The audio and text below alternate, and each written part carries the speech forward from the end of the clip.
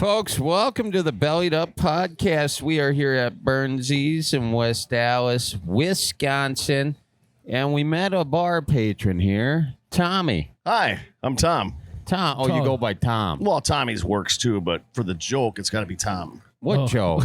The 51st dates joke. Oh, tell us.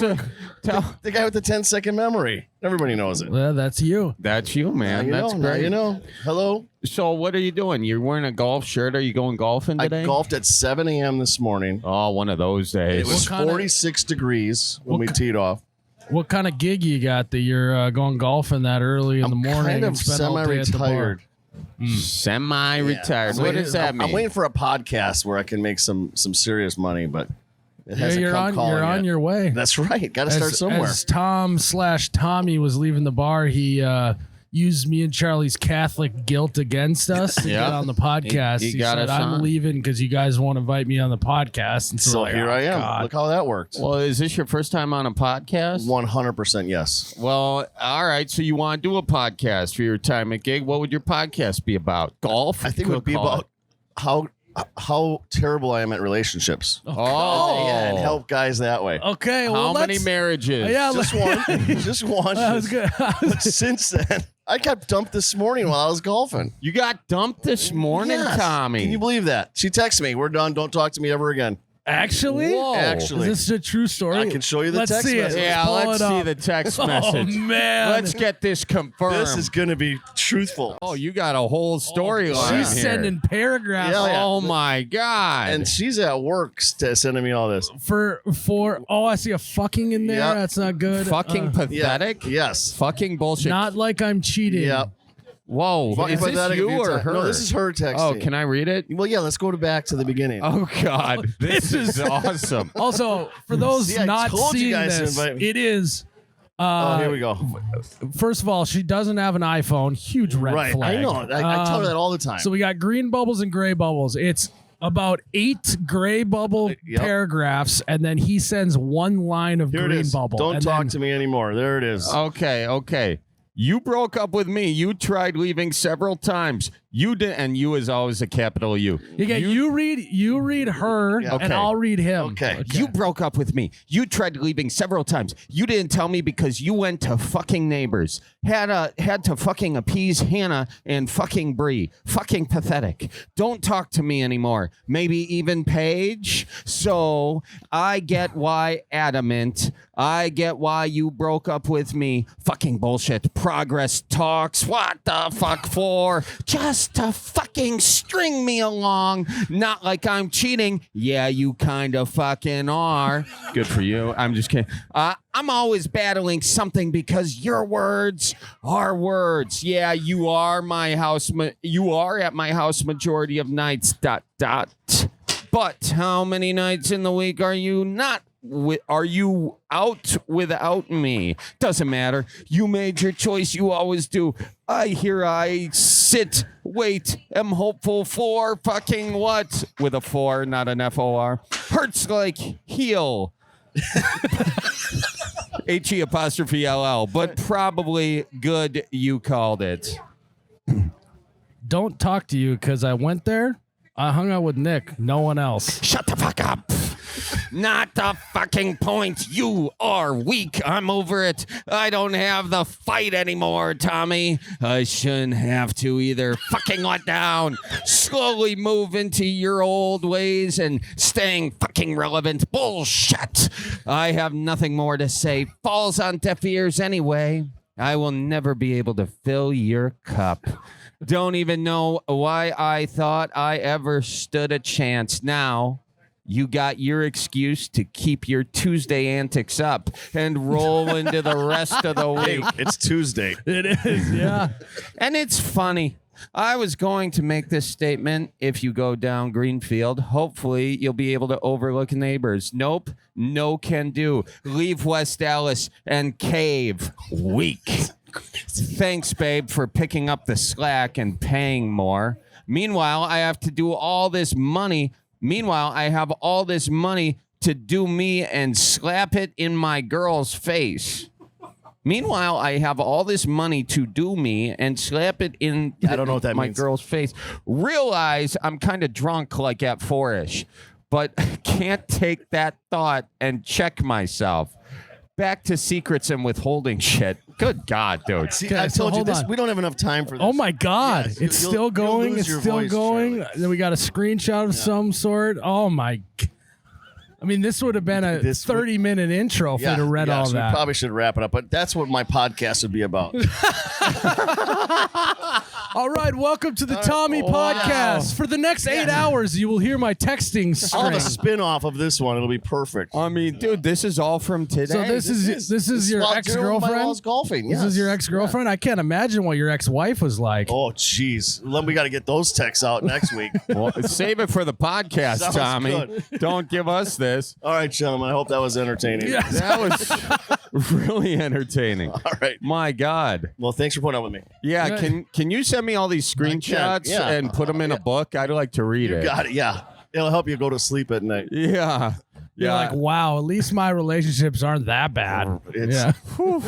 tough action. How long were you dating her, Tommy? 2 weeks, 3? 7 months. Okay. And was it like this every day? Yes. Okay. Did you cheat on her, Tommy? I did not. You were faithful. I was. Look me Well, in you the cheated eyes. on her by did hanging not. out with your Hey, buddy. I don't think you are. Nick. Nick. Cheat on my Yeah, you were ex hanging either. out with Nick. Yeah, just Nick. Yeah, that's it. Where's Nick at? He's not here today. But Oh, so you weren't hanging out with Nick. no, that was last night. That was last night. Are where you this sure it all wasn't stemmed Nick from. E instead of I'm not Nick? sure, but I don't like, you just can never be too sure nowadays, can you? No, you can't. Where'd you meet her? I met her at the bar she doesn't want me to go to anymore. Oh. So it's kind of, Thank God it wasn't Burnsies, you thank know. goodness, yeah. Yeah. You dodged the bullet there. Well, Tommy, All right, boys. the good news is you're back on the market. So That's right. tell the All- folks. all Oh, the yeah. ladies What are here you go. looking for in a woman? Somebody that doesn't break up with me when I'm golfing. There- At least not wait a lot till simple. after, Wait right? till after golf. They screwed up my whole front nine. And that's hard to get back.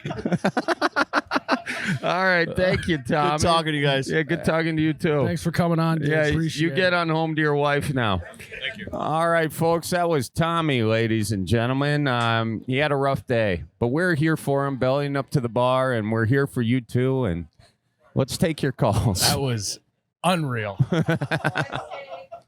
I thought he was exaggerating. He was underselling it. Oh, my He God. undersold it. Yeah, the Yeah. rare undersell. Yeah. Oh man. Well, Yeah. Half of those words were just letters, like Yeah, U and Y. It was like she was texting on a flip phone. You know. yeah, that was tough. Woof. Tommy though, calm, cool, collected. What are you talking about? I was hanging out with Nick.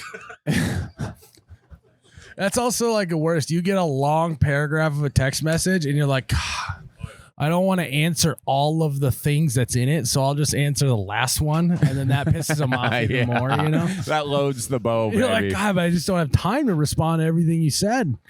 Yeah. Sorry. That's when you hit them with the, hey, sorry, I'm golfing. I'll respond after. And that also, you know. You can just say, "Hey, sorry, I'm golfing." You know. All right. Should we take some Yeah, callers? you've never had that type of luck with dating. You're doing great, Charlie. All the gals have been really nice. You're the one I'm sending the those. problem. Yeah. I'm the one texting from a flip phone. All right, let's get to our caller. Guys, right now, Prize Picks will give you $50 in lineups when you play your first $5 lineup. Win or lose, you'll get $50 in lineups. Use promo code Bellied Up when you sign up today. Charlie, you already know that you can make player picks on Prize Picks. Player but picks. now you can make team picks and culture picks all in one Prize What's Picks a app. culture pick?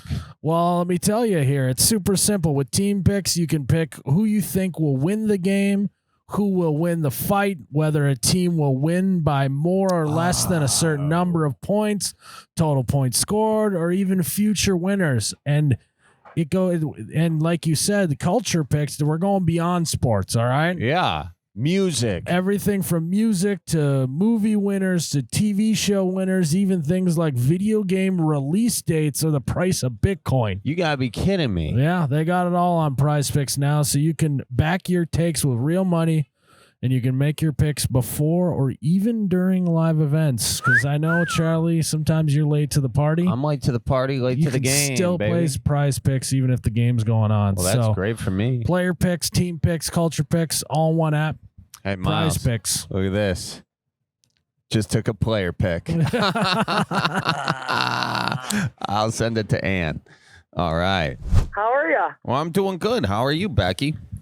I'm great.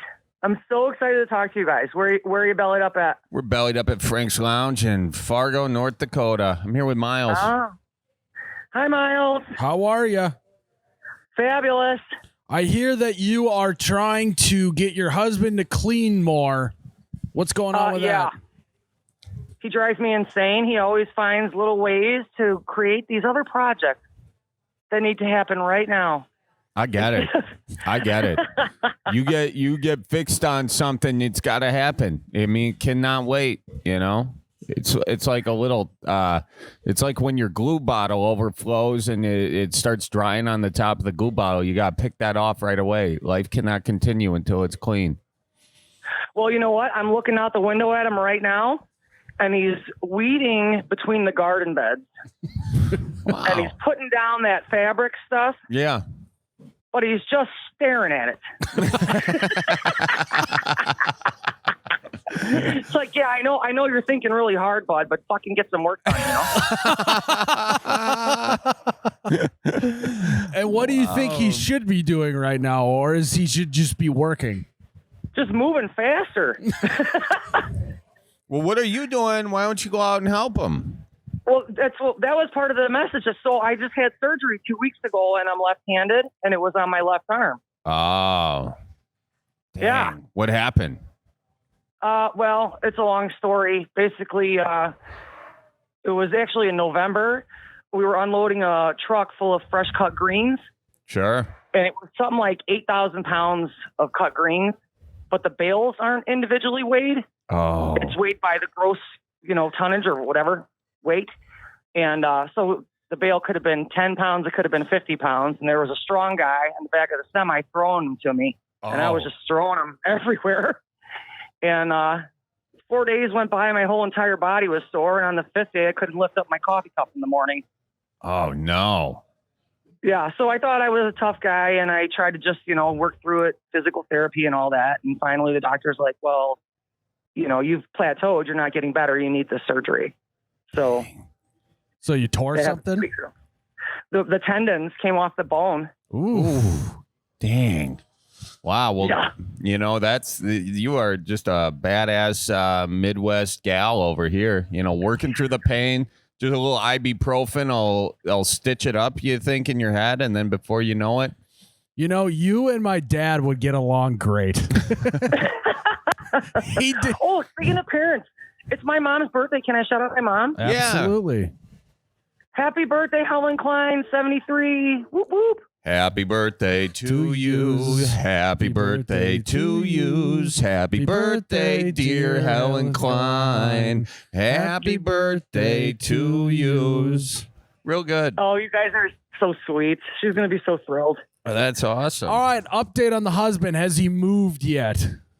All right, let's look. He's pacing. Okay. He's circling. Like a lion trapped in a Okay, cage. so he was formulating a plan. Now he's mentally mapping the plan. And Yes. Oh, he's putting something in the ground now. Okay. But it's more like, yes, still mental mapping. All right. So this is his MO. He moves slow and pretends to do work even though he's not.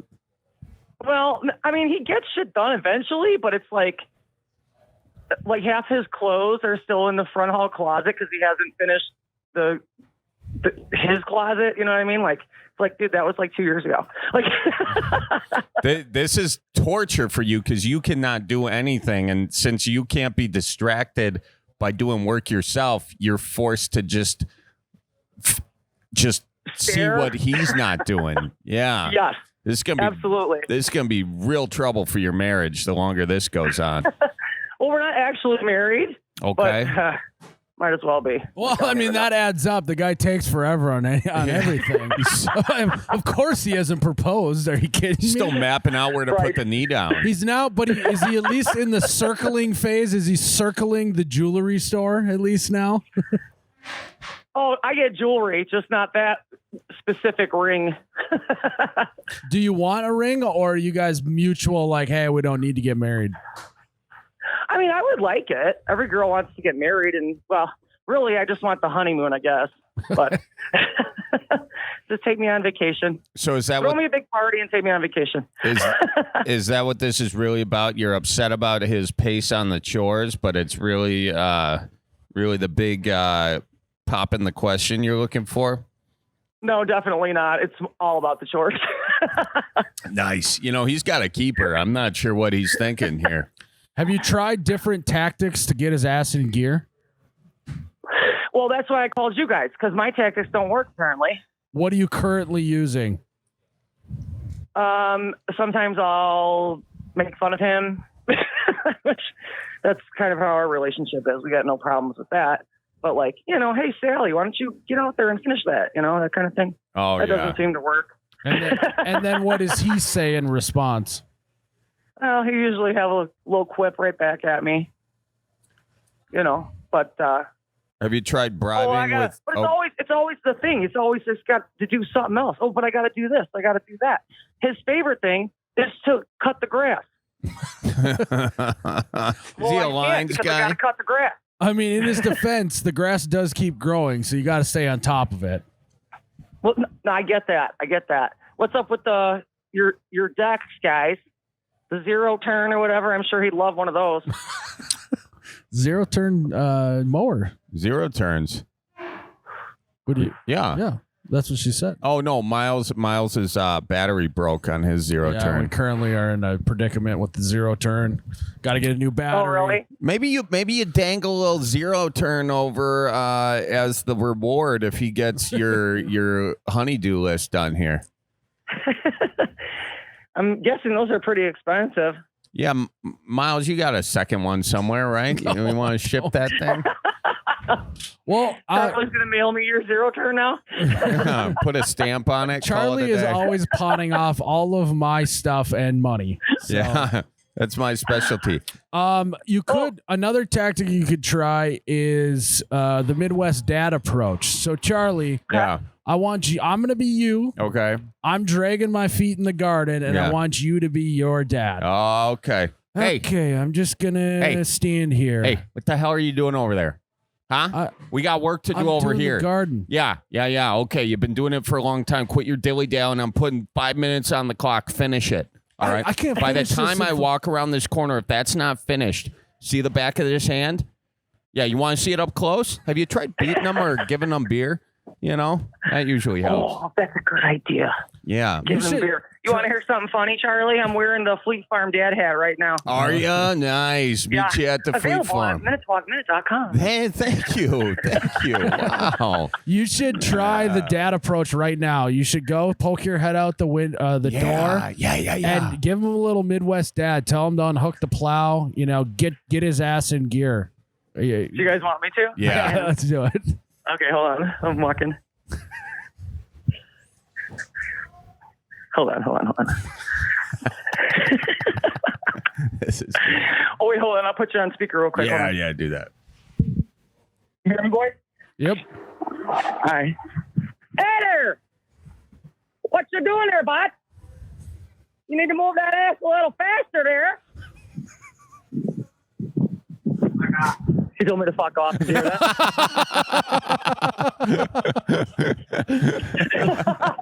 Say hi to the boys, babe. I'm on the phone with the boys. Did you hear that? What did you say? He said, whip her into shape. Hey, you guys have a great relationship. We do. The thing you were missing is you didn't warn him about the backhand. That would have maybe whipped him into shape. Yeah. Because otherwise it's just an empty threat. Right. Yeah, you got to let him know that there's some... No, I didn't offer him the beer, though. I forgot to offer him the beer. Yep, that's called the honey and the stick approach right there. Or the carrot and the stick. Good cop, bad cop. Good. Oh, yeah. With the dangling the carrot.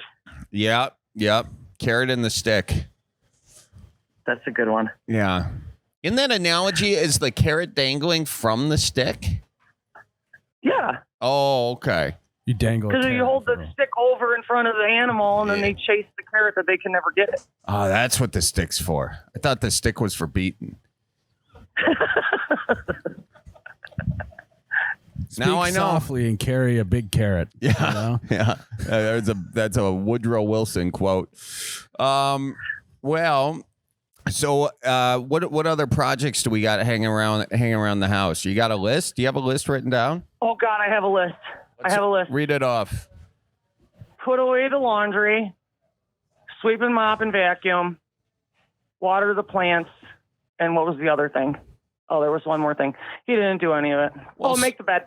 Some of that you can do with one hand. Yeah, can't I mean, you? yeah. Water the garden. I mean, geez, you are milking this arm thing. You can't make the bed with one hand.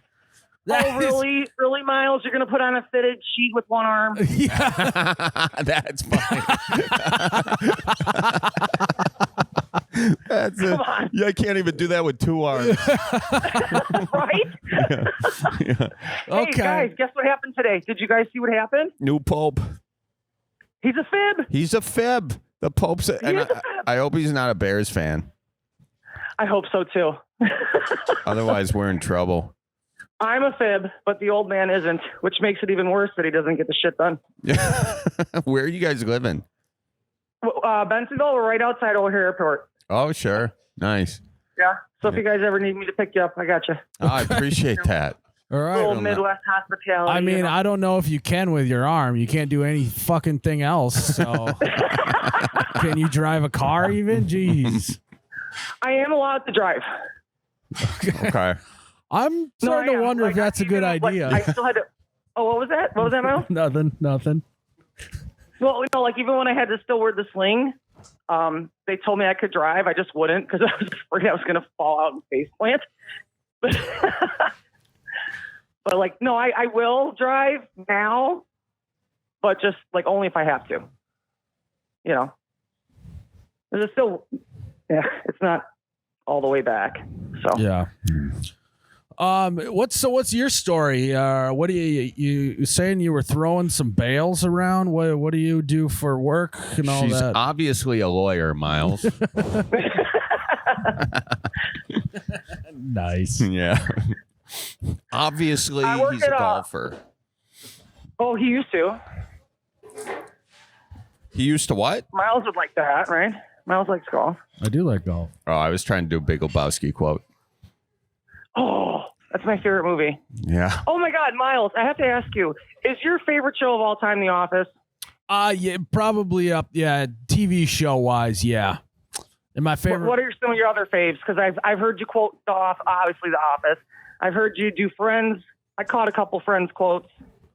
Yeah, and I thought one time I caught a Letterkenny quote, but I wasn't sure. Yeah, I also lately have been a Righteous Gemstones guy. It's a good show. That's a good one too. That's a good one.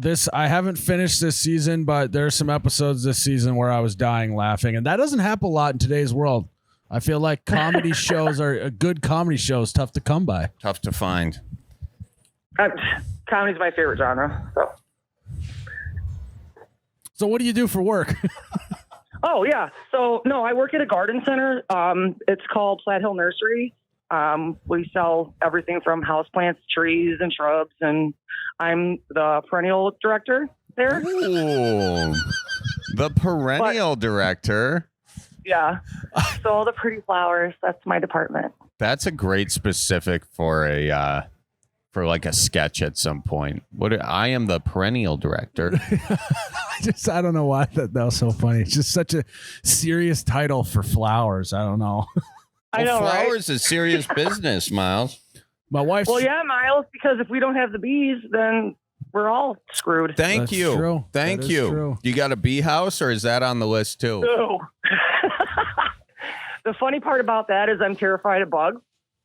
So people are always just like, how do you do this? And I just say, when they come by me, I just run the other direction. I don't know. There's something Oh, go ahead. No, you're not a bug gal, but you're a flower gal. Yeah, you only get one with the other. I know. Well, that's the problem. See, I like the bees. They just don't have to get that close to me. Yeah. That's You liked it from afar. Yeah. Yes, definitely. They can do their business. well, good. Well, yeah, we appreciate your service to all the yards out there around O'Hare Airport that have those beautiful flowers in there. Thank you for getting those out there and distributing those. Yeah, and I could sense when you went out there to yell at your guy, I felt like you didn't want to hurt his feelings. But now you're back in the house. He's not listening. Before we let you go, I'd like you to really let us know what you'd love to say to him while he's standing out there doing nothing. Just let Pull it your out. fucking pants up. Nobody needs to see your ass crack, you lazy son of a bitch.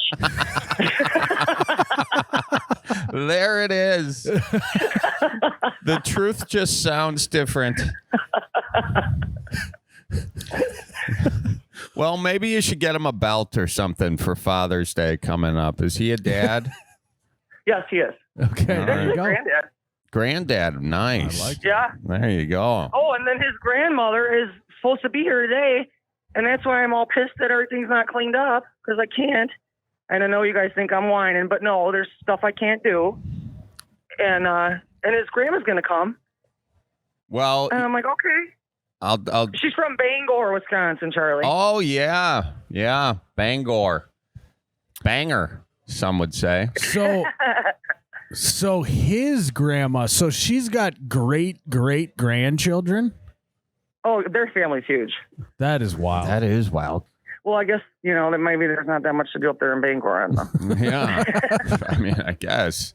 Why go to high school when you can have a baby by sophomore year, You can go to the School of Hard Knocks. There you go. know? Well, look, I'll tell you this. University? If you want stuff to get done, you got one good hand, go pull a switch and make it happen. You know what? That's so possible. Mm-hmm. Yeah. Then she gets tendonitis in that elbow. And the other one? Gets switch elbow instead of tennis elbow. Whopper's elbow. Yeah, it's a real thing. Uh-huh. Well, Oh, hey, can I ask you guys a question? yeah. Is George Kittle really that nice? Oh, Oh, great he- dude. So nice. He's a great dude. We had him on the podcast, and we were figuring that he was going to be like, all right, good, thanks guys, I got to get out of here. He sat with us for like an hour afterwards, just having some beers. Chewing the chaw. It was just nice. And it's hard for me to say this because he's such a, thorn in the side of the Packers, but apparently he doesn't even think about us. So, Fuck him. I know. That's what I want to say, but he's just too nice. Too nice of a Are guy. you happy about Matthew Golden, Charlie? Oh, yeah. I think that'll be nice. We got, I'm super happy. yep. He's like our Randy Moss. We'll I see. called that. I said to my guy who's a Bearskin, I said, I don't give a fuck what your team does, but I just want the Packers to draft a wide receiver in the first round. Bing, bang, boom, we got one. I was so thrilled. I said the same thing, and I was walking around the whole draft as a Packers owner, like I had a job to do, and yeah, Miles doesn't like it when we talk Packers because he. No, I don't care. It's a pyramid scheme, right, Miles? It really is. I just can't believe What? that you guys are all drinking the cheese. Oh, really? Because we literally have our certificate hanging framed in our living room. You Miles. bought how much was your stock? $250. You bought a $250 piece of paper that No. you'll never be able to sell. No, I did not. It also came with a folder, Miles. So And you get to go to the meeting every year. yeah, you get to go sweat your ass off at Lambeau in the dead of summer. Swampy. You get a swassy group of owners. We went to the home opener game last year, and it was so hot that they literally ran out of water. They ran out of water bottles.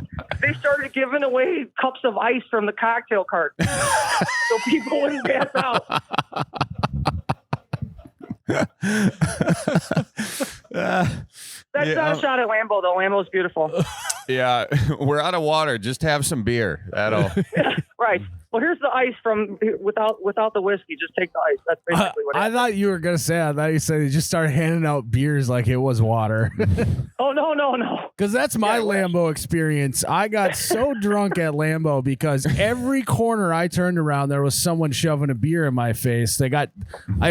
Normally at stadiums, it takes 20 minutes to get one beer, and it took 20 seconds for me to get a beer at Lambo. I was very impressed. Miles got They have their shit together. They They do. do. Miles got so drunk at Lambeau, the next day he turned his whole life around.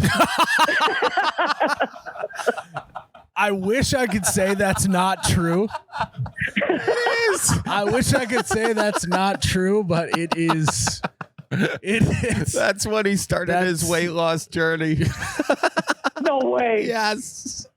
Yeah. Well, Miles, you know what they say. You're looking like a snack. Oh, okay. All right. Yeah. He hasn't been back to Lambeau since. He'll never go again. No, they're not going to recognize me when I walk in. They'll be like, last time you were here, you were twice the man you are now. Well, I'm half the man that I used to be. Yep. You know, I've never heard it stated like that, but yeah. It's accurate.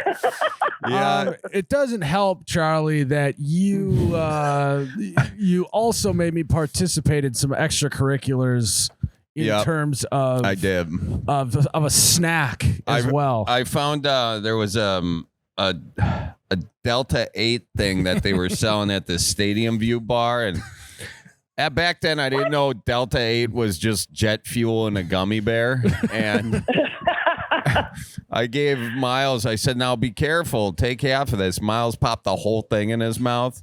The next day he was too sick to do bellied ups, and between the alcohol and the booze, and we were dancing, we were cutting up a rug. And yeah. That was years ago now. No, it wasn't. You didn't say take half of this and then I took the whole thing. He hands it to me, and as it's already down my throat, he goes, only take half of it. I couldn't help it. Carl. I was on Delta 8. I was. Okay, so let me ask you, boys, when you're not drinking the Busch Light or the Liney's or the Tippy Cow, what's your liquor? Berens, old-fashioned brandy. Oh, God, I should have known that. What about you? What about you, Miles? I like drinking like whiskey 7. You know, I like. Oh, okay. I used to be a whiskey diet guy, and then I don't know. I like something a little lighter now. 7 and 7. Yeah, a little 7, It's a 7. nice little, summer little drink. Windsor 7. Oh, Windsor's good. Mm-hmm. Yeah. Yeah, it's pretty good. So, well, good for you. well, we appreciate you calling in today. Well, I suppose. It's about that time. Now, be careful when you slap your knee. Use the right arm, otherwise you're gonna be, Face planted. you're gonna regress on that rehab. A little Midwest goodbye. You want to hear something the doctor told me yesterday? It's kind of interesting. Yeah. Sure.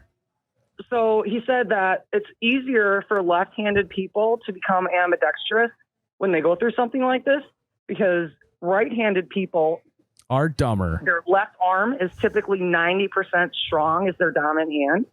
And for left-handed people, since there's so many right-handed things in the world, our arms are basically just as strong. So it's easier for left-handed people to become ambidextrous. So it's not that impressive you beat me in that arm wrestle with your right arm, Miles. I'm gonna fact check. Thank that. you. Doesn't seem Thank right you. at Miles, you're a all. lefty? I am a lefty, yeah. And Charlie's so just cool. salty because I beat him in an arm wrestling competition with my right arm. He cheated.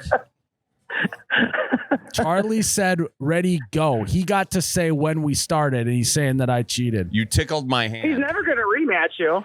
He's not I'm gonna do it. going to do the rematch. I'm gonna slip him a Delta 8 and get my rematch. Oh man, yeah. Actually, that's probably Midwest rehab. Is all right. I'm gonna need you to do 15 whelp knee slaps for me here. Yeah, that's what the old man always tells me. Yeah, you're fine. Rub some dirt on it. Yeah. Well, thanks for calling in. Hope your arm gets better and you got to whip that old guy into shape. All right, I'm gonna go pick a switch right now. Good Right for on. you. Good for you. No, do it. Psychological warfare. Make him pick the switch. Oh, yeah. Oh. I like that. All right, Well, all right, then. have a good one. Oh man, what a good gal. Great gal. You Packer owners, I swear to God. What? We know what's up, Miles. You just wish you had a team. I will have to say I did think it was maybe more money than $250. So It's up to 300 now. Oh boy. Yeah. Just everything's getting inflated these days. I think it was 250. It might have been 275. I got blind though. Whatever it was, I was buying it. Can anyone buy stock at any time, or do they do different releases of stock? Differently, really. You only have a certain window to get it. I've never bought, true story, I've never bought a coat. Never purchased a coat. Because they said give you one? No, just because there's always been coats around. I don't know what you're talking about. I've never bought a big coat. I've never bought one. I've always used a coat, or someone I always used a coat that was around, or someone bought me it. Or then we started doing this thing, and then people would send us coats sometimes. Like we had the Duluth deal for a little bit, and they sent a bunch of coats, so now I wear those. What does this have to do with what you're talking about? I don't know. Some remind me of it. Am I missing? You brought up coats. Oh no, this is what the connection was. I didn't complete the circle. Hey, Charlie. Yeah. Thank you. I've never bought a coat, but I spent $300 on $250 on a Packers what owner are we thing. talking about? Yeah. Is coat some slang in the stock world? No. I didn't know. No, I'm just proud of that. Never got a coat, but I've Spent $300 on a piece of paper. Yeah, and people have been generous to me and given me coats. Well, should we take another one? Let's do it. Brad. Really happy to talk to you guys. Oh, you cut out there for a sec. Thank God, Brad. We were afraid we lost you there. I know. Is this better? I don't know. I got like one bar. Okay. Well, don't move now. Yeah. I'm staying still. Okay. Well, Brad, I heard you wanted to call in and talk a little white collar versus blue collar and all the things involved with that. It's on your mind. Yeah. Well, mine was there. I mean, when you're down in blue collar, you know, and when you're up in white collar, I guess you know, but what happens when you're in the limbo there? When you're between a blue and a white collar, you're going to Catholic school. Yeah, born and raised. That was Catholic school for a couple of years. Brad, you sound a little bit robotic right now. Is there anywhere you can go with better service, Brad? Can you see a hill? I'll keep walking around until you can hear me. How about that? Well, right now we can hear you. Yeah. Oh, that's perfect. I'm standing on top of a stump. Good. Okay. Stay there. Stump it is. All right. So repeat that again. I mean, like when you're a blue collar worker, I think you know you're a blue collar worker, right? But when you're a white collar worker, do you know that you're a white collar worker? I mean, like I feel like the lines are pretty blurry there for a certain income level, you know? Yeah. First question: are you a white collar worker or a blue collar worker? That's actually a great question because I feel like I just left a blue collar job and tomorrow I start a white collar job. Okay. What's Perfect time for you guys to call. What's a blue collar? What's the white collar in your opinion? Blue collar, I was delivering beer, like a local beer Yep. out of a van or a box truck. Yeah. Steel toes and stuff. And then white collar, I'm a quality engineer. Yeah. Yeah. I mean, the engineer aspect kind of floats a little bit in the blue collar realm, but I think it's definitely a white collar job, don't you think, Charles? Yeah, I think so. I mean, I think So wait, you're telling me you're one of the guys that made it out? Yeah. I guess. Yeah. Not every blue collar job is like this, but when I was working concrete, it'd always be like, oh, so and so finally made it out. They're working a job that they don't hate every single day. That's literally the conversation I had with my coworkers once I left, like last Friday. Yeah, it was like Matt Damon on Good Will Hunting. Yeah. Sitting there smoking a cigarette in front of the car. Your other blue collar workers are like, dude, I'm in 30 years, I'm going to be delivering the same goddamn beer. But if you're doing that, I swear to God, I'm going to be pissed at you. Yeah. You know? Yeah. Yeah, I basically had that conversation with these guys. It was great. So you're like the anointed one then. You're the brainiac of the group. I know. I gotta like go back to the shop in like 6 months and just like be like, what up? Well, make sure you bring like beer, donuts, or something. All right. Yeah. So Charlie, what would you say Kind of ties into. Go ahead. Oh, sorry. Oh, I was gonna say, like the background here. I feel like I've been on the fringe. I've been working in an engineering department, but I've been the guy who's using all the You tools just got too many DUIs. and like saws and, blowing up power supplies and stuff like that. That's kind of like where this topic came from. So that's what you're doing now? That's that's what I've been doing for the past 10 years. Okay. And then I delivered beer for like a year, right? And just to pay the bills. And now I'm like, yeah.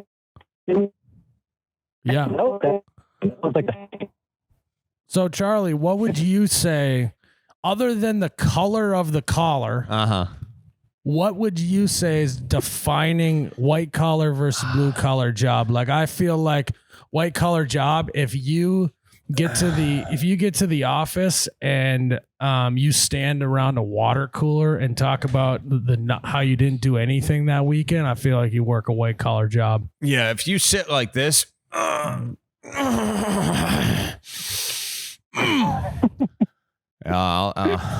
do Miller Lite. Blue collar job, yeah, it's a fun game. If I think if you're worried about HR, you probably work a white collar job. Yeah. If a printer is the bane of your existence, white collar job.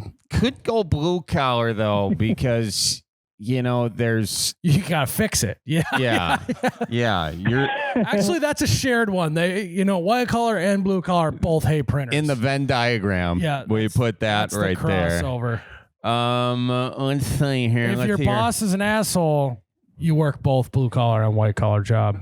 Yes. If you are shared. If you are only going to the Christmas party to win one of the door prizes, probably. That's tough. Probably a middle wrong. Probably right in the middle there. I don't think if you're only going to the Christmas party because they got free beer, blue collar. If you're going to the I was gonna say Christmas party to get a promotion, white collar. I mean, there you go. Because you say cheap white collar. Trying to win the door prizes. Yeah, there's definitely cheap white collar, but there's also rich blue collar. The truth of it is these days, blue collar jobs make more than white collar jobs in a lot of instances, and so I feel like here in where I'm in Oregon, like you're a plumber or a construction worker, like.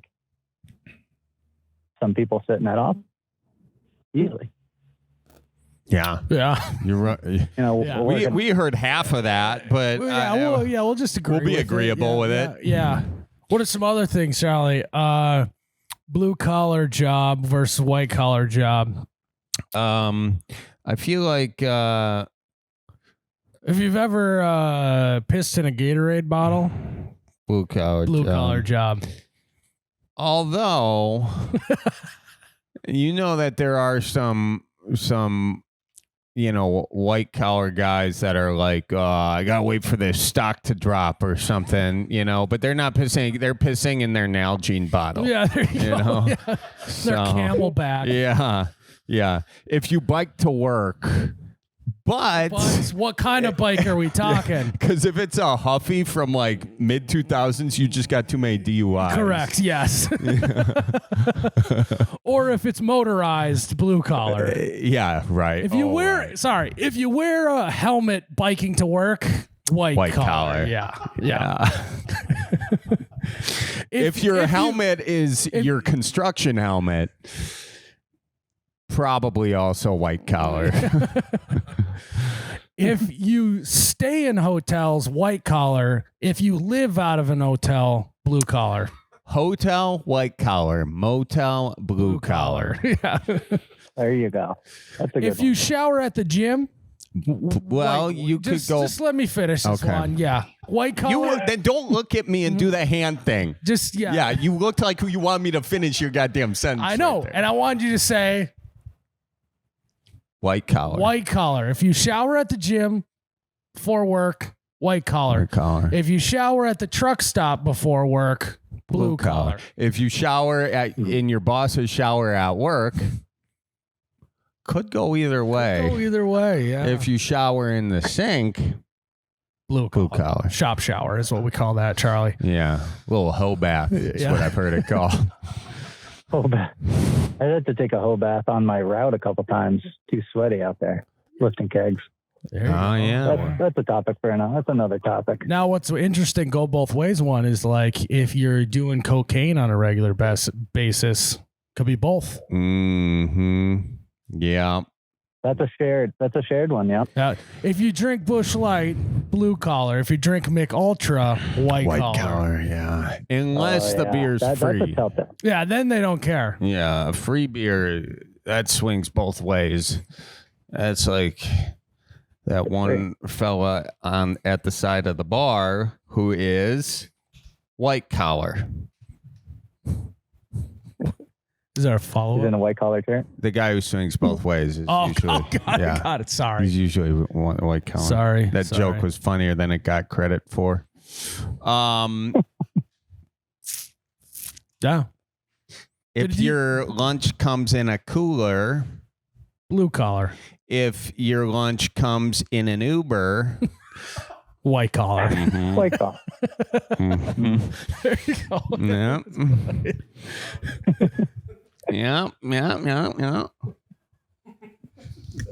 Shoes too. I feel like shoes are a big indicator. Oh Like yeah. physical. Shoes. If you wear leather shoes to work, could be both. Could be both. If you have steel in your leather shoes, Blue collar. if you have polish on your leather shoes, white collar.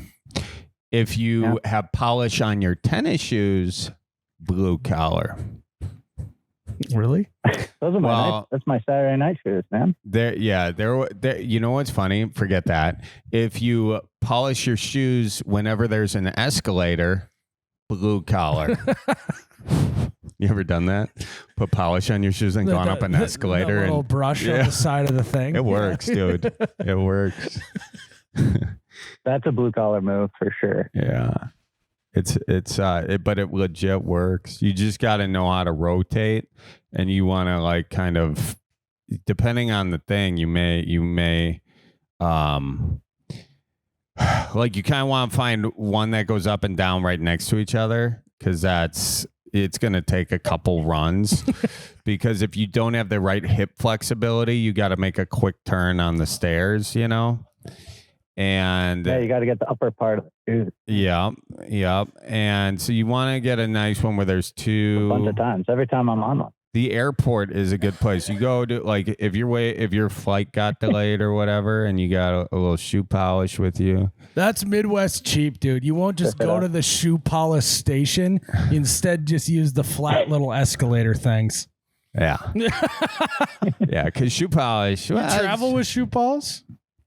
There was one time where I had shoe polish and I just did it. I remember, but I don't know why I had shoe polish, because I was going to a wedding and my shoes, you get some of those shoes that are like really old, but you're like, those were your uncle's shoes. They're actually really nice if you just polish them. and you hear that enough, but you never do it, and everyone's like, "You are those," and so. So Charlie, I love this about you. You don't have kitchen utensils in your apartment, but you have shoe polish. No, this was a long time ago, and I do have. Like, you know what I mean? do shoe polish. He's like, that's how Charlie's brain works. He's like, I gotta get some shoe polish. I gotta make these shoes look nice. But then you go over to his apartment. He's like, yeah, you're probably just gonna have to eat with your hands. I don't know where any of my forks are. I'll tell you this much. I have utensils now. Because if you hear the shoe polish story on its own, you're like, wow, Charlie's really got his life together. He's even polishing his dress shoes. Yeah. Yeah. Only time I did it. But I will also say the shoe polish came from like in the back hall closet, you know, where you have like a bunch of different, like your WD-40, an old paint thing, something like that. That's where I got the shoe polish, I think. I don't know that I purchased it directly for it. Because this was an out-the-door conversation. Like, I don't have shoe polish. There's some in the back hall. Okay. Take it, but I'm probably not going to do it. So shoe polish makes it through TSA? No, this was before TSA. So like 2000? No. It's just at the check-in, there's an up and a down. I think it was Milwaukee Airport. Oh, you're saying before so then you just had to discard your shoe polish? I thought you were saying like before TSA existed. That's what I said. No. Just so like before you go through it. August of 2001 is when this was, right before TSA existed. Yeah. Is Brad still on the line? God dang. Sorry, Brad. We left you hanging. So what were we talking about, Brad? Do you think we accurately diagnose what's blue collar versus white collar? I feel like, yeah. I mean, I've called in for a couple of things if you want to move on to another topic. That's fun. I love it when our callers are sick of what we're talking about. They all roast us. Yeah. You start to wonder, Miles, if we can't even entertain the people that called in, how are we supposed to entertain the masses? Yeah. It's all right. It's not like that. I've been laughing this whole time. Well, do you have anything you want to buy, sell, or trade? What else do you want to talk about? Trade. What else do you want to talk about, Brad? I had one that was like, how far away do you need to be from the sports bar for it to be like a themed, like I was in a Packers themed bar out here in Oregon. I felt like it was far enough away. It didn't feel weird, you know? Yeah, I feel that. Obviously, right?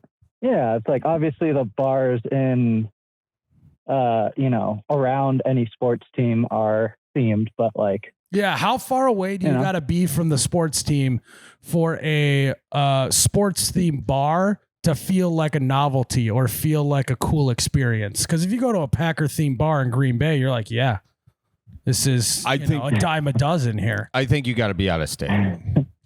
Out of state? Out of state. Yeah. But then Well, go ahead. Oh, I was going to say I was at one in San Francisco visiting family. Mm-hmm. I lived in Boston for a while, and it was a Boston-themed sports bar. And it felt like I was downtown Boston. Everyone was pissed off, and, everything was dirty and old. So it was perfect. Yeah, I want... that's so much fun when you have... It's almost like a consulate, Like you're at the Boston consulate in San Francisco. Yeah, the U.S. Embassy.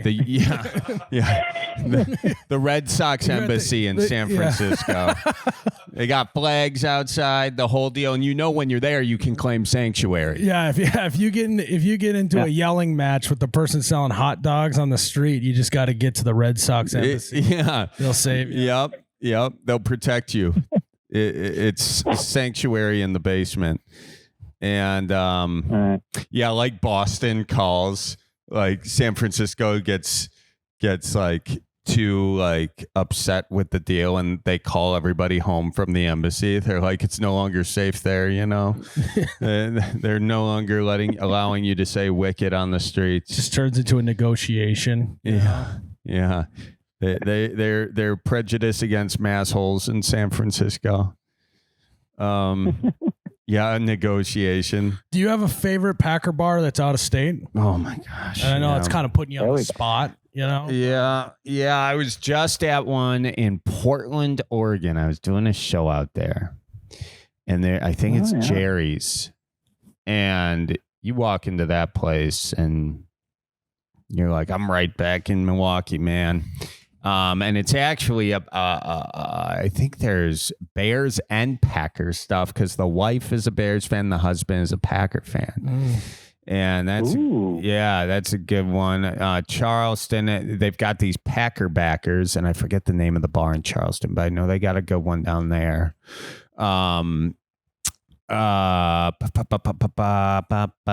Central Florida. There are these Packer backers in all these different states, and sometimes I forget the bars, but I remember going there. There's one in Los Angeles called the Tattletale Room. They got a cheese head drilled to the side of it, and you're home. That's the nice thing. Does Fargo? It's like the bat signal, right? Pretty much, yeah. It's you a just pack see symbol. Anything with a cheese, anything cheese is like a bat signal for Wisconsinites throughout the country. Yeah, we know. We can sniff it out. Fargo, I don't think has that. It's mostly just like Viking stuff hang on the walls. It's not like a specific Viking bar. If Fargo could get a football team, what would they name it? Well, we have North Dakota has the Bucks. So the Bismarck Bucks. Same question. Cody Paul used to play for him. He was known as the White Reggie Bush back on old YouTube. In Pee Wee football, do you remember that? He played for the Bismarck Bucks. Is that Cody Paul? Is that like a I don't know. I think there was like an arena team. Oh something like that. Milwaukee had the Mustangs. Yeah, back then, back in the day. Could be the Chippers. Like the Clippers with the Chippers. I like that. The wood chippers. That's a great name. That is a great name. Yeah. Actually. Yeah. And the Fargo Chippers. And you guys that's great. You guys all wear the sports spectacles, yep. Like from the 90s. Yep. Just eye protection. Mm-hmm. It's part of the uniform. Yeah. You got a guy with one arm, Mascot.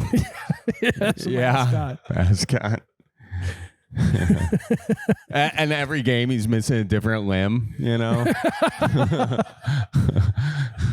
Yeah, and then the pregame ritual is we take a piece of wood with the other team's logo painted on it and we put it through the wood chipper. Oh yeah. That'd be sick. Like at homecoming games, they'll paint the homecoming week, they'll paint the other team's thing on their car and then they'll take a sledgehammer and smash it. Yeah. That's our version of that. Yeah, they just do it center court. Yeah. And then all the rags they wipe it up with are just red, Yeah. Yeah. Blood.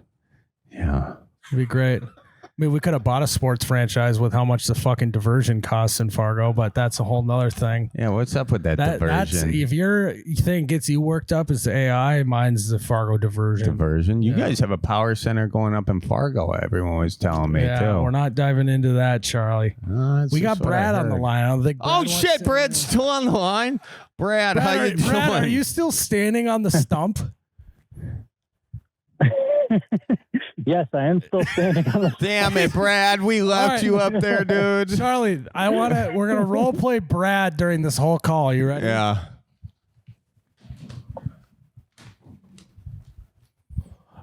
Oh, God. I'm going to let you do this. Can you hear me? Yeah. All right. So yeah, out here. Yeah. Oh, that's the dumbest bit we've done in a long time. That was a good bit. I wanted to see where you took it. You were supposed to help me out a little bit, like we were having a conversation, but it's all right. That went about as good as our. Try it again. Try it again.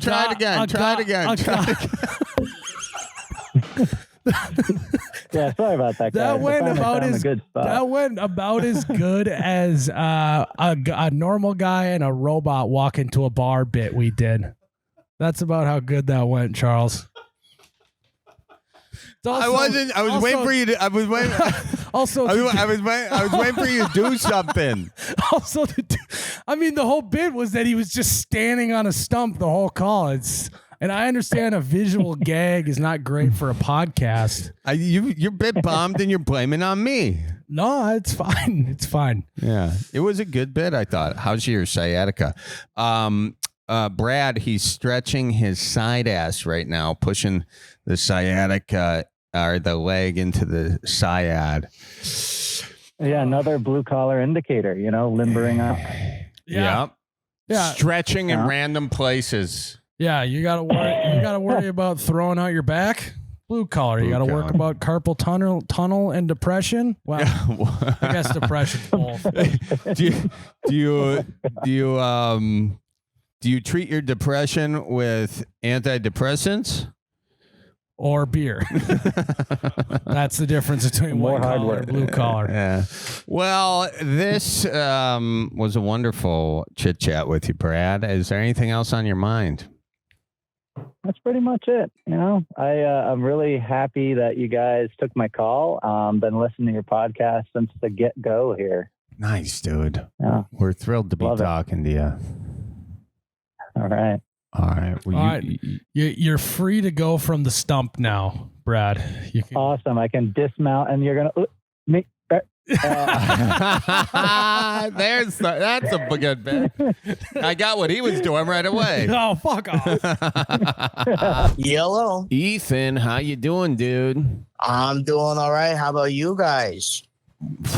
We're doing great. We're bellied up to the bar. Glad to have you back on, man. We got another bellied update on our hands here. Well, glad to be back. Thank you for having me. How, everybody tunes in. They listen to everybody else. Yeah. How are you guys doing? How's your guys' week? How's your guys' life been? Any updates in your guys' life? Damn, Ethan, man. Thank you for asking. It just means a lot, man. Yeah. It means a lot. Miles, what's going on with you? Yeah, Let's start with you. It's been good mostly. I kind of spent the last couple hours just getting bullied by Charlie a little bit, which doesn't always feel great, but it's part of the gig. It's you got to put on a brave face. Ethan, do you like NSYNC?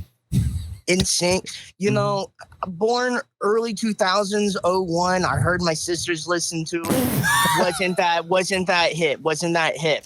Now He's got a goth girlfriend, dude.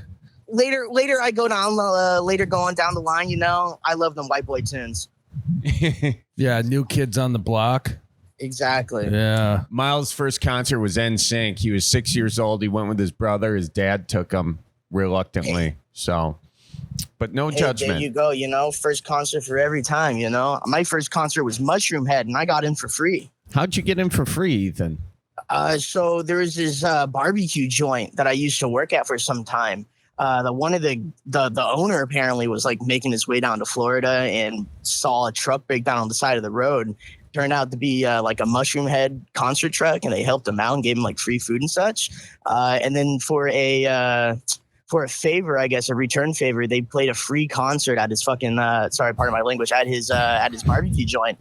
Me only living about a mile and a half away from the barbecue joint made me stay up all night because I kept on hearing nothing but bass. Oh, you could hear it a mile and a half away, huh? It was pretty loud. But you got him for free. How old were you? Well, he was at his house, is what he's saying. I was still a walking little sperm, but I'd say about maybe 16. Oh, I didn't connect the dots that was at your house. The place was connected to your house. Okay. Well, I mean, it's like a whole. So I mean, I used to live in like a small town, so like a mile and a half away was like a Walmart, and then right next to the Walmart was like a barbecue joint. It's crazy, and it's crazy in Kansas. I think I'm putting the puzzle together now. Now Miles is bullying me. See, it's a given. Hey, you know what? It's all right. Miles, he's trimmed down a lot of weight from when you guys first started, and that it takes a lot of practice. It takes a lot of work to trim down that weight. Yeah, exactly. How are you doing, Ethan? What's going on, man? Hey, you know what? I'm just booze cruising in life right now, man. One shot of whiskey at a time, Are you? You're boozing it. Not too hard, though, are you? Not too hard. No, not too hard. Hitting into that little pin, that little Benjamin. That's what I be hitting. I mean, I went from a plater working with like acids, like nitric acid, getting nitric acid in my eye, to sitting at home and basically being an Indian scam caller all day, but without the scamming. So that's your current gig, is you are a telemarketer? To a degree, not really. What I do is I help like major theaters in the US. So people would call in and be like, help, my projection, it's not working. I can't play Fantastic Four. And then I tell them to turn it off and turn it back on again like it's a router, and it magically works. So you're an IT guy. Yeah, to a degree. I am Chinese after all. Yeah, hey, it's just you can use a stereotype all you want, but when you got proof right here, I mean, what do we do? When China invades, man, I'm gonna be on their watch list. But how's the relationship? I don't remember. You guys you're just still dating. You're not engaged, or you got married since the last time? You're just still dating? Hell no. 3 years minimum for a marriage. I don't know. Me personally, I really like the girl when I first got in touch with her, and then year or two go by. Man, this is how marriage must feel. Year or two go by. I still like when we have our ups and downs, and I'm like, you know what? I think that we're just going on like 2 separate life paths at this point in time, Oh, and no. I hate to be that bear, I hate to be that person that say that. Love this person, care for this person as much as they care for me. They're awesome. They helped me when I found my dad croaked on the bed. So I mean, they've been through a lot with me, but I mean, like, two separate different paths, just convening at different places. All right. We still live together, but I mean, Are you breaking up with your girlfriend over this podcast right now? No. We've had this talk. We've had this talk several times before, but I don't know. It's just iffy. I don't know. I'm in how old am I again? 23, and I'm so young. I got to get out. I got to do something. I'm always cooped up in my house all the time. Yeah. Okay. Well, you say you're going to do different paths. What are the 2 paths you guys are taking? Which road are you going down, and which road is she going down? I mean, I would discuss as much as I can, but I mean, that's kind of like her dillywop. That's her business. But I would talk about it if I could, but I can't. Okay. Sorry, fellas. No drama, no tea. But I'll just say, politically, she's very left leaning. I'm not that very left leaning. I see both sides of the party, but we just get in a lot of arguments that, hey, I don't necessarily believe this. I believe this. I don't necessarily believe that. I believe that. And, I respect their opinion. They respect my opinion at the end of the day. But when it keeps affecting the relationship to this degree. Politics, man. A riff. They will, it used to be that one could be a lefty, the other could be a righty, and you could still boink and it's fine. For a lot of families. Right. I get that 100%. And I agree with that wholeheartedly. But I mean, nuclear family and all that, Yeah, for sure, man. For sure. Absolutely. So that's kind of grinding your gears. It's the politics thing. That's kind of sending you guys on 2 different paths, huh? That and just like constantly crying, man. It's just, I mean, I get it, right? Okay, cry. That's awesome. Let out your emotions. Do your thing, I'll comfort you. I'll console you. I'll do all this good jazz. But if you're just going to crash out over the most like simplistic things and like slam the door like a 7-year-old, fuck, dude, that nothing nothing grinds my gears more than that, dude. Just like a simple slam door, like, hell no. That's the equivalent to knocking up 5 temperatures on the fucking thermostat. It's terrible. What are some of the benign things that the door is being slammed over, you think? Because sometimes those benign things, it's kind of a proxy war for something bigger, No, I get that. It's like, okay, well, all right, granted, my fault, granted, 100%. Really, really stoned, 2:00 in the morning. I got a Mexican fat burrito, something that I lay in my toilet myself. I heat that thing up in the air fryer. I go back down, sit down on my computer. I go ahead and just like iPad kid out and just watch Instagram Reels, doom scroll for a good hour or so. Completely forget my burritos in the air fryer. Go back and their tacos sitting out. Granted, she doesn't like having leftover food that's been out for more than an hour. Me personally, if I got a Chick-fil-A sandwich down on the floor that I bought yesterday, I'm gonna eat that. I'm gonna eat that cocksucker. I'm gonna slap some Chick-fil-A sauce all over that. I'm gonna eat that cocksucker, cold or not. Botulism, here I come. But I mean, you left her tacos out on the counter is what happened. I mean, listen, granted, my fault. I understand that, but like, is that really warranted a door slam? Is it how good were the tacos? Level? Were they pretty good? I mean, a nice Mexican lady made them out of her food truck while her 7-year-old kept on like tugging on her shirt. So I think it's pretty good. That's the equivalent of like going into a Chinese restaurant, seeing the yellow panels and a kid doing his homework in the corner. Yeah, you're getting a good meal if you see that, I guess. There you go. If they don't have a thick Chinese accent, it's whitewashed food. It's no good. Ethan. Okay. All right. Wait, let me dial it back now. So you left her tacos out on the kitchen. Okay. Could the deeper issue be that you've been spending more time with Benjamin than you have been with your girlfriend? Maybe. I mean, I think it definitely plays a part. I think it's definitely a key player, but I don't think it's the root cause. What's the root cause? Me just not giving a shit. I mean, okay. Sometimes I'm like, okay, great. I understand you're sad. I'll help and console you. That's my thing. That's why I'm here as a partner. That's my job. I gotta help you. We help each other out. Mm-hmm. But when it's like constantly, like day in, day out over small stuff, like, oh, my alarm's going off. Like, oh, I'm just driving down the road and I see a dead coon on the street. I'm gonna start crying my eyes out. I'm like, hey, life is life. Life is a bitch. And I just keep going. It's just, it just gets so draining at some points where I'm just like, screw it, man. And I'm just going to go back to my computer and just play game. Well, I mean, I feel like a shitty person for doing that. But I mean, once you start doing it just so much and so much and so much, it just gets like, maybe it's, I mean, do you think you can do it for another 3 years, Ethan? Hell no. All right.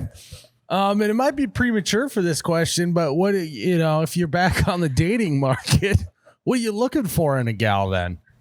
Them red flags turn green. I need another bitch to ruin my life. That's what I'm talking about.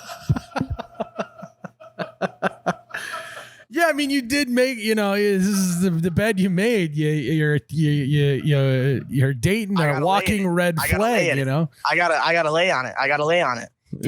A double-edged sword, as they say. So what you're saying is you're maybe not going to get back in the dating world. You're just going to spend another couple, 2, 3, 4, 5, 6 years with this gal until maybe you have a couple, 2, 3, 4, 5, 6 kids. And then you just spend a couple, 2, 3, 4 decades. Well, here's the thing about kids, right?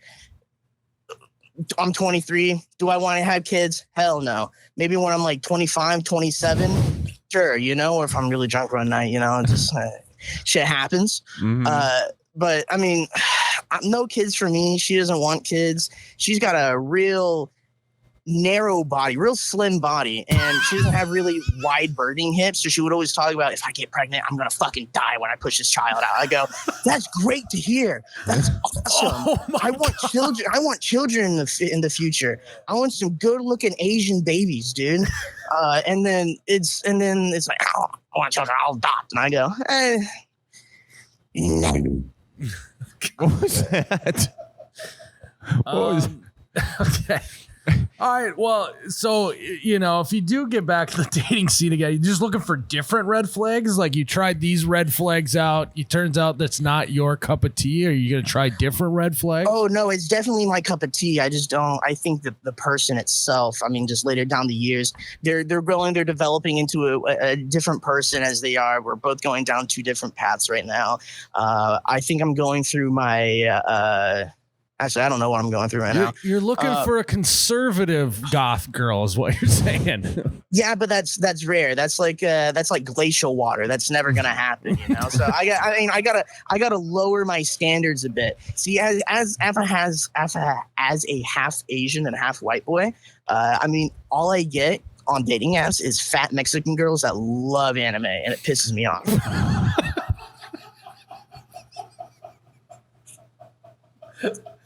I love how he's dating this gal and he's on dating apps. Are you? What dating apps are you currently on? I'm not on any because I got caught. But it was mainly like Tinder, Hinge, full 9 yards. My Christians only, fathersonly.com, stuff like that. So, Now that would be a trip. Finding a goth farmer would be quite the deal. Hey, you know, they're out I there. got a lot of acreage that we're working on now. I got a whole lake that's dedicated to my last name. We got some catfish, bass, you know, all the works. You ever see those posts on like online where it's like some 90-year-old granny who has like a 12-point buck in the backyard and you try to sweeten her up to get that deed? Yeah. It's like that, but opposite. I mean, holla. So you're looking for an old granny to come shoot a buck in your backyard? You ever have a gummer before? Once you go, Oh my gun, God. you go back. That's what I've been told, though. Me personally. Ethan, let's reel you back in I've here. never heard that before. Ethan, so look, it's clear that it's not going to work out with this girl, right?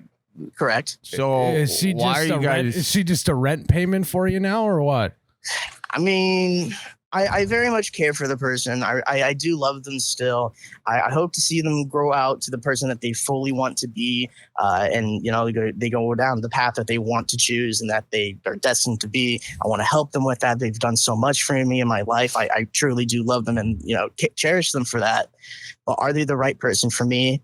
At the end of the day, I hate to say it, but I don't think they are. I think one more year, and then I think that's it. It's not a lease, dude. You can just stop doing it now, you know? I mean, we live in a house together. It's $1,200 a month. We split it 600, easy as. My car payment's like what, $293? Yeah. I mean, It's a financial decision for you. Exactly. I mean, it sucks as much to say, and I don't want to use them for that, and I'm certainly not using them for that. I very much care for them. They help me, and I help them. I take them to work. I get off at 10. They get off at 10. I go and pick them up. You know, it's not that bad. So you've heard of stay together for the kids? Yeah. They're staying together for the rent. Stay together for the rest. 2025, man. You know, you got to do what you got to do. It is what it is, you know? What's this farm that you have that's in your name, though? That's the one your dad's one, right? Right. So when my dad died, we have like 123 acres or something like that. Okay. Most of it being oil stuff. Because my whole family, my grandfather himself popped a couple wells down on our property, got that black gold, and then we just been building up from there, and we've been sitting on royalty checks.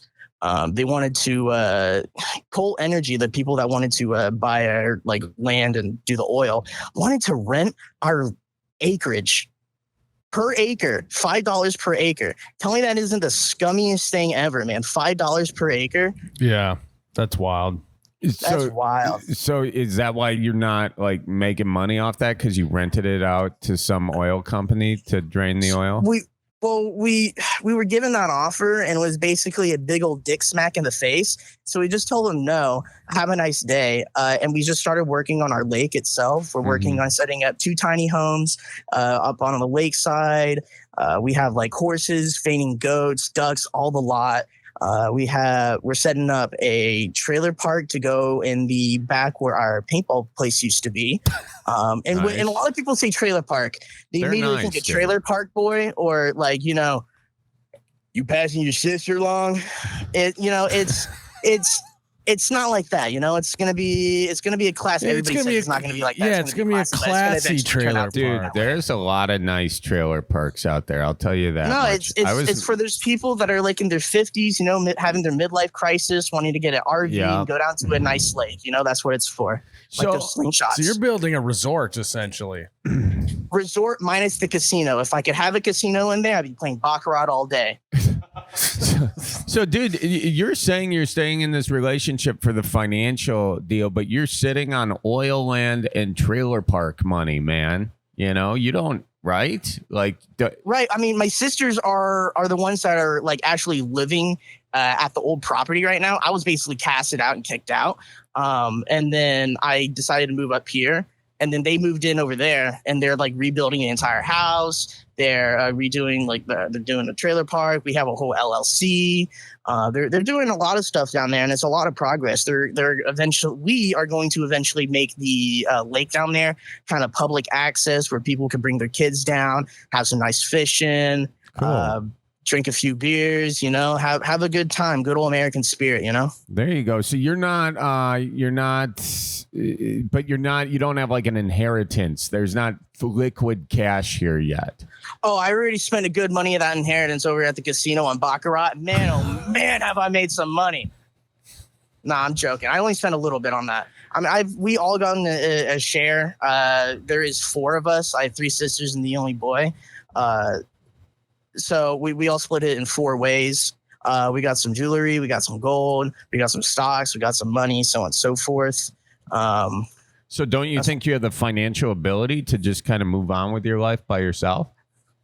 To a degree, yes. If I want to be in financial debt all my life, then yeah, 100%. I don't make enough money to hold over a house over my head. I don't have enough money to hold over a rent, so I have to have a roommate. And I'd rather take a roommate that I'm already acquainted with and already had previous relations with than rather have some like random tweaker come through and steal my shit. Okay. Well, I never thought I'd say this, Ethan, but it's starting to make some sense. Dollars, no sense. Dollars, 600 per month. There you go. Cool. Well, Miles, do you have any other questions for Ethan here? No, I think, I mean, is this IT job, is that the dream, or you got your eye on something else already? I mean, so far I've just been booze cruising it. I mean, I've been sitting on I wake up at noonish, 12:30, 1 o'clock. I clock in, I sit on my ass all day, binge watch a little bit of Netflix, do some follow-up calls, you know, just multitasking in the background, really ADHD stim out, like full-on autism stim out. And then, you know, I just help people here and there, take a few phone calls. What really blows about the job is having to do with like 80-year-olds that have no idea what to do with the computer. Yeah. That's, I mean, it's kind of why you exist as a job, though. Yeah, because everyone else can kind of figure it out. That's true. That's true. You are the Google for people that don't want to Google. You know. There you go. Ethan, what is a Google? What about your stand-up career, man? Weren't you gonna get out to the clubs? Weren't you gonna put up some jokes? Yeah, you know, I've been thinking about that. I've been doing a little bit more research about that. I've been always told to do it. I'm just not a very funny guy. I'm very more of like a conversationalist person myself. So if I do anything, I have to do like crowd work. I get up there, get up and give it a go. Well, it's also like a time thing. You know, I work 1 p.m. to 10 p.m. Monday through Friday. I got to go pick up ball and chain from the liquor store. Every day. So, I just don't have the time to do it. Wow. There's no time to do it. Okay. All right. Well, Ethan, I think you could rearrange a few things and you could find some time to do it. You could get a shift, you know. Or just open up the TikTok app and just start ranting about stuff on TikTok. That's kind of a crowd work type of thing. Yeah, that's true. You know, I've been thinking about doing that. I've been thinking about doing that on Instagram. Instagram is a lot less uncensored. I can go see like an Indian man cut open like a live wire and get electrocuted. And then the next reel, I have like some Ukrainian drone footage. Dude, it's so unhinged. It's so unhinged.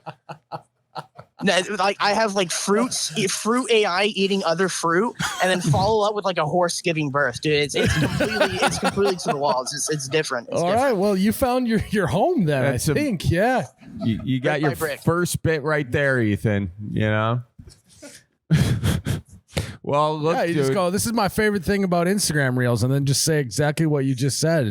Exactly. You can get live cop shootings, and then you can follow it up with like some autism awareness program. I don't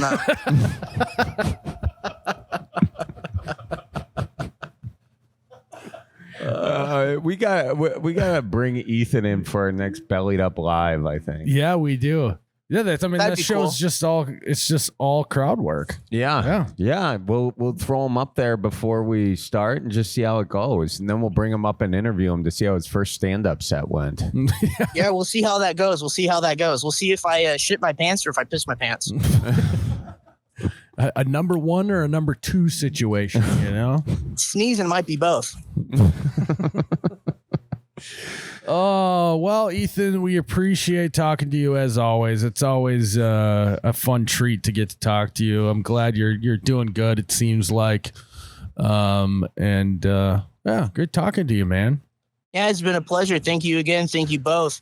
Congratulations on the success of the podcast. Congratulations, Miles, on your marriage. That's been gone for about like what, year 2 now? Congratulations all around. Yeah, 3 years. Yikes. Congratulations, everybody. To the person who was texting me beforehand, sorry, man, I was in the shower.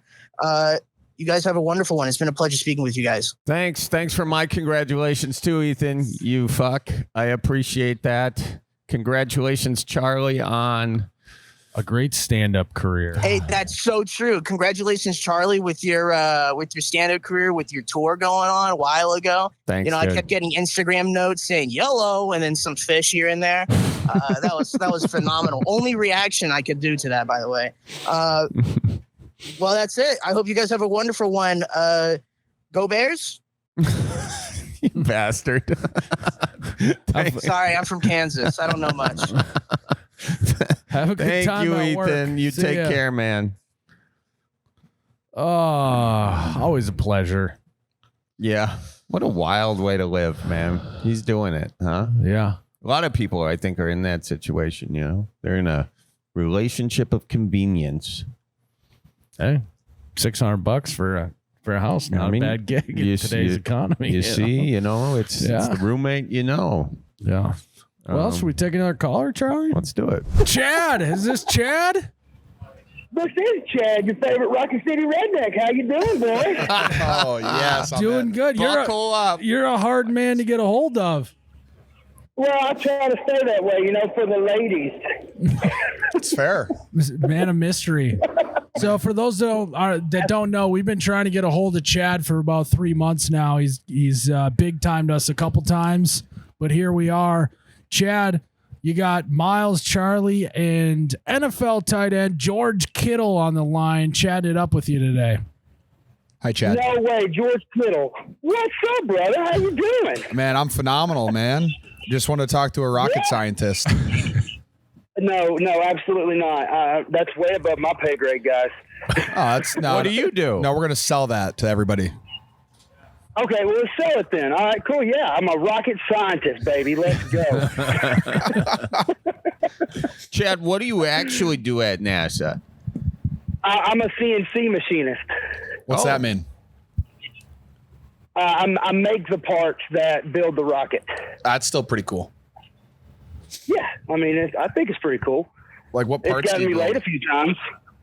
Oh. So right now, yeah, right. So I'm on the Artemis project right now. What does that mean? Which is the original moon missions was called the Apollo missions. Yeah. And Artemis is the twin of Apollo because NASA names all their stuff after Greek gods for some reason. So we're going back to the moon. Nice. What are we going to do there? Yeah. Well, some people would around,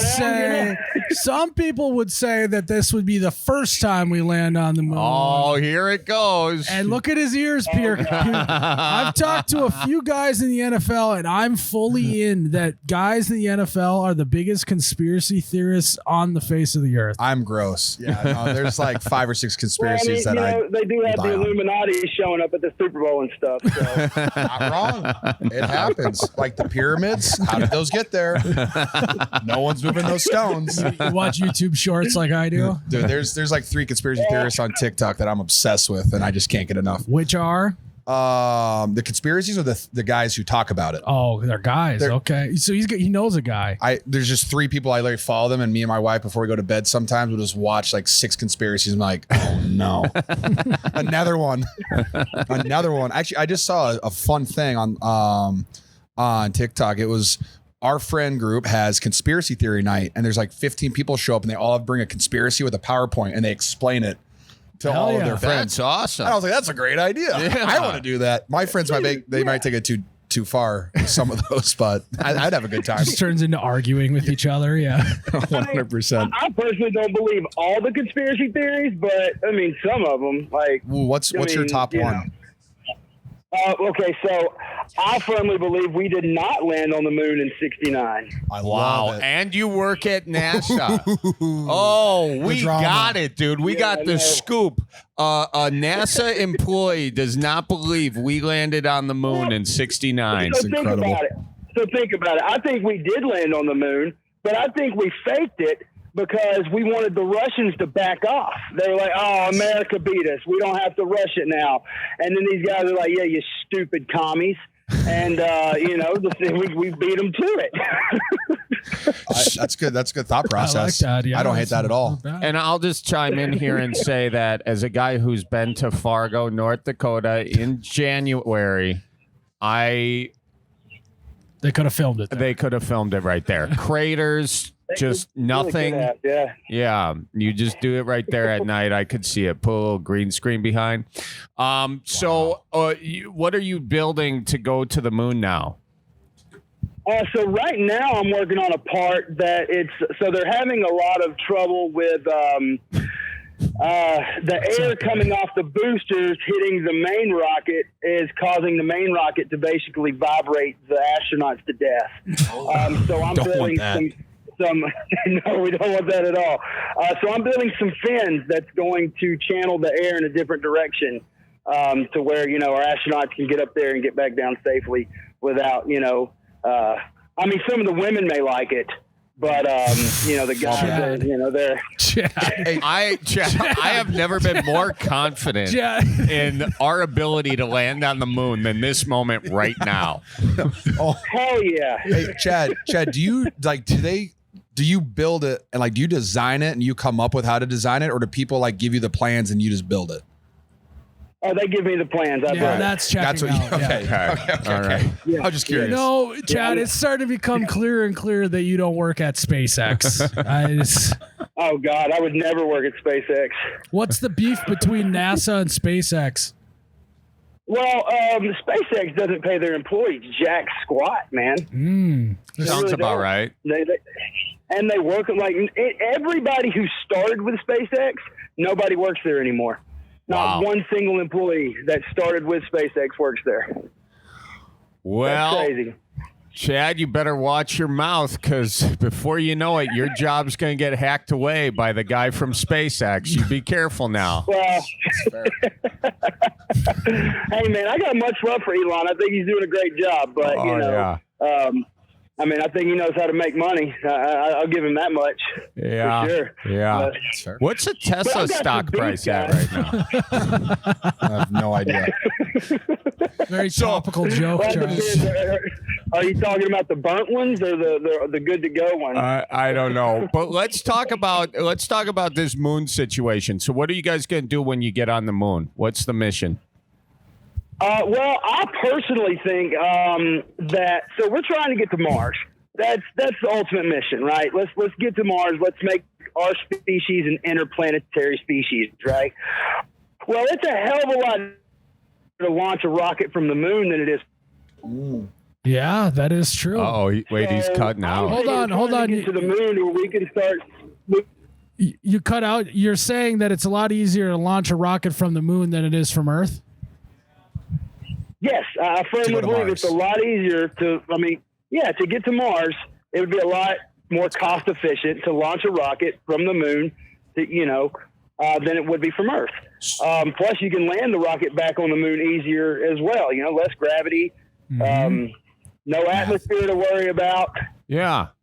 So moon is kind of like that's like your hub. Your hub. Yeah, your layover spot. Like your O'Hare. Yeah. It's a space dock. Yeah, space dock. Hopefully, Okay. it's more efficient than O'Hare. Yeah, that's true.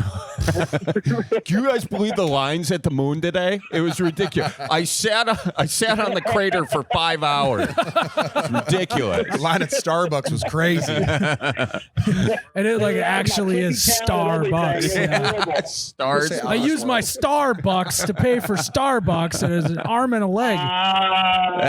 Good dad joke there. Are you guys? Good dad joke Is there. NASA racing against SpaceX to get to the moon and then to Mars? No, we're kind of all partnered up now. Oh, okay. And yeah, because NASA was getting a lot of heat. They were actually getting close to. Yeah, funny. They were getting close to actually kind of shutting the doors, and then this guy had a brilliant idea. He's like, "Why don't we bring in private companies to invest in space, and we'll partner up with them?" And that way we keep the doors open and we can achieve our dreams even faster. Do you work with Jeff Bezos too on what is it, Blue Origin or whatever? No, there is. I don't work with him, but we have Blue Origin is here in Huntsville as well, and they've got a test center out here on the base where I'm at now. So nice. I get to see a lot of those guys. It's pretty cool, man. Yeah, I get to do some cool ass shit for sure. That's awesome. Yeah, it's some cool ass shit until something goes wrong when they get up there, and you're like, oh shit. And that's where we get all. Was it the deflectors that I was working on? I was a little hungover that one day at work. Oh God. Chad, do you know anything about what was the story a couple of weeks ago about the astronauts that are trying to get back to Earth? We got them back. Yeah. Oh yeah, they came back. Wasn't there a conspiracy about them getting back though? It was like I have Kittle. That's your cup of tea, brother. like someone said that the astronauts had already made it back because you can see the flight log. A helicopter launched from like that NASA station, flew out in the middle of the ocean, dropped off the astronauts. So then people thought that they came from space. Though? I don't know, man. Conspiracy, why? My thing is why does everybody have access to these flight trackers that they can see every single flight at all times? That's true. Like That's the people a good that track point. Taylor Swift's jet everywhere they go, or the Kardashians' jet everywhere they go. Like, why is that just public information all the time? Well, I think pilots. It would be weird if you could just track someone's car. Wouldn't it be? But I mean, pilots have like an app. If you're a pilot, you have an app that shows where all the planes are because they all. So there's a lot of rich people with planes. There's a lot of rich people with planes. Yeah. So if you have that, And then there's also a lot of flying clubs for not rich people who partner up with people to get a plane. Are you? So that even opens it up even more. Oh yeah. I'm learning People a are lot. just, and soon we got flying cars coming. Seen that? That's true. That is true. Hey, George Jetson was born last year, so if you go up the timeline, so Did you see the flying Ubers that are going to be in China? I just saw a TikTok about this. They've been green lit, so they can literally start this year, and it is like a 2-seater with 4 propellers on each a propeller on each corner, and like they'll be ready to use. Like it's passed all the laws. And they've been greenlit, and they'll be flying people starting in China like sometime this summer. Wow. Gosh. They passed all the laws. I wonder how they did that in China. Yeah, it's fine. Yeah. You know what? Checks out. You're good to go. I don't know if I would ever get in one of those things. Yeah, it's just a drone basically at that point. It's a human drone. Yeah, there's no driver. It's just a drone. You type in where you go, and it drops you off. I'm like, that's terrifying. Yeah. Have you ever flown a drone? I do have a drone. Have you ever hit a tree with it? I've clipped a tree. Yeah, but see, I that's recovered. why I don't think I'm gonna get. But I recovered. Did you? I recovered it. Wow. It's still safe. You know the fun thing about the drone? The fun thing about drones is there's a setting on it just on your phone, and you can just turn off the max height. Mm-hmm. I wouldn't say that I've ever done that. I have not done it, but If you you're can the do it. It literally says FAA notification. listening. This is illegal. Do not do this.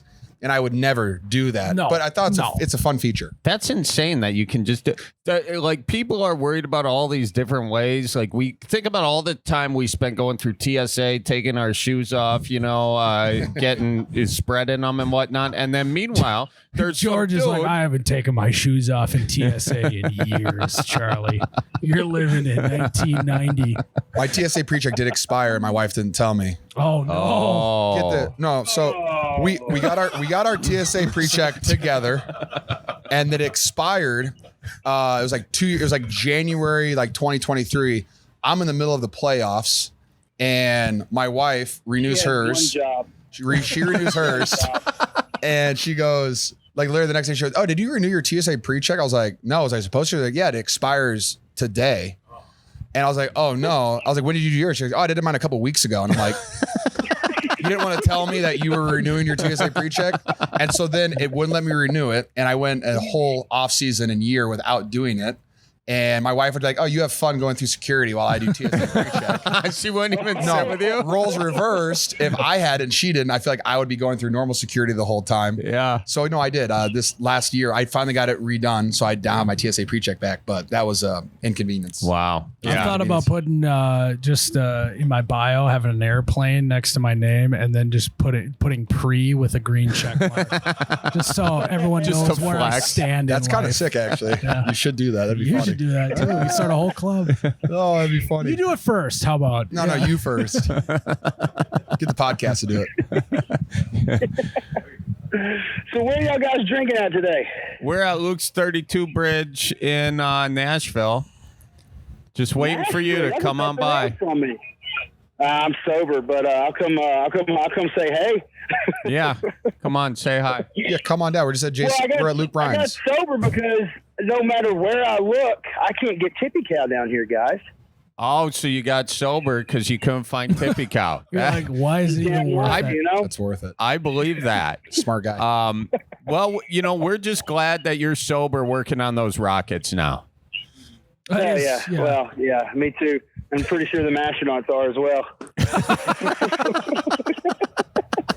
Is that why all those vibrations were there? Because when you were doing it, you were just shaking a little?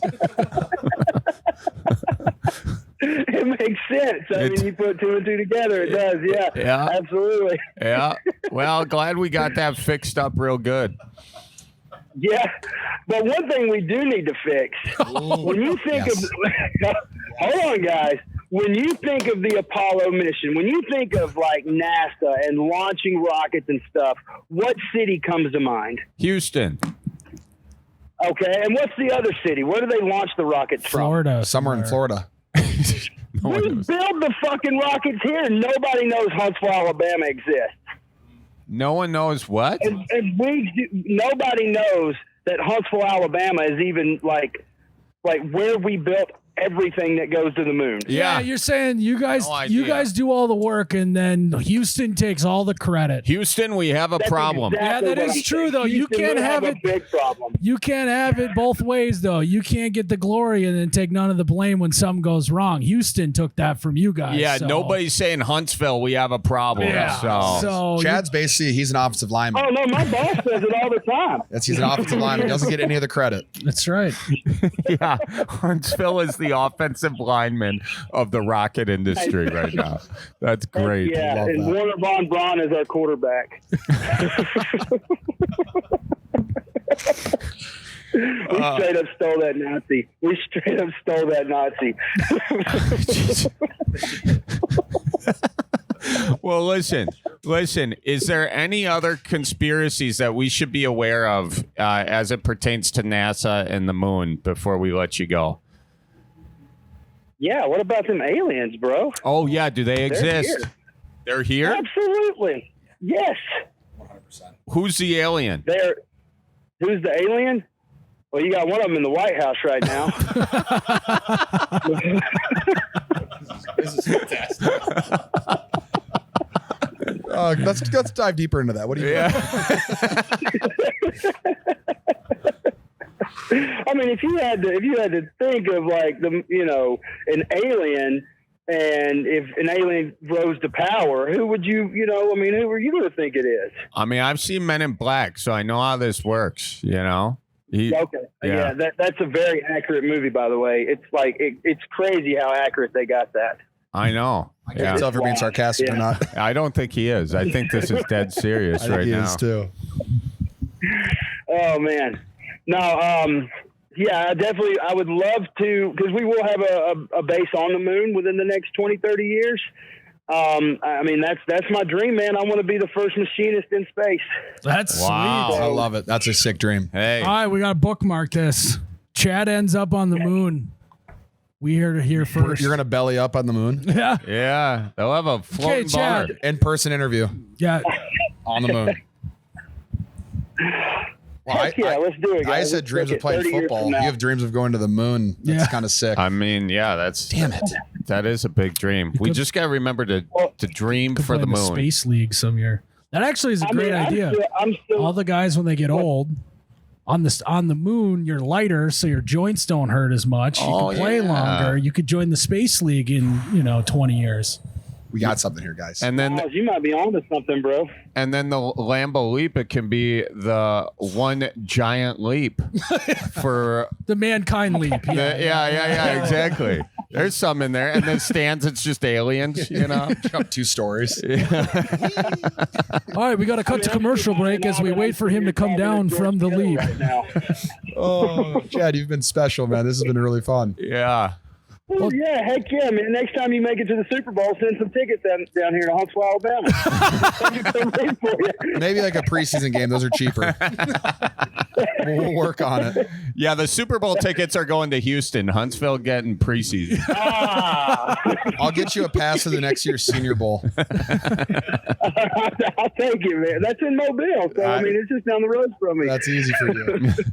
Well, Chad, we're glad that we were finally able to get you on the phone. Keep doing good work, or I don't know if you're doing good work, but I hope you are. It was great talking to you, man. Good talking to y'all too, guys. Look out for deer. Say hey to the folks for me. Sounds good. Real good. Yep. That's awesome. Thanks, Chad. Aim for the moon, Chad. If you miss, you'll land amongst the stars. If you miss, you're just going to spiral into the emptiness the of abyss. space forever until you If I miss, suffocate. it's Houston's fault. Yeah. More space junk. Chad's like, Houston, we got a fucking problem again. I'm spinning through space. This is not good. Shit. Have a good one, man. Watch out for space See you junk. guys. Thanks, See ya. Chad. Wow. That was I'm glad we enjoyable. finally got Chad on the Yeah. line. Not a dud. No, That was he, great. He gave us more than we even envisioned. You know, we got aliens. We got the moon landing. Is Is fake. he gonna get in trouble for any of that? Probably, man. I hope his name's These not were- actually You know how Chad. great for this podcast if NASA like cease and desist this episode for us. Just talking about all their plans. I love it. Thank you, Chad. I learned a lot. I mean, he was talking about how the rocket wasn't right because Yeah. it was vibrating too much. You know. I don't know if that's public knowledge, but now it is. Now it is. Yeah. We got it. We got this. Just turned into an investigative journalism podcast, just like that, dude. It was that easy. You never know. You never do know. I also like how he was like, Kittle. I don't remember what he said, but that was great. Kittle, that's your cup of tea or something That's like all that. me. I love it. Charlie, Yeah, Miles. you know what's kind of nice? What's that? Starting off the new year with a New Year's brunch with the family. Oh yeah, brunches are good. Brunch is great with the family. Yeah, usually. Usually. Yeah. Usually. And I think I know a way that it could be even better What's that? with a little tippy cow. If I had tippy cow every brunch with my family, that would take a usually to an always. There we go. I like that. Yeah. It's the Midwest, Charlie, so snow is likely falling and everyone's in their comfy cozies. But what really sets the vibe is the minty mocha magic we're sipping, and that's the Shamrock Mint Tippy Cow with a splash of coffee liqueur and some ice. Talk about a brunch from heaven. Sign me up for that, Miles. Trust Sign me us, up. this is delicious. Or don't trust us, but one taste and you'll find out. You'll know. Yeah, trust us or don't trust us. We don't care Yeah. because we got the Shamrock Tippy Cow. When you got a taste like that, you don't need trust. It won't even matter if your brother took the last piece of bacon when you got a glass full of creamy, minty Tippy Cow. So go on and have a cow, Charlie. This New Year's season. Tippy cow. Moo. Drink responsibly. Tippy Cow Rum Cream. Copyright 2025. Midwest Custom Bottling. Milwaukee, Wisconsin. All rights reserved. Wow, it's a new year. New year. There's a new year, baby. Happy New Year, Charlie. 2026. Yeah. 2K26.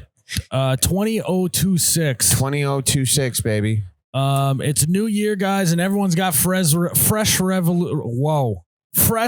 resolutions. Fresh illusions. Yeah.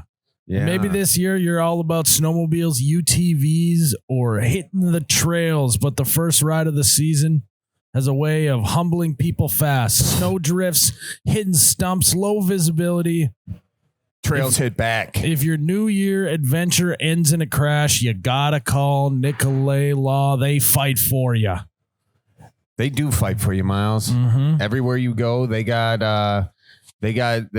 got the boxing gloves on. They're ready to step into the ring for you, and led by Russell Nicolay. And don't let those sunglasses fool you. He knows how to. You need to have your New Year's resolution should be to have Nicolay Law on your contact list just in case something goes awry. That's true. That's true. 1-855 Nicolay. Plug it in right now and watch out for stumps. It stumps. Gerald. What's up, man? Hey. What's up? Hey, we hear you hate family reunions. Well, I'm trying to get a dish band during my family reunion, and if I do what I want to do, three things are going to happen, or could happen. I could get banned from my family reunion, which I'm fine with. The dish could get banned from the family reunion, which again I'm fine with if I want.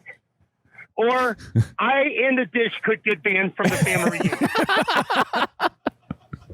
So what I'm thinking of is so diabolical that I'm asking you guys for advice. So I need you to put on your diplomat hat and your villain hat at the same time. Okay. The classic diplomat villain yin and yang situation, you know? Yep. Yes. Miles, you can be the diplomat, okay? Okay. See, I want to see you look diplomatic. Let's start off with this. What is the dish? Green bean casserole. I hate it with a passion. Oh my God. I am on board with you, dude. Green bean casserole? To me, green bean casserole resembles bull semen with green beans floating in it, covered with the toenails of 1,000 corpses. And before you ask, I know you're going to ask, how do I know what bull semen looks like? All I'm going to say is I was in college and I needed the beer money. All right? Just leave it alone. Charlie, you went to Wisconsin. You know what I'm talking about. Beer money. I know. You haven't told me about that college experience, let's Charlie. Just say I know my way around a bull ejaculator. Okay, someone's got to hold it. Okay, and I got it's something we're not proud of. So, yeah, put a little udder butter on your hands, and that's what they like. No, okay. Is it like trying to wrestle a snake or no? Oh, no, this is not a snake. It's like trying to catch a jackhammer. So, listen. No put implied, yeah. Here's the next question. Who is the one that makes the green bean casserole? Okay. When you go to my family reunion, here's how everything's set up. You got the family patriarch, which is usually my great uncle or my stepfather, working the grill. Okay, now here it's Midwestern. This is the family reunion's in Muncie, Indiana. Okay, Midwestern people. There's a rule when you get around the grill master. We call it the grill master. You do not tell them the advantages of charcoal over propane or propane over charcoal. Thank you. You do not tell them when to flip the burgers, when to turn the brats, when to turn. And there's a bigger reason why. Because on each side of the grill are two coolers full of beer. If you criticize the grill master, you're banned from the beer. Yep. This seems reasonable. This is a great rule. A reasonable family. It should be implemented at every family function. Yes.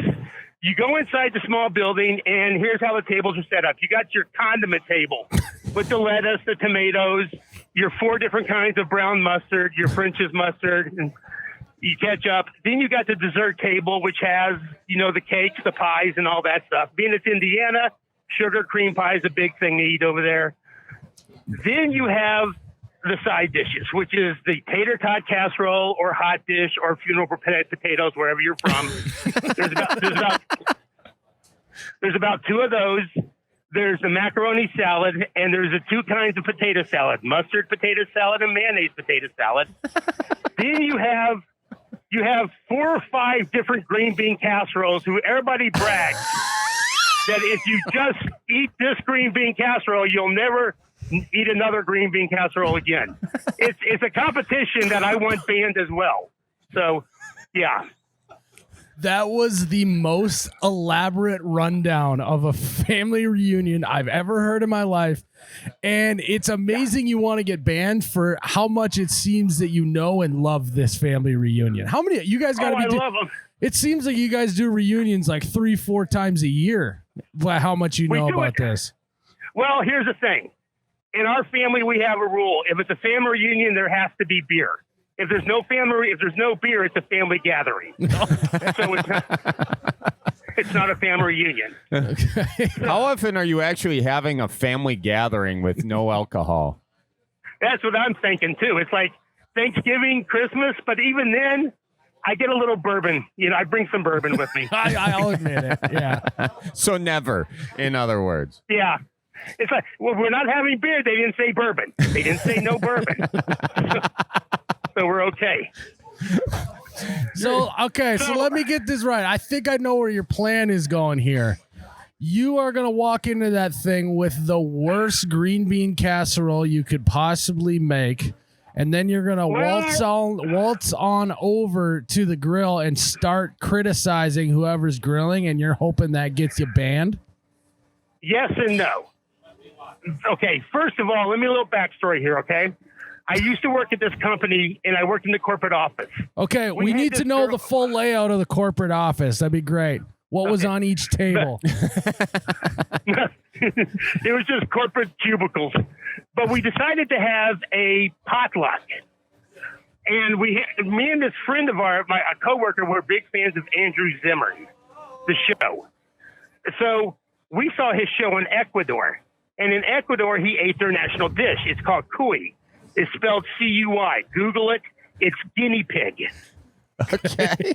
Okay. So some first graders crying out there looking at the pet guinea pig they got to bring home for the week.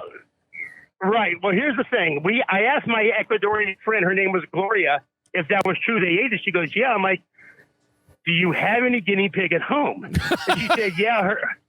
She said, yeah, her grandmother sent them from Ecuador. They're frozen in her freezer. And I'm like, could you bring one cooked for the potluck? Because me and my coworker want to try guinea pig. She did. Now, you got to imagine this, because this is the truth. It really happened. She brought in a serving tray, and this guinea pig is full guinea pig, no guts, eyeballs still in its head, teeth in its mouth, its little hooves, and it had no skin or no fur on it anywhere. And it was surrounded by potatoes and carrots. Did it have a little cherry in its mouth? No. But the people freaked out when they saw her bring that in. One guy said he's never eating potatoes or carrots ever again. So me and my friend tried it. And I'm not going to lie, it was actually pretty good. We ate half the dang thing, all the way up to the neck.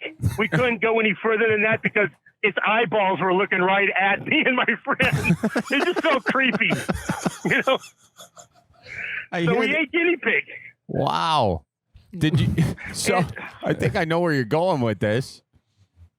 Yes, I want to find my friend and put the guinea pig on a bed of green bean casserole and take it to my family reunion.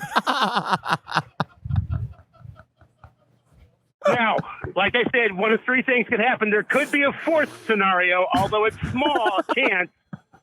The 4th scenario is my family and my family reunion will probably try the guinea pig, like it. Then every year after that, there will be a huge family. The pet stores will be short guinea pigs for the family reunion. So Yeah, then it's like you get the opposite of a ban. You're like, we can't do the family reunion if Gerald isn't there because we got to have the guinea pig. And I'll win the green bean casserole competition, which is what I don't want to do. Yeah, and then it just goes on forever because you keep winning it. Yeah.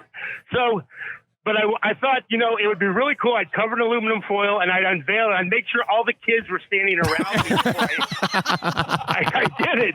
All the kids from the family reunion, and I'd unveil it, and they're like, "What is that?" I'm like, "It's your pet Sparky." So the kids will get traumatized. They'll freak out.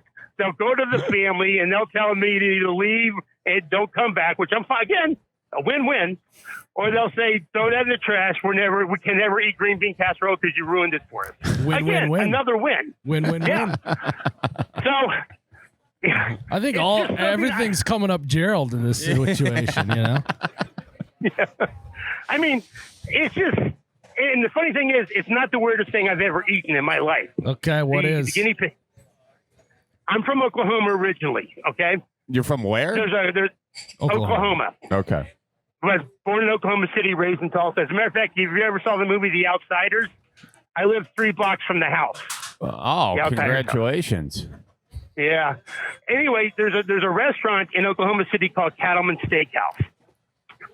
And they serve a dish called lamb fries.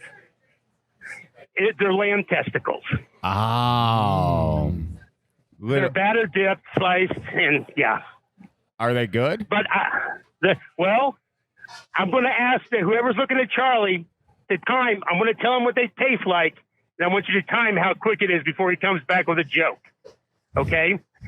They tasted like lamb, but they had a creamy finish. Go. I think you just gave the punchline there. I think you just... They actually had a creamy finish, yeah. That's the weirdest thing I've ever eaten. So, yeah. But I want to know, am I going too far with this, or am I not going far enough? Should I videotape it so you guys can share and enjoy if I get thrown out? Yes, please videotape it. It just turns into like a World Star Fighting video. I do think you got to put an olive in the guinea pig's mouth or something like that. A cherry tomato or something. Yeah, cherry tomato would be good. Yeah, but please, in the eyes. please videotape this. We would, and then if they don't like it, you got to talk to them about how they're being culturally insensitive. Yes. Yes. You got to be more inclusive when you're eating food at a family reunion now. So yeah. If you really want to make them uncomfortable, you bring your Ecuadorian friend with. And you, before you unveil it, you talk about how much of a delicacy it is to their culture and how happy you are you're so glad that they're so welcome. Your family's so welcoming to them into the family, and then unveil the guinea pig and see them squirm because they can't be outraged. Otherwise they're being insensitive. That's a great joke. If you guys were to do that at your family reunion, let's say you people from Wisconsin, you surround the guinea pig with cheese curds. How would that go over in Wisconsin? Well, I'll tell you exactly. Oh, what in the hell is... Oh, you shot a squirrel. Good for you. That is a plump squirrel. Wow, where'd you get that one? That some bitch been eating some acorns. You must have got him shortly before winter. He's got his fat on. Let me try a piece of that. So Wisconsin's full of good people. Good. All right. Wisconsin's full of concerned eaters, and that just means they're concerned how much they can eat. But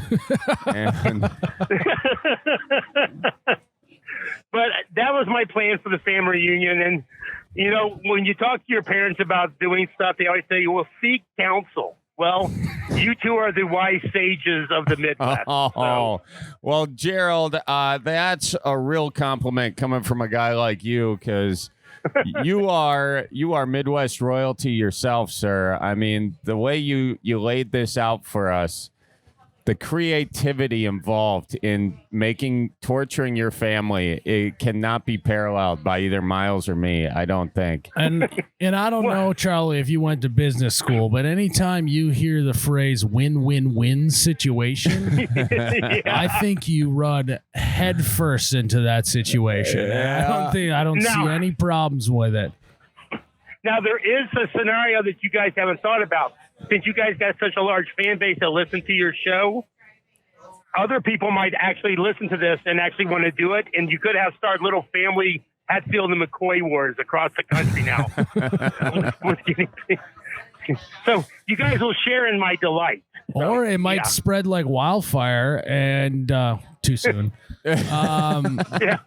Might spread like wildfire, and all of a sudden the roasted guinea pig becomes a staple in the Midwest potlucks. Oh yeah, and even moves its way to the Christmas meal. You And then know, all of a sudden the people of Ecuador are calling stolen valor on us and say you can't do it. well, that's. I mean, look, corned beef mash came from Ireland. You know, I mean, now we got the guinea pig coming in from Ecuador. I think it's a great, beautiful thing, a blending of cultures, and you know, and worst case scenario is still a good case scenario for you. So I say roll the dice, fry the guinea pig. I mean, honestly, it doesn't even feel, it feels like a sure thing. It doesn't even feel like he's rolling the dice. I feel like this is a home run. So you're giving me hope. Good. Yeah, I think you got to push all your chips to the center of the table and go all in on this idea. And videotape it for you guys. Please do. And get a few, if you got a few nieces or nephews that can just hold we'd like a few different angles on it. A few different camera angles. We'd like one on you, one tight on the guinea pig, and one on the reactions of your family. Well, I have 12 grandkids, so that won't be hard. So yeah, it would be fun. Well, Gerald, you really have outdone yourself today. We're excited for you. What day's the reunion? Actually, I just missed it, so I'm going to plan it for next year. Okay. Well, so you got time. I got time, and I may even fly to Ecuador and get some guinea pig myself. I've got that kind of time. You got to get top quality guinea pig for this. You know? I mean, it's like you got to do like what they did on American Gangster, where he went over to Vietnam and set up his shipping lanes. You got to go over there, find a good plug, and then see, because I have a feeling like you're going to be opening up a restaurant soon called the Guinea Pig, and that's all you're serving, and you're going to need a supply run. So I'll call it Gerald's Pets. There we go. Yeah, it's like at Red Lobster, you can pick out the lobster you want to murder and eat. Yeah, you know, you get to pick up the guinea pig. Yeah, you get to pet it, name it, and then eat it for dinner.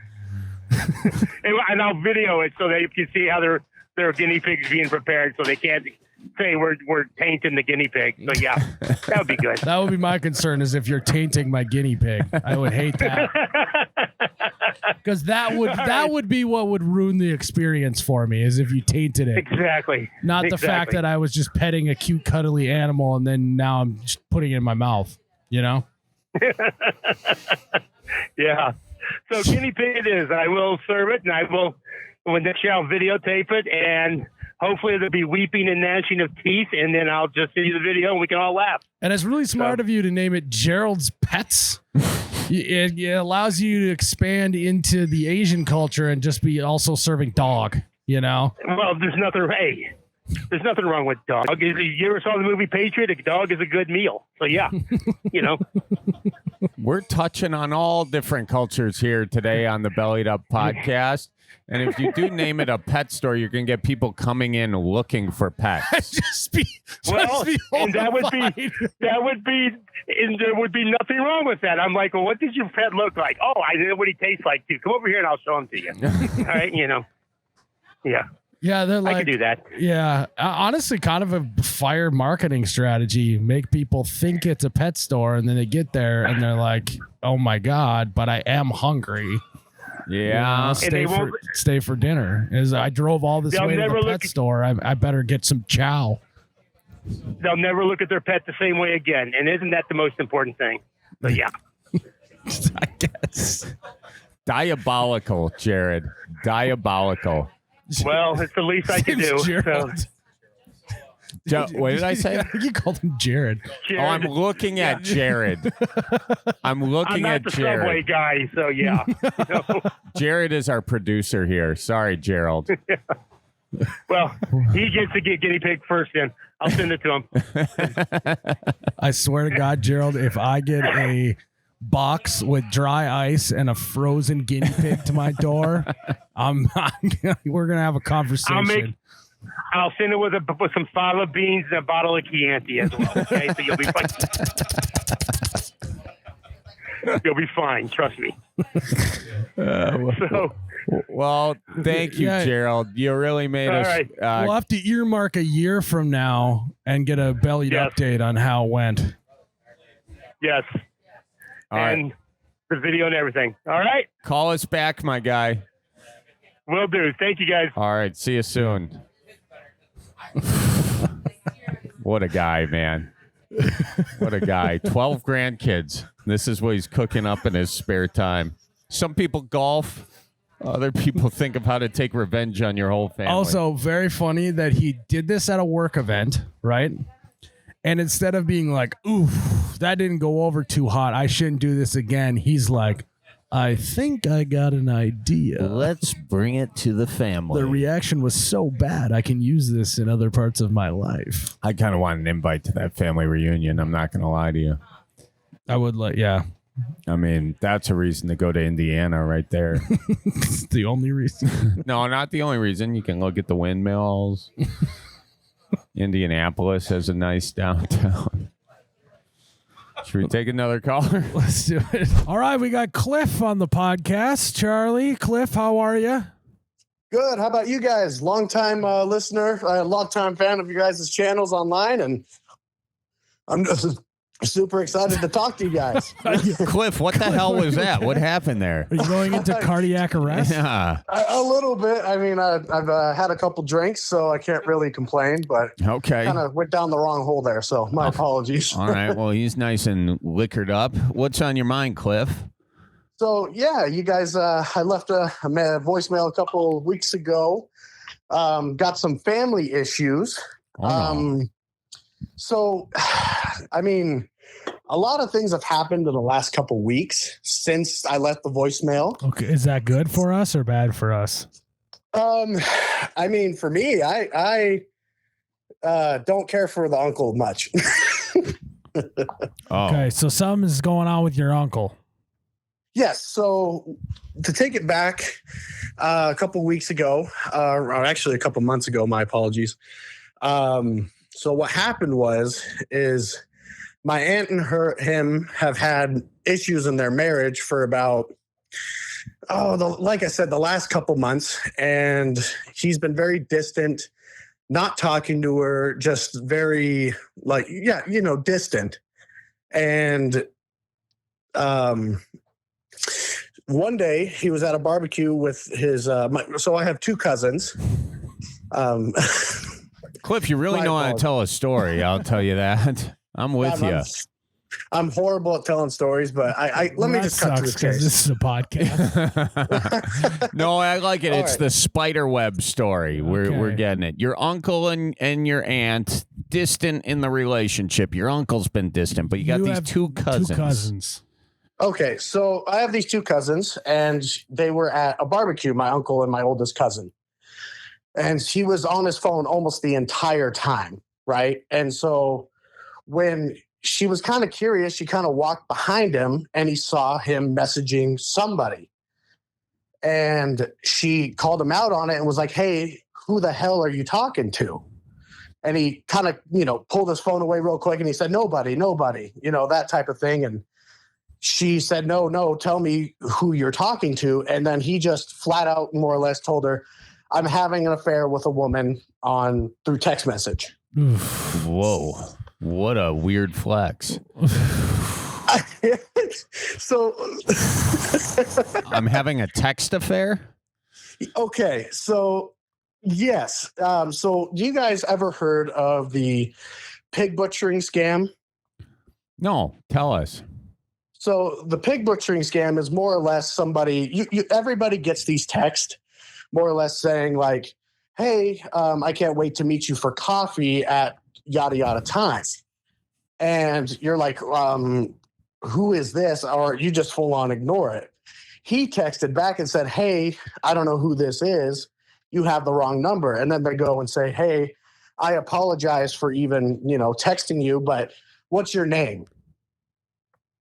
and then it kind of just snowballs into a very Talk about. intimate. I mean, this guy had to have been lonely.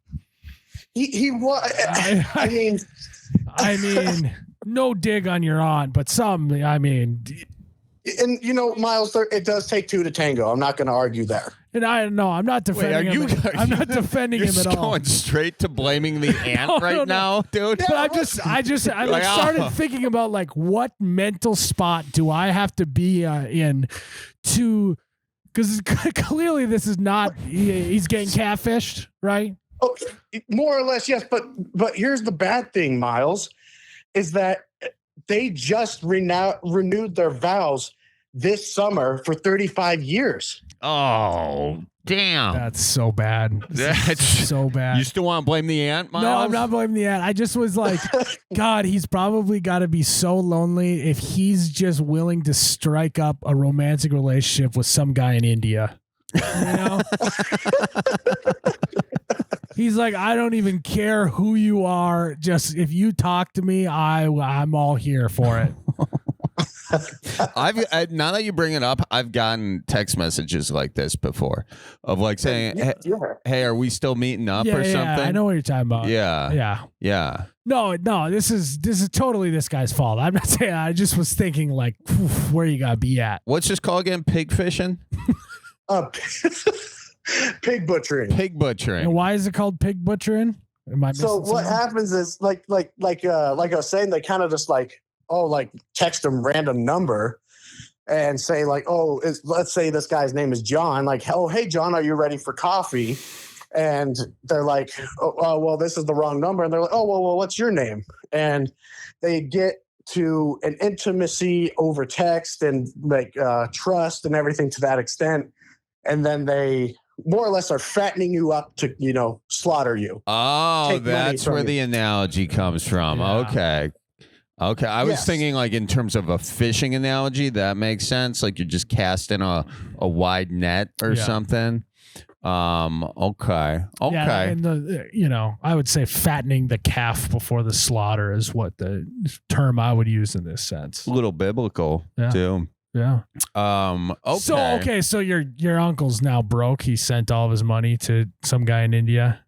So, he's had a very good job, and he's actually saved a ton of money, in his 401k he's worked in the mining industry for 25, 30 years, and he saved a ton of money, had a great, setup, pension, everything to that extent.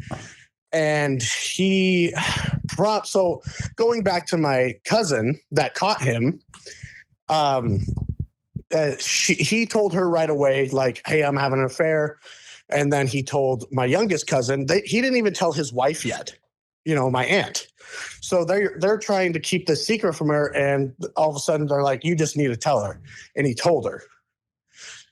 And so what's weird is that this gal that he was, or man, I don't know who the hell he's talking to. Robot. A robot. It could be AI, Charlie, that's up your alley. Yeah. You're in a romantic relationship with a robot? No. ChatGPT, can you help me feel love? Touch me in all the wrong places. No, I don't. Yeah, maybe that's why Charlie's so defensive about AI, is that he secretly is in love with an AI woman. Is that true? First of all, an AI cannot be a woman. Second of all, right. Her name's Tiffany, and all right. So did he send money over? So my cousins were begging him because they were more or less asking, hey, like this gal was asking for money for quote unquote investments in crypto and gold. Yeah, right. And that's what I said. And even my dad was like, what a dumbass, and so he, so just to cut to the chase, my aunt and him did get a divorce about 2 weeks ago. Oh, wow, no. Dude. This is so sad. It is sad. They've been together for 35 years. It's affecting, my cousins, they both have kids, and it just destroyed the family. So I'm kind of just bringing awareness to, families out there, if this is happening, cut it, just nip it now, Yeah. How much money did he send? Oh, okay. So the first time my aunt noticed in their 401k account, because they have a shared account, because they're married, he sent $50,000 to this woman. $50,000 to invest in quote unquote gold. Oh my God. Dude. And so, yeah. That was the first time? How much did he send the second time? For what I know, and this is true, $400,000. What? Oh my gosh. Dude. Yeah. Your poor aunt, man. But here's the thing. Before he sent that $400,000, she got out like a bandit. Let's be honest here. Before the divorce, he promised her the house. He paid off her car, which was worth about $50,000 itself. And then she got 1/3 of the 401k. So, I mean, she kind of got out okay, but, I still feel bad for her. I'm not saying like, oh, good for her, but this guy is now thinking he invested in crypto and gold.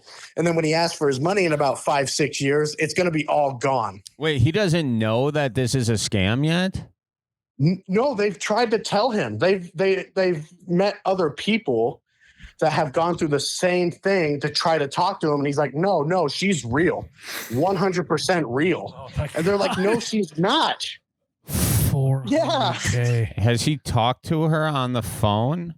So Charlie, yes. So this is the weird thing about this is that he says he's FaceTimed her, called her over WhatsApp, and that's where we're all kind of like scratching our heads. Like, this gal must be like that. This has to be something through like India, or I guess she's from like Thailand or something.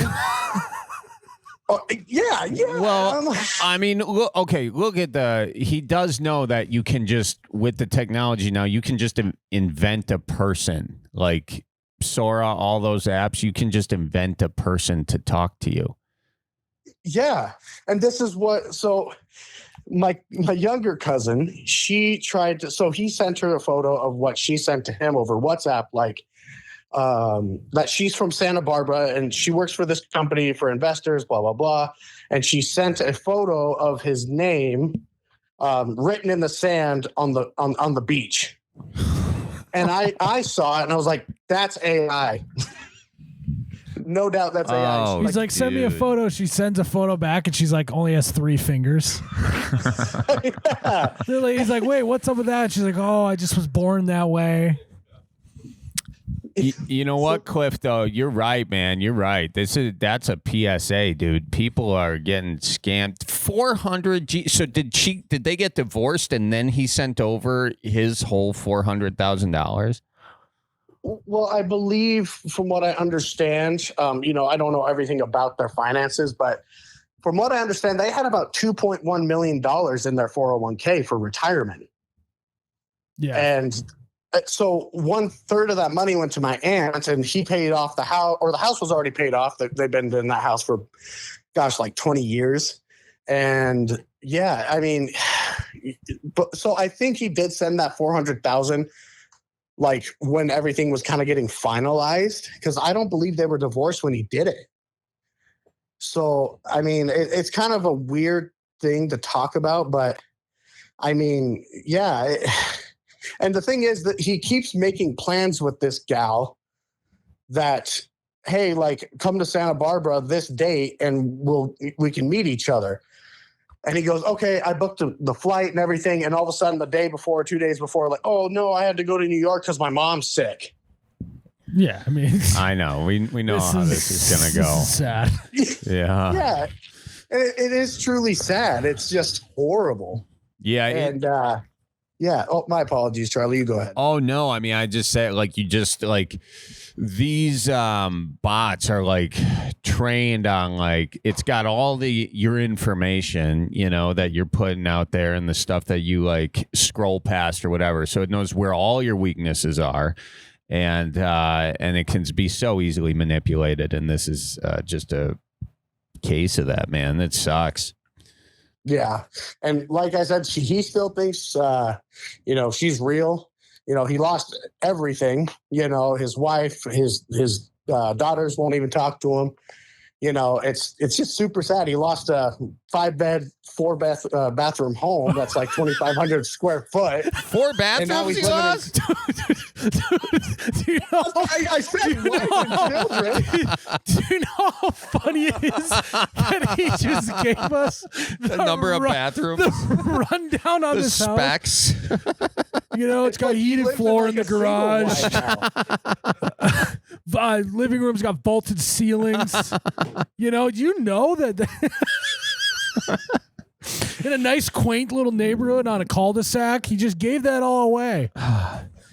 Yeah, he gave it all away, man. I mean, he just kind of gave it all away because, like kind of what you were saying, Miles, it takes a lot for a man to be lonely enough to just give it all up. I think it's partially that, but it's also partially like all his weaknesses are like out there. You know what I mean? Like when you got that much data that people can just buy and manipulate, that's what happened. So they knew exactly what to say to him. It's probably an AI. I mean, it's obviously AI, but that's so messed up, dude. Oh yeah. And it's like a mental disease, Yeah, to give up your 5-bedroom, 4-bath, 2,500 square foot heated garage, vaulted ceiling house for that is crazy. Yeah, now to a 1-bed, 1-bath single wide. I mean, going up in the world. Is he in a single wide now? Yes. Oh shit. All right. I mean, some of those are nice, but well, it's a good PSA. I'm not judging at all. If someone texts you from a number that you don't know and it's actually someone that you know trying to get a hold of you, it's still going to be okay, even if you don't respond to someone that you know who's doing that. I'm so confused with what you just said. Me too. Yeah, I'm a little lost too, Miles. So, I'm sorry. You get a text saying, "Hey, can we meet up?" You don't know who it is. Even if it's someone that you know and you just don't respond to them, it's better than responding to someone you don't know from a number like that. Yeah. I mean, no, I get it. That makes sense. You'd rather just not show up to the engagement that you were supposed to be at rather than like just texting numbers you don't know. Right. You know what I mean? Well, and it even gets gnarlier because with the voice stuff, you can make your voice sound like, someone you know. They've had that too. I know someone that almost got into that problem. Yeah, like they made their voice sound just like the one guy's kid. Yes, that happened to a friend's grandparents where it sounded like he was calling them asking for money and they gave the money. It's never been easier to scam. I think the one was like, he's like, "Dad, I'm in jail. I need you to wire money to get me out." Trying to do that to a Midwest dad, Oh yeah, you're in jail. Spend the goddamn night there. What the hell did you do? Huh? Rot in there, you son of a bitch. That's not the way that I raised you. And like those scam people are just like, do not call any of these area code numbers. We've had no success. All of Wisconsin is off the list. Oh man. Well, are people starting to heal yet at all from this, or are we still in the thick of it? Yeah. It's clearly he's not over the 5-bedroom, 4-bath, I can't. 2,500 square foot. Oh, house. And your uncle is still is this uncle by blood or did he marry in? He married in. Okay, well, yeah, at least there's that. Yeah. So yeah, I mean, me and him never really cared for each other anyway, so I ain't losing sleep over it. I just feel bad for my aunt and my cousins because like I was kind of raised around them. Sure. She's like my second mom, and my cousins are like sisters to me. Yeah. So it really just breaks my heart to see them going through that. Yeah, that sucks. Yeah. But damn. Ironically, you guys brought up the how like a kid calls their grandparents or something. That actually happened to me in high school as well. High school? How old are you? Yeah. I'm 27. How did it happen back then? So I was about 16, 17 at the time. I was in English class and my grandma's texting me like, hey, are you okay? And I'm like, yeah, I'm fine. What's up? She's like, I thought you were in jail. I was like, you thought I was in jail? And she's like, yeah, somebody called us and said you were in jail and they said they were going to arrest you if you don't go get us Google gift cards from Walmart. And they did it. Oh, no. And my dad called me and he's like, you're not in jail, are you? I'm like, hell no, I'm sitting in English class listening about Shakespeare. What are you talking about? I love how it was so plausible that you could have been in jail that you helped defraud your grandparents, though. They're like, I mean, that sounds like it could have happened. So did they get that one figured out or no? Yeah, they sent them the money and then nothing ever happened. Okay. Yeah. But yeah, it is what it is. It's unfortunate. You always hear about those old scams, those email scams of like an African prince or something, or princess is like, hey, I need money to get out of jail, or I need help. My people are in trouble. Like it's super like crazy how far they've come with scamming. Oh yeah. Yeah, it's nuts, dude. $50,000 vacation giveaway email, and now they can just replicate your voice. Yeah, I got people that I think I've said this on here before, but I have people that text me like have come to a show saying like talking in the front row with me about a dog or something. And like, yeah, we talked about that, and I was like, this is not the time to let you know, but that wasn't me, but. Yeah, they do that stuff all the time. I get messages saying like, this is a fake account or whatever. And you think about all the people who didn't figure out it's a fake account. Do you get that too, Miles?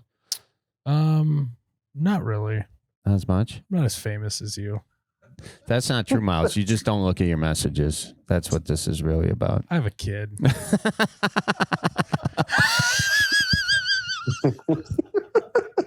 Hey, I got two. I mean, yeah, you can you can pay attention to scams and have a kid, Miles. I mean, it's true. I do have a lot of free time on my hands, but I have a house plant. I have fruit flies. I have responsibilities. I'm just going to start responding to you with when you ask me certain questions. I'm just going to respond with, I have a kid. Hey, that's really nice. And it's accurate, too. And his kid knows how to build a better fort than me. That's another more structural integrity. Although I'm going to show you that that's not true, Miles. Just you wait. So, Cliff. Yeah. Where's things at now? Things now, my aunt's, it's kind of in a weird state. They don't talk. Well, they talk. I mean, they have, a couple grandkids together and, of course, 2 daughters. So they kind of have to talk to each other and plan out stuff, especially for like birthday parties and family get-togethers and all that stuff. And I mean, my aunt is very heartbroken, of course.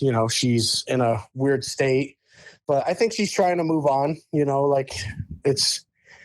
I can't really go into detail, but it's their marriage has been on the rocks. But I mean, they were, like I said, 35 years, renewed vows, and you wouldn't think something like this would happen, Yeah.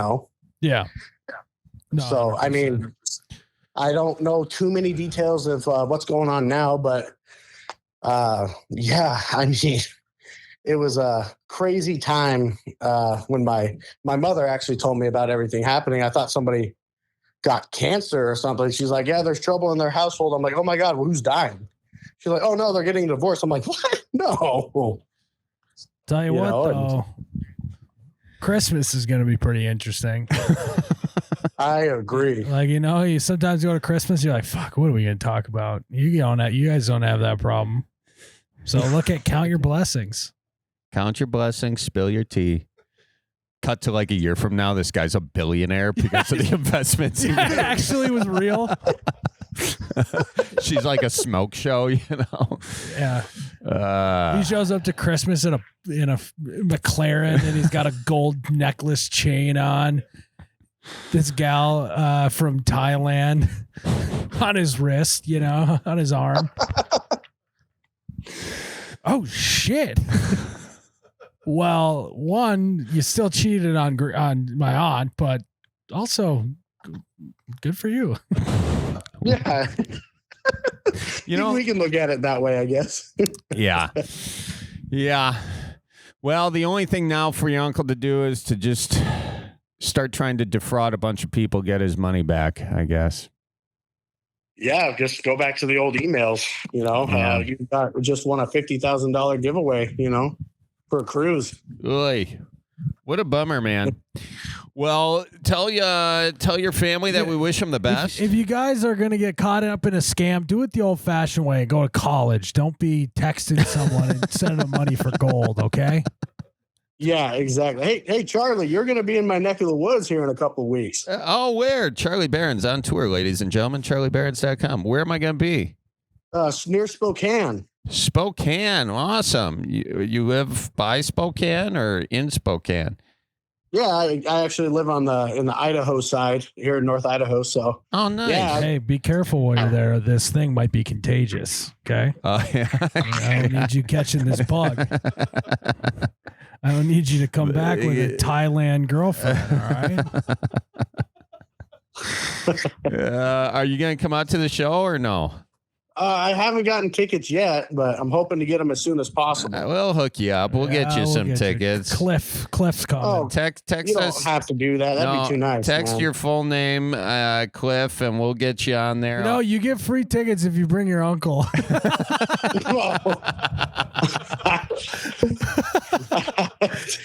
Oh, Miles, I would be treading some very thin ice there. Just think about the crowd work, Charlie. I mean, he will be maybe owning. So does anyone in the audience up, have a family member who was maybe caught up in a scam? And then you raise your hand and then be like, who is it? And he's like, he's actually right here with me.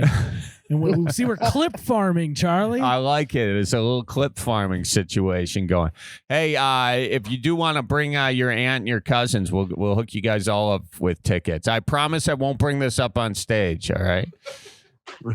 All right. But Charlie, if you don't bring them, I'm going to bring it up. All right. So, well, they live in Montana. I live in Idaho, so I don't know if they'll make it. It's not going to work out. But your aunt doesn't have anything. I'll bring my wife. She can come. God, dude. What? First, you blame it on the aunt. Her time is cut in half now. I didn't really blame it. I was not you, Cliff. Not you. I'm talking Miles. Immediately, he's like, "Oh, the aunt must have fucked something up in this relationship. The guy doesn't get that lonely on his own." I know it sounded that way, and I admit that, but that's not what I meant by that. Yeah, it's all right, Miles. You got a kid. You can't be paying attention to these details. Whatever. I got a kid. When this kid can build a fort that looks like a 5-bed, 4-bath, 25 and then there's Charlie like, yeah, I kind of got a bucket in the corner to take shit. Oh, man. Where's your uncle living now in that double wide? He lives still in the same town over in Montana. I mean, he still lives over there. Okay. So they live in the same town, they work for the same company, just not in the same areas. Cool. Well, we appreciate you telling us the story. Yeah. This was sad, but also a great time for a PSA, and that's just don't text back numbers you don't know. Yeah. Yeah. And, I heard that story that you guys did. God, I can't remember what number it was, what episode it was, but about that guy about his father-in-law, and I was like, gosh, that'd be kind of a good thing to talk about, to let people know, like, hey, don't fall for an OnlyFans model. Yeah. Where there's what's actually funny is someone earlier was complaining about Charlie's flights, and that was the day where you forgot your ID and you used your expired passport. Oh, to get through the airport. That's right. We almost didn't have podcast that day too. Well, some things never change, but Miles. Well, we appreciate you calling in, Cliff. This is great. Well, yeah, guys, thanks for letting me come on the podcast here, and it was fun talking to you. Great to meet you guys. Hey, great meeting you too. Text if you want to come to the show. We'll see you in person. Do I just text the number that was sent to me? Yep. This number? You got it. Awesome, guys. Yeah, just make sure to say hi to your cousins and watch out for geese. Boom. That is my favorite Barley Charon's quote. I took it as a compliment, honestly. I don't know. Yeah, I showed it to, I brought it up to him and he was like, oh yeah, that was great. I was like, Charlie, you're supposed to be mad and you're supposed to do a rebuttal. Maybe I'll do one now. I didn't get that, but you should. I mean, the cheese head was the cherry on top. I mean, Skull, go Vikes, but that's just me. It was the cheese on top. Yeah. Yeah. All right, Cliff. Well, thanks for calling in, my guy. Awesome, guys. Yeah, of course. Thank you, guys. And for real, though, say hi to the family and watch out for deer. All right. You too. Remember to change your air filters. Make sure to check your air filter in your pickup. Oh, yeah. Oh, God. I forgot about that one. Awesome, guys. You guys have a good one. We'll see ya. Dude, Timmy, did you flirt with a mom? Boys, I did on accident. All right, what happened with you and said mom? And there's no shame in the game, so Okay, fuck up, bucko. yeah. Boys, okay, so I was at this concert with two of my friends. What concert? It was a Cody Johnson concert. It was pretty good. I went to a Cody Johnson concert in August, so. Oh, yeah? Maybe you were it's there. pretty good. Yeah. Where was your concert at? Spokane.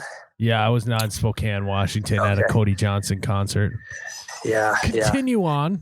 Okay, yeah. So, to put in context, my best friend and his fiance, I was third wheeling with them. Not really. It's a pretty normal thing for me. Okay.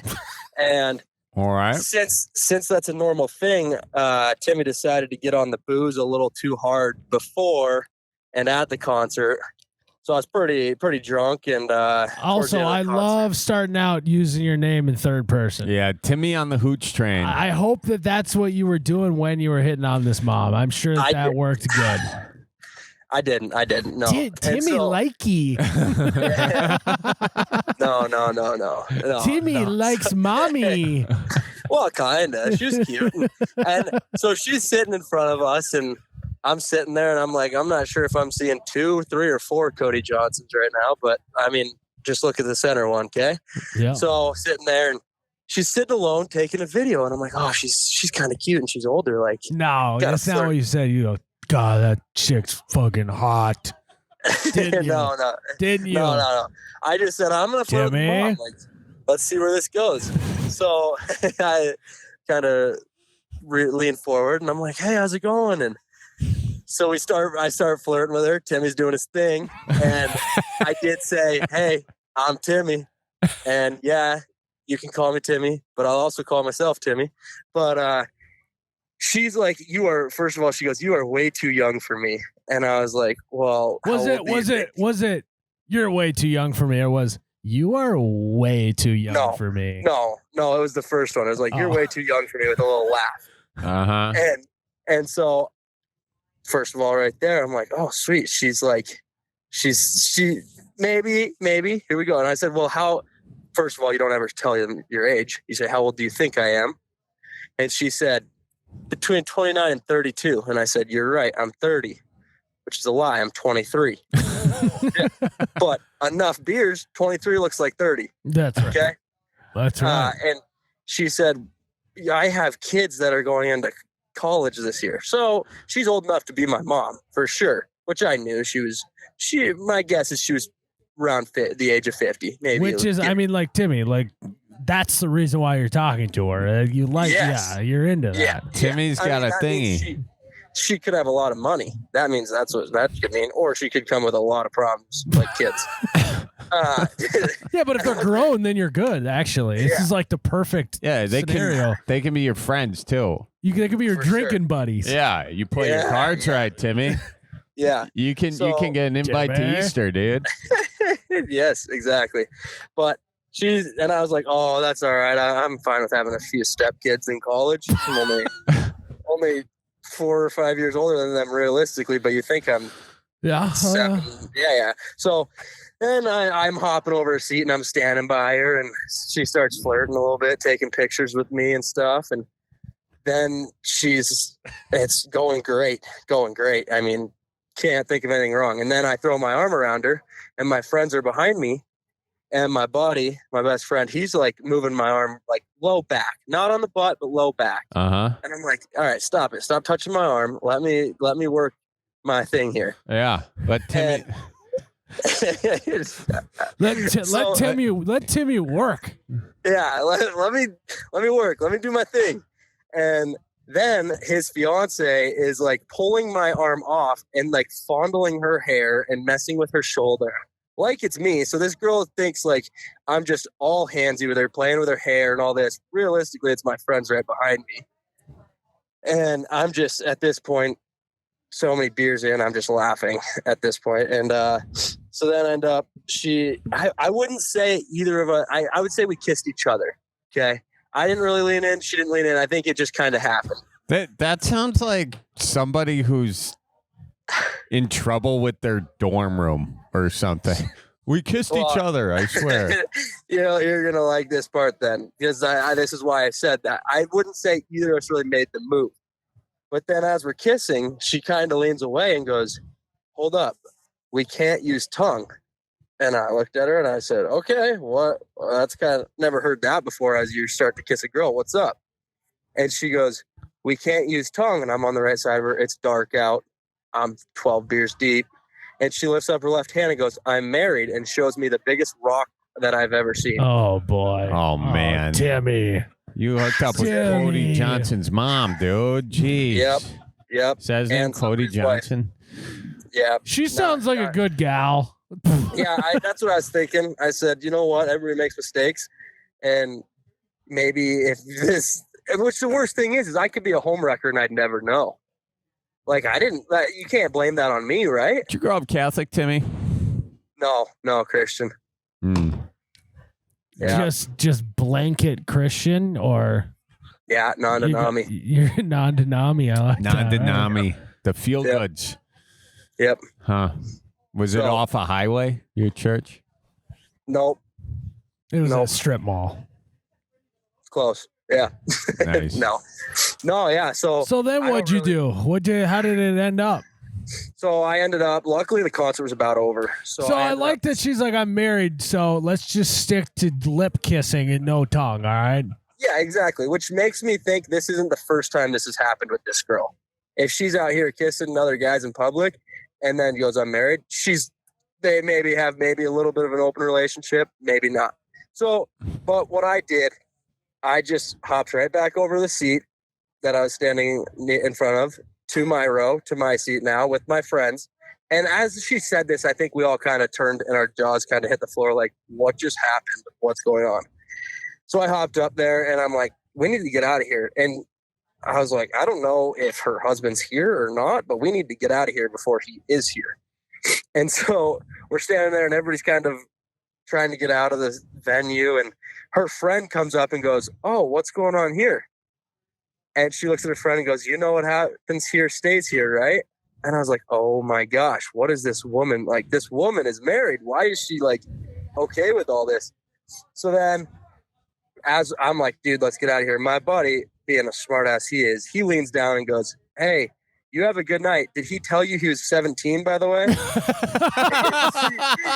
You should have seen the look on her face. Her jaw hit the floor like, oh no, I didn't just mess up. I messed up real bad. and then we just left. We didn't ever say anything. Oh. So for all it's worth, she still thinks that I'm 17. Okay. So, all right. Hang on. Okay. Ladies and gentlemen, this is a PSA. If you know, what was her name? I don't know. If you know a mother of college-age children who likes to go to Cody Johnson concerts and make out with Spokane, Washington. Yeah, thanks, Charlie. Likes to Charlie, you're gonna get my ass kicked. make out with younger-looking fellas, you let her know that Timmy Johnson's 23. No, not Timmy. Timmy, never mind. We'll give you Johnson's last name. Since Yeah, I am Cody Johnson's son. Timmy Johnson. She got Timmy's Johnson going. Yeah, I mean, for a split second, not much of a boner killer when you hear the woman's married. I had a boner right there until she said that. Then it went away. Yeah. I actually popped a bee. Well, Cody Johnson was singing Dear Rodeo, but then that went away pretty fast when she said she was married. Yeah, I was like, I just want to get a little chubbed up for Cody. That's it. I promise. Yeah. So, I mean, that's kind of how it went down, and that's the end of that. Well, you get her number? Hell no. Look, man, you know, you didn't know. You didn't do anything wrong. Okay, but like this is what you're supposed to be doing at 23 is like hitting on moms, you know. Yeah, I mean, it's and there's a lot of moms out there that are single and just looking for a 23-year-old to hang out with for a little bit. There's nothing wrong with that. I'm not going to yuck any mom's yum, you know. And I don't think we should be out here judging them. And unless they're married. Oh yeah. Well, that's what I was saying. Yeah. But even in that case, you don't know. You don't know. Like maybe she's got a no-tongue compact with her hubby, and that's how they do it. The no-tongue swing. You know, it's the baby swings. I hope so. I hope this guy's not out here just looking for me. But no, I bet you he's out there with like a 23-year-old opposite of you. Yeah, I don't know if that's. Are girls into that? Are 23-year-old girls into that? What? Are 23-year-old girls into 50-year-old men? That's the only people they're into these days. Oh. Because, sorry to break it to you, Timmy. No one in their 20s can provide for a woman anymore. It's you can't afford shit. You can't even provide for yourself. Let alone a woman. Yeah, fucking. Have you ever heard of a guy named Bill Belichick? I mean, come on, dude. Dude's doing yoga again. With 24? Yeah, I wish. If you are 23 years old right now, you cannot provide for a woman. So why do you think they want? True. Okay, yeah. Hopefully her husband's doing that then. And maybe we all meet up. You are so guilt-ridden, Timmy. Dude, you didn't even know. Yeah, there's no way you're non-denomi. You are definitely Catholic with all that guilt. Bro, get over it. Made out of you Catholic chicks. It's fine. You're fine. You did good. You feel guilty? She thinks you're 17, dude. Yeah. I don't. We had to put out a PSA so she could like sleep easy. Yeah, no. I mean, I don't look like 17, so I think she's good. I think she knows. But well, what's the dating scene been like since? You find any other cougars? No cougars. I've tried to stay away. I'm a little traumatized, but I kind of just needed the affirmation from you guys to say that I didn't do anything wrong, so I can get back out into the mountain line. Yeah, dude, we're here to provide it. If that's the worst thing you do in your life, you have a pretty good life. Yeah. Because like we talked to someone earlier today who was stealing coins out of a wishing fountain for drugs. I think you're doing fucking fine, Timmy. Yeah. This girl was stealing other people's wishes to buy drugs, and you just got one of those wishes. Maybe one of them coins was my coin for a hot MILF, and so she took half my wish. Yeah, that's why you didn't get any tongue, dude. That's why you only got lips. Yeah. Maybe it's that crackhead's fault. Yeah. All right. How dare you call Sophia a crackhead? Sophia has a great job now working for a construction marketing company. Is she married? Yeah, she's got her accomplice hasn't popped the question, but he's going to soon. He's an electrician and keeps her grounded. So she's almost right up your alley, Timmy. Yep. Sounds like she's halfway there to a perfect spot. Few more months. Old Timmy rocks, we call him, because he hasn't get it going with anyone who doesn't have a rock. The reason why I ask how the dating's going, because like you may have like a Stifler's mom situation on your hands where like now girls your age aren't even interesting to you. You know, has that happened? Yeah. No. Don't you worry, Miles. I was on a little bit of a dry spell before this, and it kind of kicked me out of it. And hear me out. And I mean, like a year and a half. Didn't even a year and a half. You didn't even kiss a girl for a year and a half, which was fine. You know, like just saving money at that point, trying to provide for one woman instead of 15. And so. Then I kissed this mom, and on the way out, I mean, the cutest girl, she was 22, my age. And she ends up like her friend. I don't know. I was pretty drunk, and I said, "I think we should just make out while we're walking down the road." Or so I don't remember actually. I don't think I said that. Guys. But yeah, it was. Timmy like to make out with you right here. Timmy tonguey. No. Timmy want tonguey. Timmy got blue ballie with no tonguey. Yeah, didn't say that, but I felt that. And so I ended up kissing her and stuff. And there's a good, cute photo that her friends took of her cowboy hat over us making out. And so kind of snapped me out of a good dry spell. So is that your girlfriend now, or you're like talking to her like you're gonna get married to this gal? No, we went to the bars and she ended up living 5 hours away. And then that was that one night we made out, and that's it. So it snapped me out of this dry spell though. So We've hung out with a few different girls now, so we're back in the dating game. Back in the game. All you need was just you need that mom to just knock you straight, dude. Yeah, and we're happy she was there to do it. And maybe she wasn't even married. You ever think about that? Didn't Adam Sandler do that in one of his movies? I don't know, but what I'm saying is maybe some moms, if they. No, she would have full on made out. But some people have a ring in their pocket and they put it on if they want to bail on the encounter. Okay, true. Mm-hmm. Yeah. Mm-hmm. Hopefully that was it. Probably not, but it's just a wishful thought at this point. Yep, for sure. So, yeah, I mean, that's all I had. I didn't need advice. I just needed a little help getting out of the dumps and feeling all the guilt. So... Yeah. I mean, unless you guys got anything else, maybe next time. What do I do next time? Well, I mean, what do you mean? Like, you're. It seems like you're in denial about really loving the idea of hooking up with a mom. No. I mean, I obviously know the right answer or the first answer. Look at the left hand, see if there's a ring there or not. That's the first thing. But you don't want to do that, do you, Timmy? So I mean, kind of likes the thrill, doesn't he? He likes the chase. Dude, I love the chase. The chase, the forbidden. Yeah. The forbidden. And sometimes, I'm trying to think of a good analogy. Give me.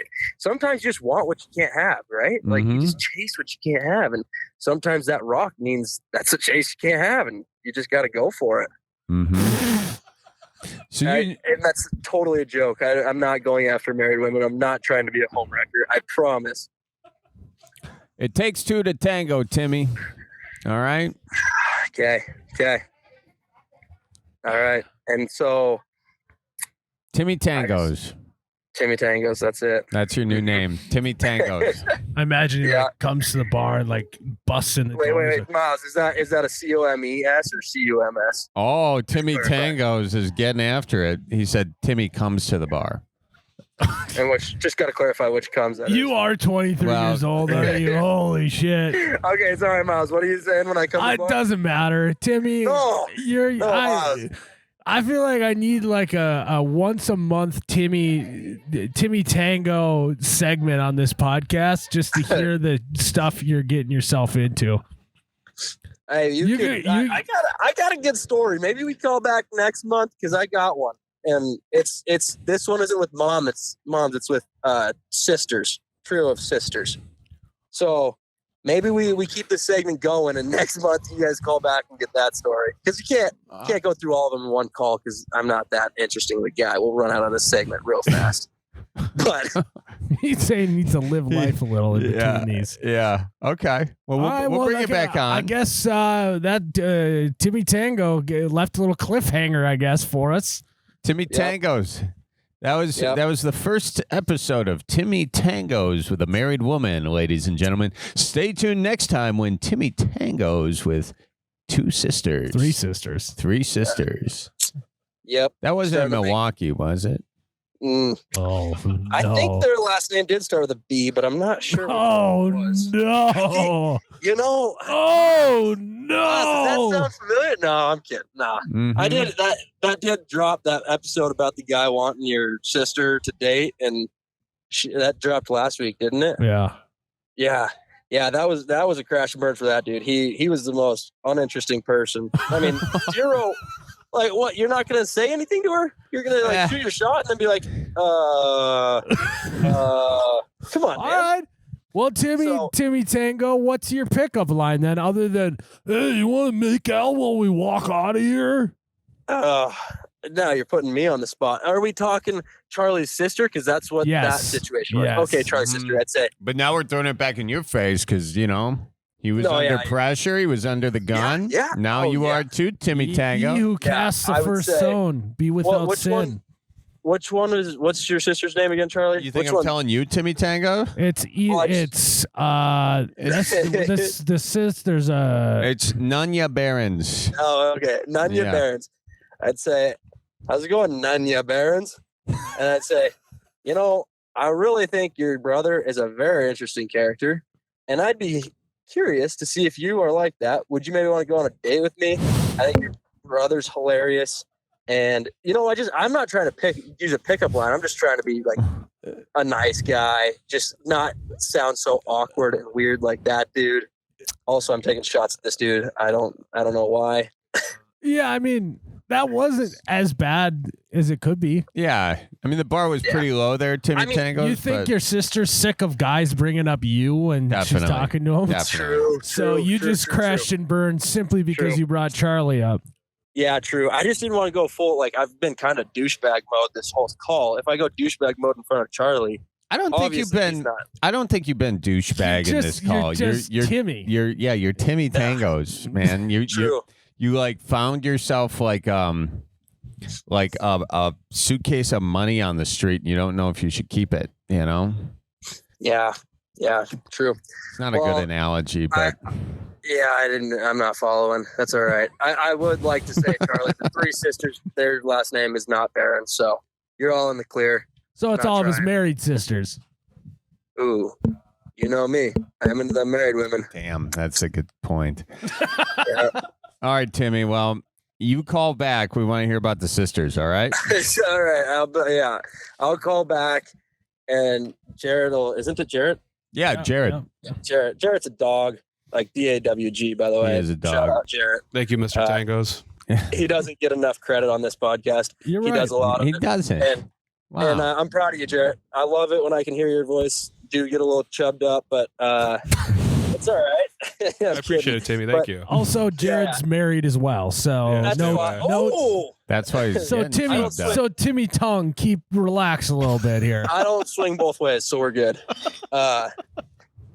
But all right, well, we'll be in touch. We'll maybe get Timmy Tango's part 2 or episode 2 on in a few months, and we'll talk to you guys later. All right, Timmy, you be good, my guy. Okay. All right. Thanks for taking the call, boys. You guys have a good one. We'll see ya. Skylar. Is this Miles, the You Betcha guy? Oh, you betcha it is. You bet your ass. Betcha. We got Charlie Berens here, too. Hey there, Skylar. Oh, Charlie Berens, how are you? Well, I'm doing good, man. How are you doing? You good? You find your red-breasted McGanzers around lately or what? Aren't they sexy? God damn it, I'm Skylar. still waiting to find one. I haven't seen any yet. I haven't gone. Huh? I was down in Beloit, still couldn't find any. Yeah, did you get your knocks out? The weather's weird, man. The weather's weird. For God's sake, it was 90 degrees yesterday. Oh, Jesus Christ, I know. Yeah. I got a question for you, Skylar, and What's I mean this in Miles? an actual curious way. Would you say that Skylar is a predominantly male name or female name? No, definitely a female name, but it's even cooler that I'm a male, right? See, because up until I watched Breaking Bad, I would have said that Skylar was a guy name. Well, it's funny. I was in school, in middle school, there was 5 Skylars all spelled differently. Really? That is the most millennial shit I have ever heard. Yeah, isn't it? It's crazy. I got a brother named Tyler. Tyler and Skylar, huh? Yeah, I said that one fast. Tyler and Skylar. Because, you think about Charlie. Charlie, in my mind, it's a male-dominated name. Sure. Charlie is a girl name. But most people named Charlie are guys. But Dogs. Skylar, Maybe- I just don't know. Maybe if he switched the C to a K and be different for a Charlie. That would be Carly. But Miles, why'd you quit pouring concrete? Miles, what? Have you ever poured concrete? 19 years strong. And if you had the option to make a career out of posting videos on the internet while drinking beer with some of your best buds, would you do that, or would you or would you rather work concrete every single day? I mean, I love pouring concrete, but He would do it. He loves pouring concrete. Yeah. So This is funny some- stories. I amputated some fingers not too long ago. Oh. And still sad. I can't pour. I'm pouring concrete now. But Okay. I was sad. I didn't think I was going to be able to. Oh man. Okay, lots of questions. One, how did it happen? Two, did you amputate it or the doctor? And number three, did you get a bag from getting hurt on the job site? So I did the amputation. It was on the job, using a circular saw, just hit a knot, kick back. Oh, yeah. So I broke the number one rule. I put my fingers where I shouldn't have put my pecker, you know? Yeah.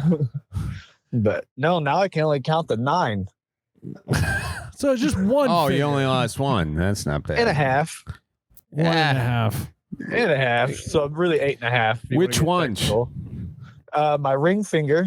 On your Thank God, right? On your left hand or right hand? Left hand. Okay. Okay, that's a great setup. Yeah, since I only got the 3 fingers. Since I only got the 3 fingers, I'm gonna be like, well, I might as well just tattoo "OPE" on it. That's not a bad idea. Yeah, you're married to the game. Yeah. So you it happened in Wisconsin. That's definitely an OPE, dude. Yeah. It's an OPE. It's definitely an OPE. And then you lost Now- half your pinky too. Half my middle finger, so I can only if I like you, you get the middle fuck, you know. Yeah. If I don't like you, you get the whole one. Yeah, like kind of the polite fuck you, you know, is with It's like the left hand. Yeah. It's like the double toot horn, you know. Yeah. Beep beep. Yeah, it's not. But The, really- he's not laying on the horn. This He's is just gave him a little toot. Yeah, just a little toot. Yeah. What's really driving me insane? They're like, well, how many do you need? I'm like 4. I'm like, crap, that's only 3. 4, you know, gotta put the thumb out there now. Yeah. So what do you've been doing for 19 years? What kind of concrete work? We talking flat work? We talking basement I love work? it all, but I'm a union concrete finisher now, 4 years strong. Okay, 4 years in the union finishing, huh? Yeah, loving every minute of it. That's great. Hey, did you keep your finger? So for 14 years, you were just you're doing the grunt work or no? No. I was just non-union. That way you can still party. You know what I mean? Yeah, that's right. Oh yeah. When they're like, "Oh, how long going to take you to finish this floor?" You'd be like, "Oh, about a 12-pack." You know? Yeah. Oh yeah, I know what you're talking about. We were a well-behaved concrete crew though. We only would drink on the days where we had to strip a wall. You know? Oh yeah. That's all just throwing panels around. It doesn't take actually any skill. So we were. Well, at if you're a least, wall guy, you don't really got a lot of brains. You need one guy with the brains, and the rest are a bunch of muscle. I can agree. But dude, I did some flat work. I helped a buddy pour a patio a few weeks ago. And that's right. I heard. Yeah, me and my brother. And I looked at him and I said, holy shit, flat work is the easiest thing on earth. Dude, I love pulling the board.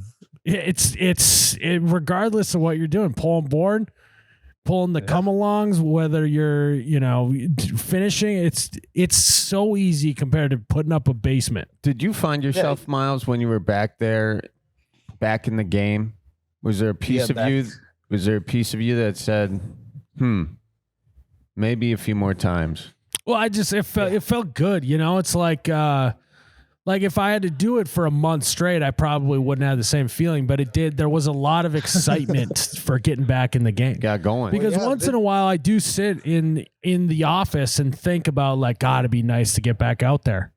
Yeah. And then you lost that weight, so the belly's not in your way no more, right? And maybe that was it. Maybe I was like, holy shit, last time I did this, I was like 60 pounds heavier. This is easy now. Yeah, dude, I've gained 30 pounds since the injury. Now I got to work it all back off. So why How would does you losing a finger? It's not like you amputated your leg. Well, yeah, I know, but I wasn't working, so I wasn't moving. Oh, okay. It's like you literally lost does weight. Does it take with you them. 2 hands to run a burner trawl? Come on, dude. You could have been out there. I'm working circles around people behind my back. Oh, okay. Spoken like a true concrete guy. Hey, I'm one-handed. Skylar, what did you do with your finger? Dude, I tried to keep them. They wouldn't let me. What? Why? Yeah, I'm like, they're mine. Like, why can't I keep them? Let's just pickle them just pickle them for me. Yeah. Well, what do you mean they can't take your fingers, dude? Just a little finger and some sauerkraut, maybe. Yeah. So like when I'm in there, I'm in the emergency room, and I got such a dry mouth. I'm like, hey guys, give me something to drink. I'm like, oh, we can't give you anything to drink. I'm like, well, crap. Well, will one of you guys spit in my mouth for me? Like, I'm not into that thing, but like, but you could be. Like, yeah, I could be right now. You never know. Wow, how is that relevant? It seems like you were just trying to tell us that you told someone to spit in your mouth, and you just pretty much. Yeah, it was pretty funny at the time. I was trying to think of the whole time he was waiting for the call. He's like, all right, how can I work the spit in my mouth thing? No, I definitely was. I had to figure out, He bobbed and weaved a little bit in there, but just couldn't hold it in any longer. And he didn't want to tell us about the fingers because of the story. He just wanted to get into the spit in my mouth joke. Yeah, which I love. I love that about Skylar. Skylar. Yeah, well, you guys, did you like the Amish joke I called in about? You guys had that Mennonite on, a couple weeks. I was not told about the Amish joke. Well, how many men does it take to please an Amish woman? I don't know. 2 men a night.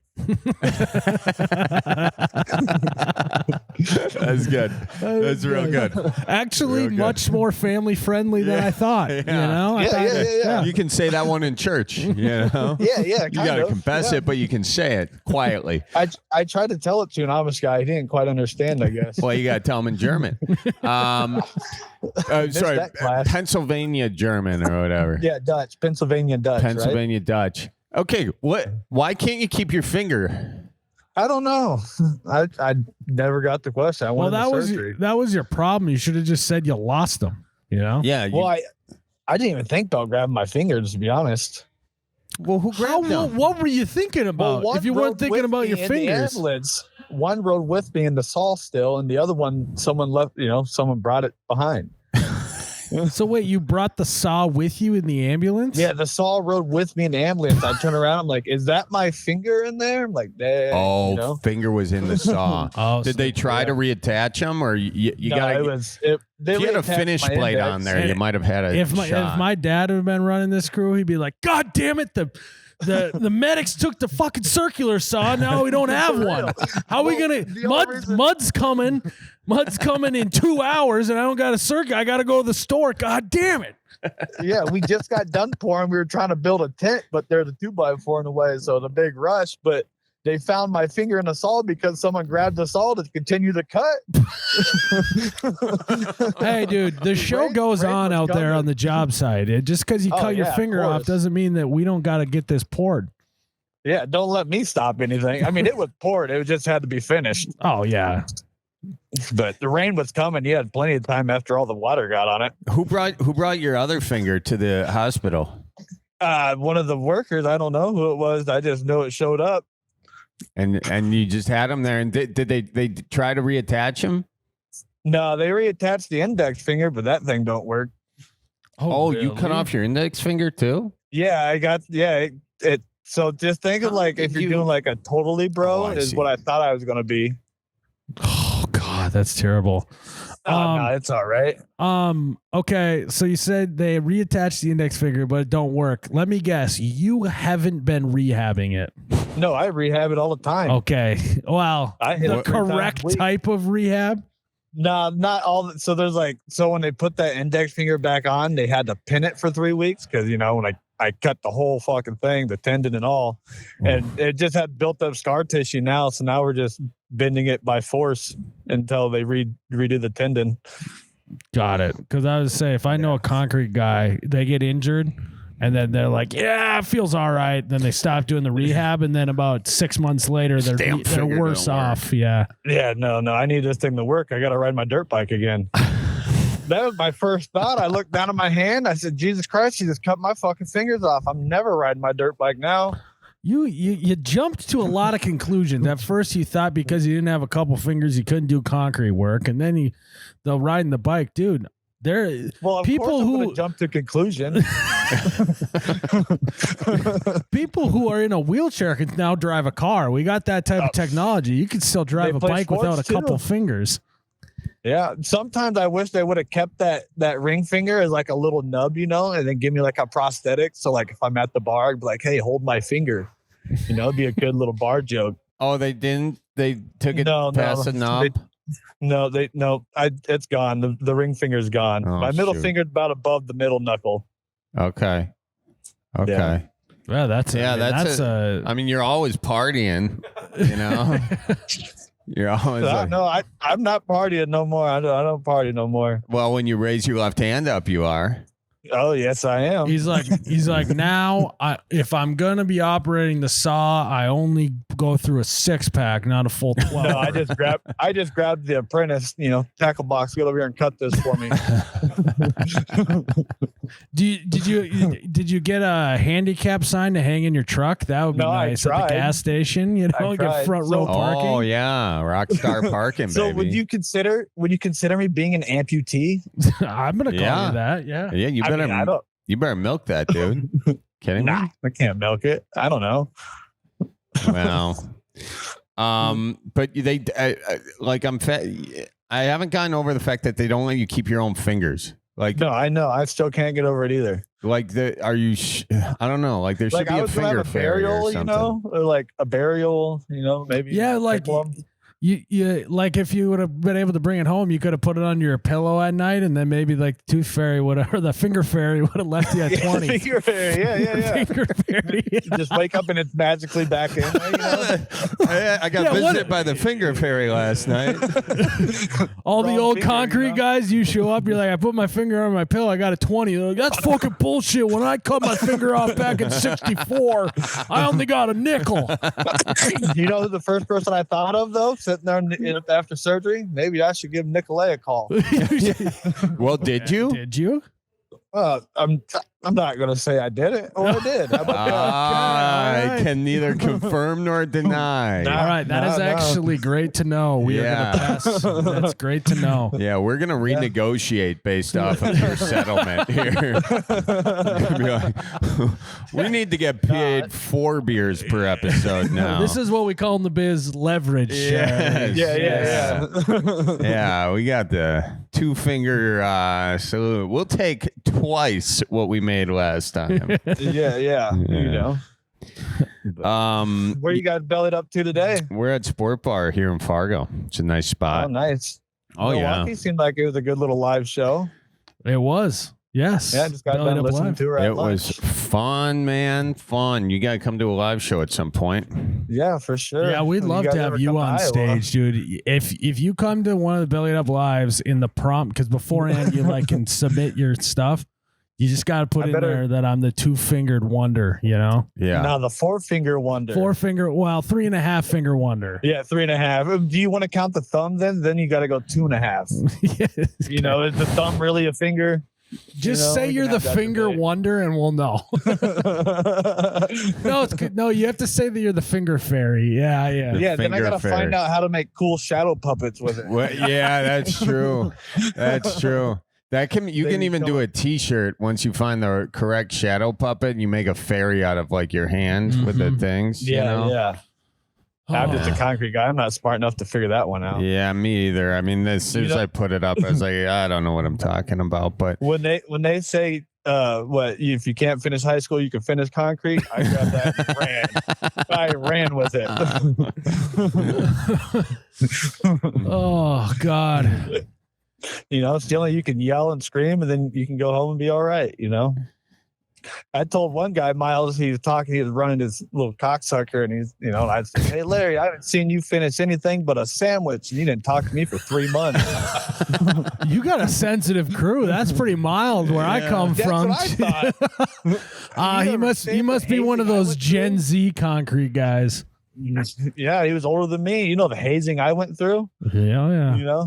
You rake it down too much. They take that rake and it goes flying across the job site while you go fetch it and come back and try again.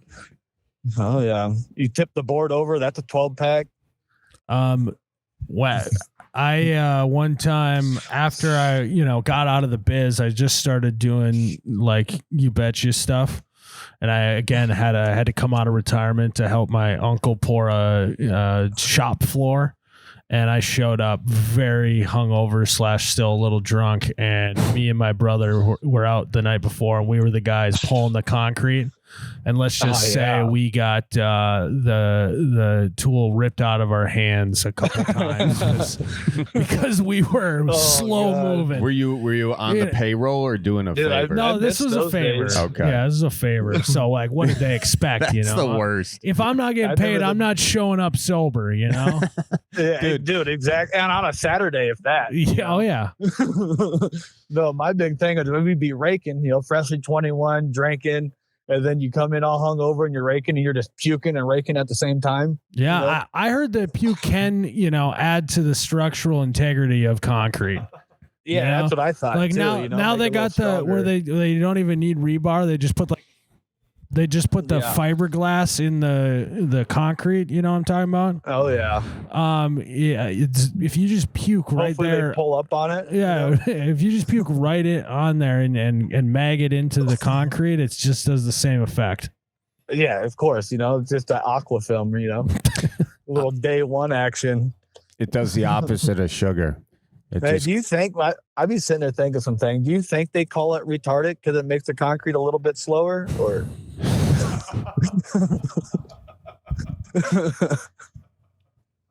Oh God, the stuff I come with all day.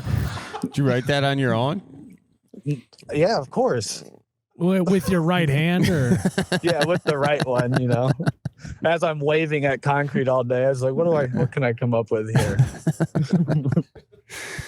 You got to have some fun on the job. So have you ever done a basement wall before? Oh yeah, I do big gang forms. I've done high rises. I like doing walls. I would have been a carpenter if I could have just bought my card and did walls.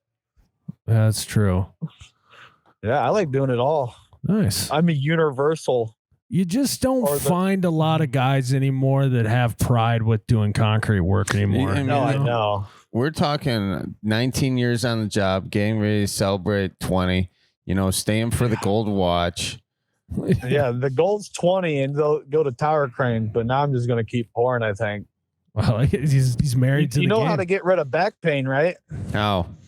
Cut off a finger. Take your mind right off it. You haven't thought about your sciatica since you couldn't show someone you were married. News. That's old news. Are you married? No, not married.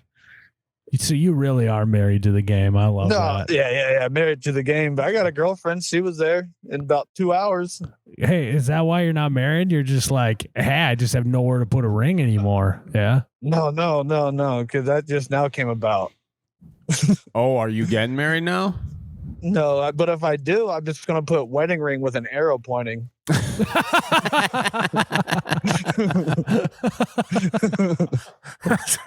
In time, it'll happen, How long you guys been dating? 7 years. Jesus fucking Christ. 7 years? What are you waiting for?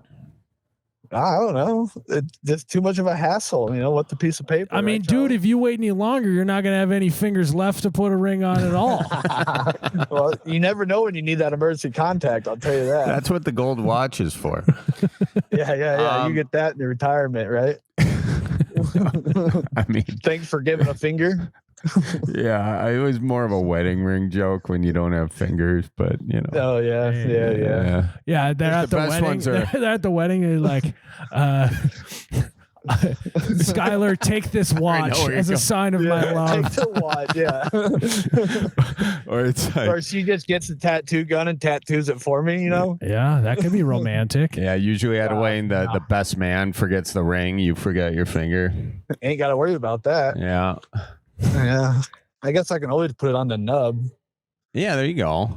Little nub ring. Little nub ring. Just a little, I already wear bottle like cap. a whole stocking cap for your finger. Yeah. Or no, just I already wear a finger condom over it. Well, I call it a finger condom, but it's a finger cover over my nub. There you go. Really? Yeah, just get a diamond in one of those. That'd be maybe cool. I should just have it implanted. I told him, to get this knuckle to work, why don't we just put a grease zerk in that damn thing?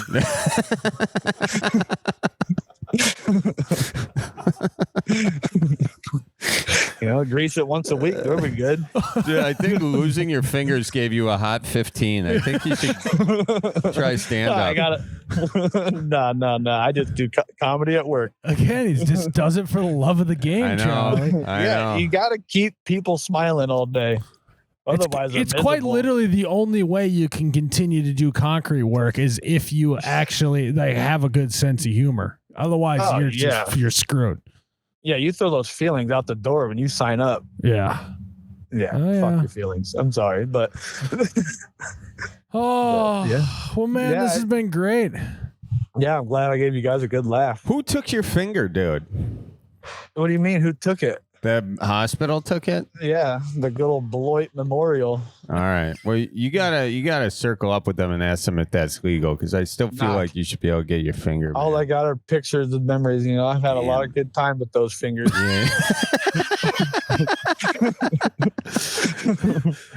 Yeah. Now you got to tell the girlfriend, is it the thumb or the nub? What one is it? She'll probably kick my ass for saying that. You deserve it. You deserve it. Oh well. Well, good talking to you, man. With it. Yeah, you guys take care. Watch for deer and tell the folks we says hey. Yeah, all right, we'll do. Have a good one. Yeah, take care. Be good. God, I wonder if I could still podcast, Charlie, if I cut my fingers off, Oh my God. Wow. That's what my buddy did that with a bandsaw and call them nubs for a little bit. That's really mean, by the way. Is it? That's really mean. Really? To call them nubs? Yeah, that's just too far, Charlie. I mean, it seems pretty basic. He was cool with it. I actually joking. Jerry Garcia cut off his middle finger on a saw, and that was their logo, was just his hand with a middle finger gone. Another buddy of mine was just he was fixing a ATV, got caught in the chain, lost half of his middle finger. Oh my God. So a lot of people are out there losing fingers. Have you seen the saws now that detect if it's a finger and stops? Yes, with like hot dogs and stuff. Yeah. No, you've seen the hot dog video, right? Well, no, I have a saw that says it can do that, but did you try it with a hot I dog? took that thing off because it's such a piece of shit. I took the guard off immediately, dude. It's a table saw, and it's So my question, where I'm trying to get to here, is how does that even work? How does it know? I don't know, dude. Magic. I think. Because obviously it's got to really F up your saw. So you really don't even want to test it with a hot dog, right? It's just stopping it that quick. It's got to ruin the saw, right? There must be sensor, because you're right. There must be some kind of sensor, but that would be on the end of the blade. But how does it know? Because the blade gets wore down. This is now going in the category of underwater firecrackers. What's the other one that I don't know how it works? Cryptocurrency and saws that detect if it's flesh that it's cutting that stop. Underwater welding. Anything underwater. I don't understand how it works. To put all those in the same category, how does it work? Writing underwater. A friend of mine, a scuba diver, has a pen that works underwater. Again, I don't understand it. Yeah. But wild things. Yeah. The saw blades have a small electrical current detector, and your fingers conduct electricity, and wood does not. So when your fingers touch it sets it off. Fascinating, dude. That's kind of sick. So you could cut a dead guy's finger, though. Theoretically.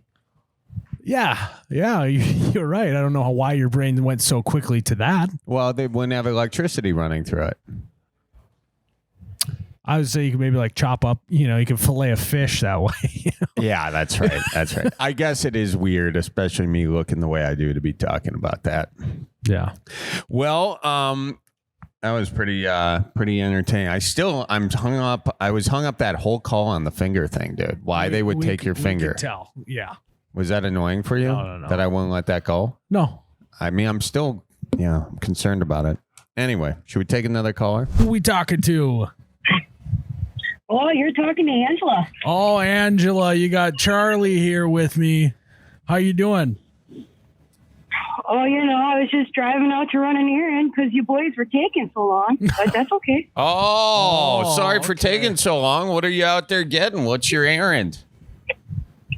Oh, just a day off drink. A day off drink? That's your errand to the bar? Or did you go to the liquor store?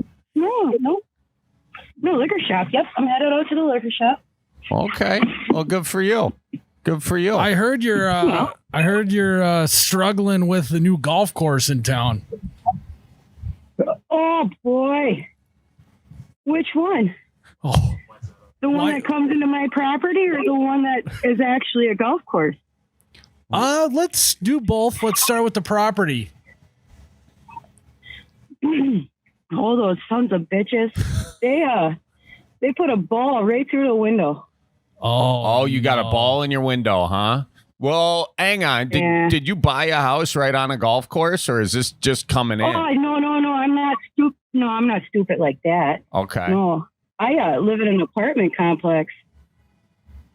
Okay. But when you move from the cities down to, rural Wisconsin, you think you're safe, but then you think you hear shooting. All right. You get scared sometimes. We're going to have to back this train up. So you were in what city? Oh, I lived in St. Louis Park for 23 years. Oh, okay. Right over there in the Twin Cities. And then you moved to what city are you in now where this golf course seems to be a problem? Can I say Grantsburg, Wisconsin? Okay. All right. So you moved into an apartment building there knowing there was a golf course right next to it? Oh, yeah. But, if you're taking a shot off the first, well, actually, I think it's the third tee there. You got green, then you got whatever they call roughage, and then you got a city street that's about, 4 car lengths wide. Then you got another 4 car lengths wide into our property. So who is splicing the ball? Hold on. Charlie. You just told me that you went golfing in that city. Shut up, Miles. Shut up. And you were talking about... Shut up. Oh, it was you, wasn't it? You said there was this crazy lady out on her balcony yelling at you after you broke her window. The funny thing is, that's why I don't golf. I golf once a year, and I hit a home run. That's where you hit a home and you run. And unfortunately, this time it was an apartment run. Wow. Bummer. Oh, boys, stop with your tomfoolery. You know it was you. So just fess up. Well, how much do I owe you for the... It's not a big idea. It's not a big idea because I don't own the property. You know what I mean? That's true. That's true. Yeah, so I did it. So sorry about that. I apologize. Can I have my ball back? Those are expensive. Actually, I still have it on the... I'm not bullshitting you. I'll send you all over a picture. I still have it on my thing. Is it just to make sure it's your ball? Is it a Practice 4?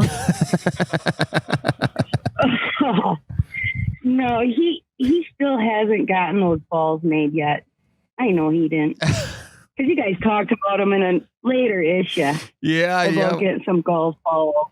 Oh, yeah. Yeah. And these aren't peach colored. Oh. My God. Yeah, good memory. Oh, man. What else is grinding your gears? Oh, yeah. I went to the store the other day to grab a package of Cool Whip because I was making that Jell-O salad. You know, the one with the cocktail, you put the cocktail fruit stuff in it with the marshmallows, the package. Oh, God, don't get me started on the Jell-O. Oh, that is so good. It comes in 2 packages now. No kidding. And then you put some cottage cheese. Yeah, you put the cottage cheese in there. Good for. By the way, applause to you on your cooking. But the Jell-O, it's taking you 2 Jell-O packets now to make that. They got to sell them. They cut it in half, and they're selling it twice now. Yeah, because you got to make smaller batches because these gosh damn families don't know how to have farm kids. So you got to get 2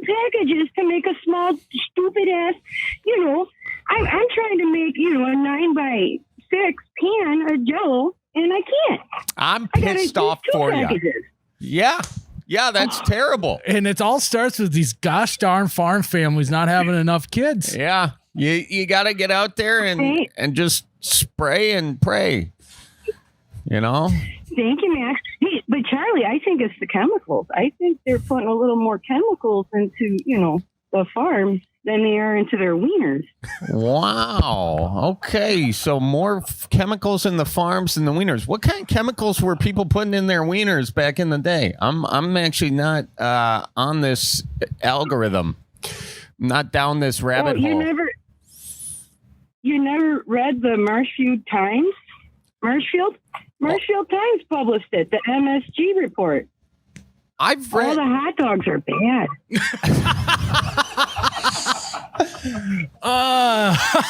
Okay. Hot dogs are bad. All right. Those are the wieners you're talking about. That makes more sense. That makes more sense. Boy, keep your mind out of the gutter. We're not even done with the day. Jeez. Hey, oh my Lord. So anyways, let's get back to the fruit salad. Let's get back to it. Yeah. So I went to pick up the Cool Whip, to get it put in my fruit salad. Yeah. And as soon as I opened it, my new Tupperware lid broke. Come on. How long have you had that Tupperware? The Cool Whip. I just bought it. The Cool Whip. Oh my God, you're not listening. No, I heard you say Tupperware. The Cool Whip container. Okay. Is the Tupperware, Charlie. Oh, it's the Tupperware. Oh my gosh. Wow. Yeah, Where I wasn't doing it. Oh, don't even get me started now, okay? Good Lord. I heard you loud and clear. I was following the whole time. What a tragedy that you cracked the Tupperware top too. They're not making them like they used to. Did you even put it in the wash first, or did it crack right off the gate? Right out the gate. I took that stupid plastic seal off so no one puts their finger in it. Yeah. Yeah. Damn thing. I literally did, an equal applied force, both sides, some, up, cracked. Good Lord. Cracked like it was made in China. They should.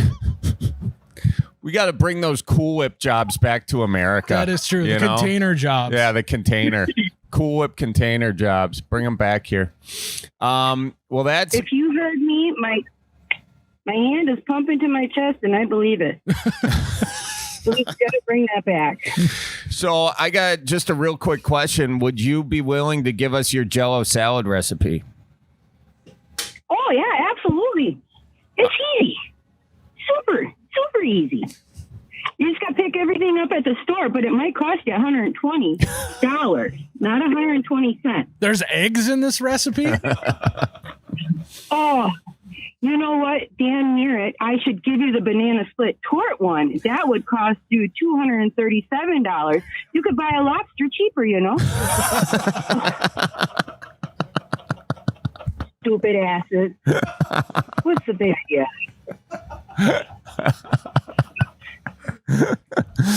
All right. Well, so we're probably not going to get that recipe after all, huh? Yeah, but I don't think we have time for the patience because, you have to store it in the fridge, let it set up. Yeah, that's true. That's true. Dare I ask? You just want the recipe outright. Dare I ask, what else is grinding your gears? Well, the county's paving all the roads, so there's no more springs coming up in the middle, so I can't go mud bogging down the middle of the roads anymore. Gosh darn it. Don't you hate it when that happens? Whatever happened to the natural springs? I'm asking the same question. You got a bunch of do-gooders out there saying we got to pave these roads, but do you?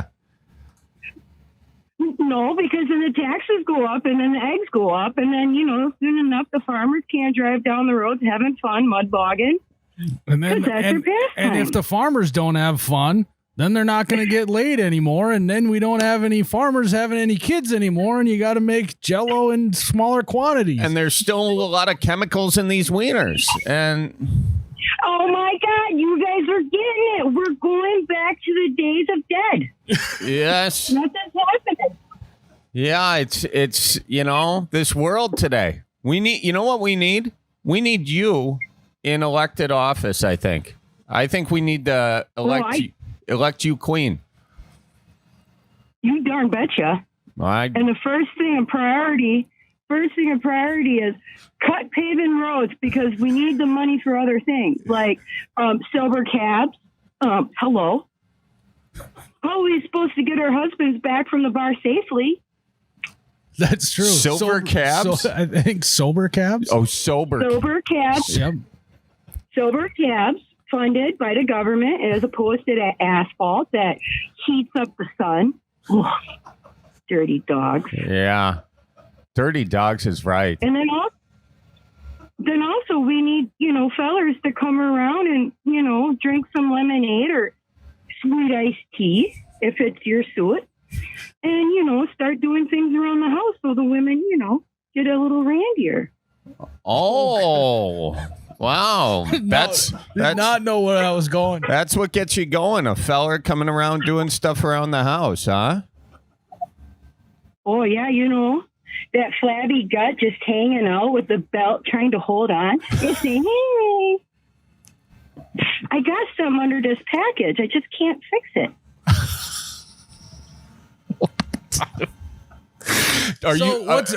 Describe to us your ideal male body. What are you looking for?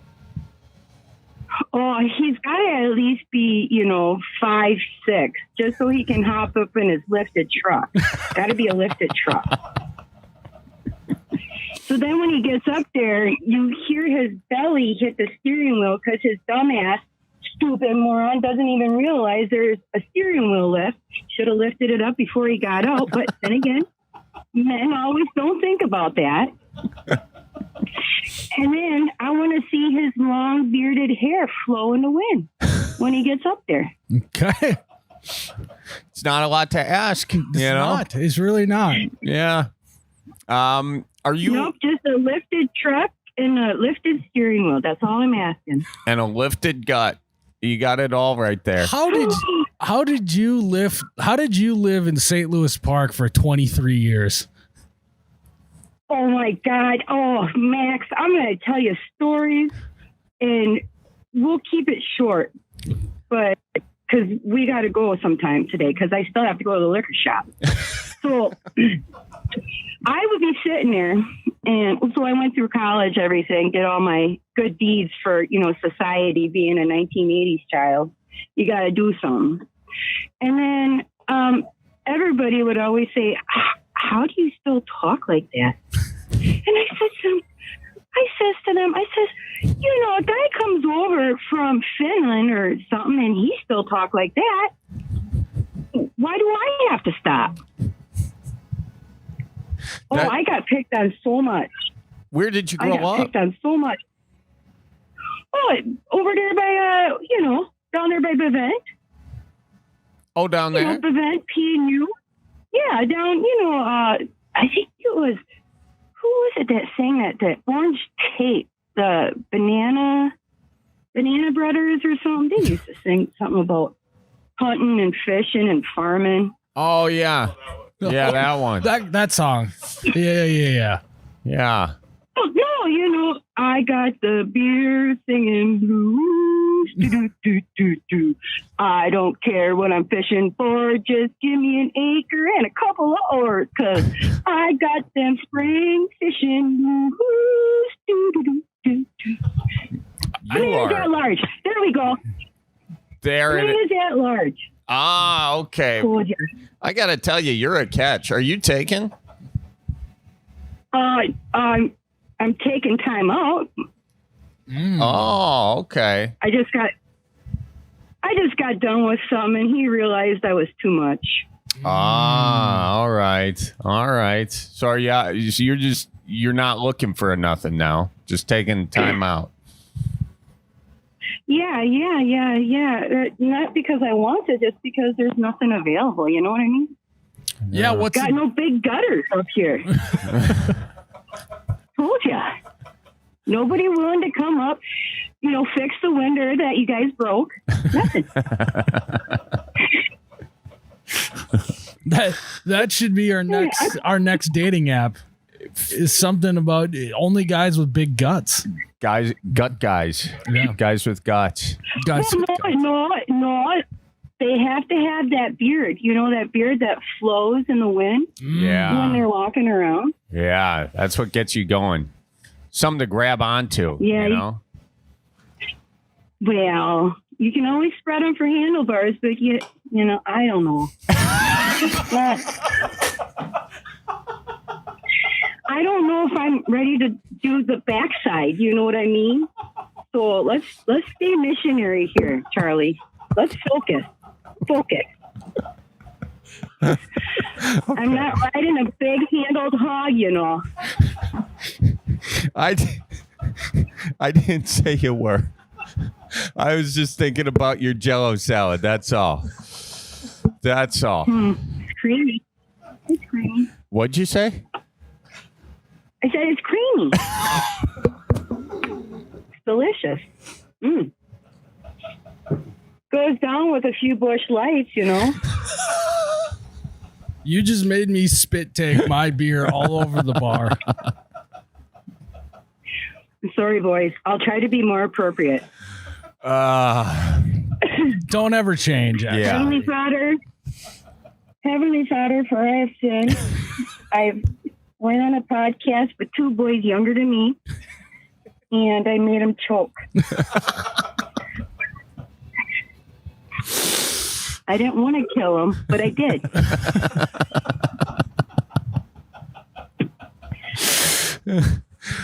What else are you doing today? Well, see, I worked all week at the dairy because I stay true to my root. Yeah. Farm life is going to make you the best wife. That's right. And then, so I stay true to my roots, and then they give me these days off once in a while. So I took the day off, and I decided I was going to sit around the house and look at all the cleaning I had to do and wish that I had a nice strapping fat man sitting outside my window. But I didn't. So I decided to drink. What are you drinking? What's your drink? Your go-to? Well, do I have money or don't I? This day and age, probably not. Okay, so then I'm doing Milwaukee's Best if I can find it on the shelf. Sometimes I have to go with the light, even though I'm not trying to lose weight. Because trying to gain muscle, not lose weight. Yeah. You've been working out, trying to gain some muscle, or what? Charlie, I work at the dairy. Do you know how many pounds a day I lift and how many paces I take? I put you guys to shame. That was Miles who asked that. I would never ask such a question like that. Sorry, the Midwest farting mind. I have a kid. So you have a child, you said? Yeah, I have one. She's a straight A student. And she kind of talks like me, but she's funnier. Oh, wow. How old is she, your daughter? Oh my God, Charlie! It's not a dating app.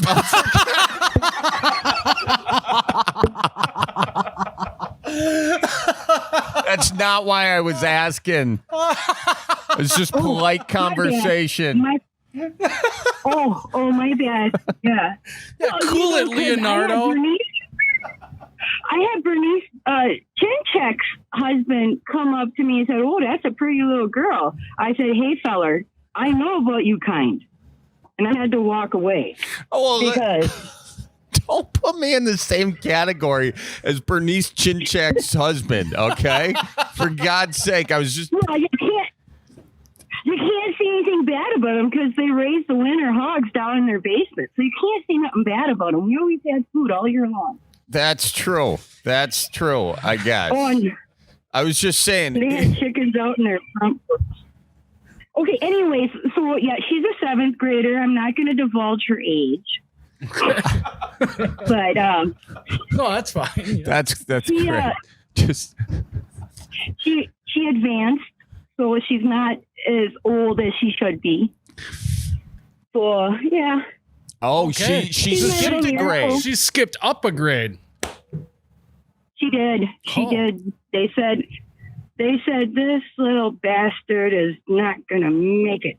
She is too smart for all these damn kids. Let's go. Good for her. So what would you say? I have a little almost 10-month-old now, and I'm about to get into the phase of life where I got to teach this kid how the world works and how to be smart in school. What is the best parenting advice you can give me? Buckle up. Here we go. Number one, you don't lie to your kid. Okay? You gotta be straightforward. Eye contact. Tell them where the bear shits in the woods. You tell them. Number two, I always talk to her in Spanish, French, and in English. Always. So she knows Spanish and she knows how to count Spanish in 100. She knows French in 100. She knows English in probably 20. I don't know. She never really speaks it. But just open their minds to different things and don't watch those other colored people that sit on the PBS with the big bellies and the stupid shapes on their head. Oh, the Teletubbies? I did not know where we were going. I did not know where that was I going. was concerned for a minute there. I was concerned. Teletubbies, yeah. Don't subject her to that, okay? Because or him. Sorry, right? It's a him. Yeah. Oh, okay. So what you're going to do is start talking right now, like they're an adult. Because that's what I did with her. Because as soon as they start talking, you want them to start talking to you. Yeah, that's true. Not this. Oh, it's just little baby. He got cut it. Oh, you got to cut you, please. Don't do that. All right, so Charlie is going to you're gonna give me a parenting lesson. Charlie is my kid, and you're gonna he just got home from school. Let's stop. Let's just stop. He's in jail already. I'm in jail already? What are you talking about? Wait, I had to give you parenting advice? Oh boy, you're in jail. Yeah. I'm in jail. So if Charlie was a kid and he came home from school and said, I got a C- on my report card, what are you gonna say to him?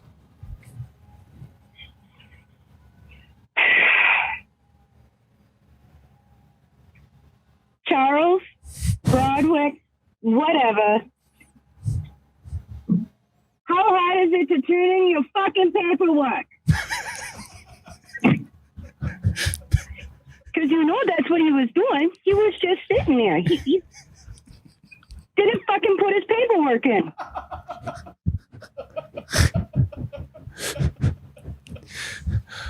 Charles, what do you have to say for yourself? ¿En español or no? Sí, tú quiero puedo español, está bien. Oh, wow. J'apprendis en le français. Está bien. French. I get French.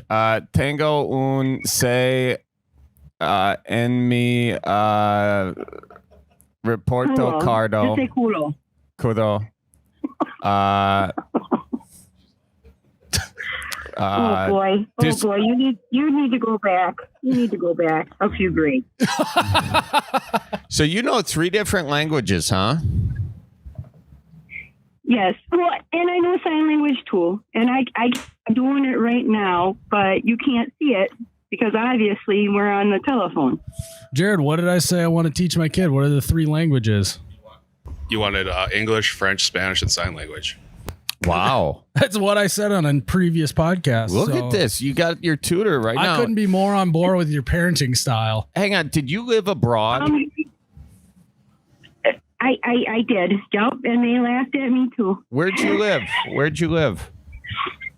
I lived in France for 6 months, and then I lived in Spain.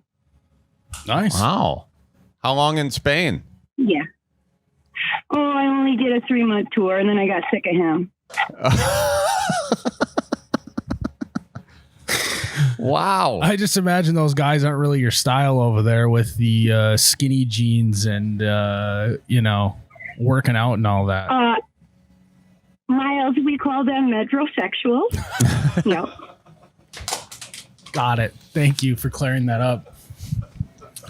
They house their wieners a little more tighter than I think they should. I like how she cleared her throat like she was gonna say it. An innuendo. Innuendo, and then just said wieners. Just went for. Yeah. So. Yeah, they got their packages shrink wrapped over there. Yeah, and you know what happens. I mean, unless it's self-rising, which, yeah, sometimes no. But anyways, it was a good fun time. Oh, and yeah, Miles, I would tell you that I did teach her how to speak sign language to me before she did talk. Yeah, that's so what she would tell me when she was hungry. She would tell me like apple, or she would tell me to fuck off. I mean, whatever she wanted. How do you say fuck off? Oh, I know that one. Yeah, you don't say it. Yeah. Sign language. So. I know more. This is more, right? Yeah. I think like oh, this is more. Oh yeah. Yeah. So yeah, I got picked on a lot because of my accent, but they did tell me when I lived in Spain that I had perfect diction. Wow. Nice diction. I put the dick in. Yep. She's just trying to work that in. That was good. Yeah. That was good. No. I'm just sorry. No, actually, they do say I have perfect diction when I talk Spanish. Well, that's really great. They say I enunciate. Were you just out there for men, or were you working out there? Working. Are you in the CIA? Wish. I'd come over there right now and bust you in. Bust me in.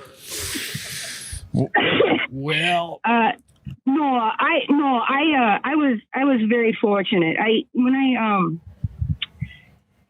I left home early, and when I left my mom and dad's house, it wasn't, it was a good time, but it's small town. Cousin was hitting on me, kind of small town, and I decided that I needed to move to the Twin Cities, so I moved out there, and then I started in with culinary school. So I got really smart, I guess. I don't know. So yeah, I got a full ride over to France to study with Michelin chef. So yeah. Wow, that's awesome. So you got some really good Jell-O salad, is what you're telling us. Oh, mwah. If you got the right marshmallows, you'll have the right salad. I'm telling you. Okay. Not those tiny ones. You can't get those tiny ones. That's good life advice. And you can't get that. You can't get that Jiffy Pop stuff. That's too fake right now. You need to go in for the hard sugar ones. The hard sugar, like Our Family or Best Value. Yeah. Full gelatin. Yeah, well, Jell-O, Jello, no. Well, this has been really nice chit-chatting with you. Oh, yeah, anytime. Hey, by the way, I just was going to talk to you guys about what you guys got coming up now. Well, I know you're going to be up here. Yeah, we'll be up there soon yet, still. And then we'll be around there at this summer at some point. Yeah. We'll be down there. We'll be up. And then the fall we're going up there. Yeah, we'll probably we'll be you keep an eye out. We'll be around, Yeah, okay. I'll let you know when I get off probation. Maybe I'll come and see you. I can't just go willy-nilly around this whole country, you know? Yeah. But you can go to the liquor That was so store. dumb That's of fine. us. That was so dumb of us to assume she could I'm travel just outside kidding. the You state. two boys. You two guys. You're You guys are silly. Okay. Well, I was just going to say you're a hoot and a holler. You stay in touch now, okay? Well, you know my phone number. I got yours. But anyways, you two fellers, you take it easy. And by the way, your mom, she called me the other day, Charlie. Turn your fucking paperwork in. Oh my God. Question answered.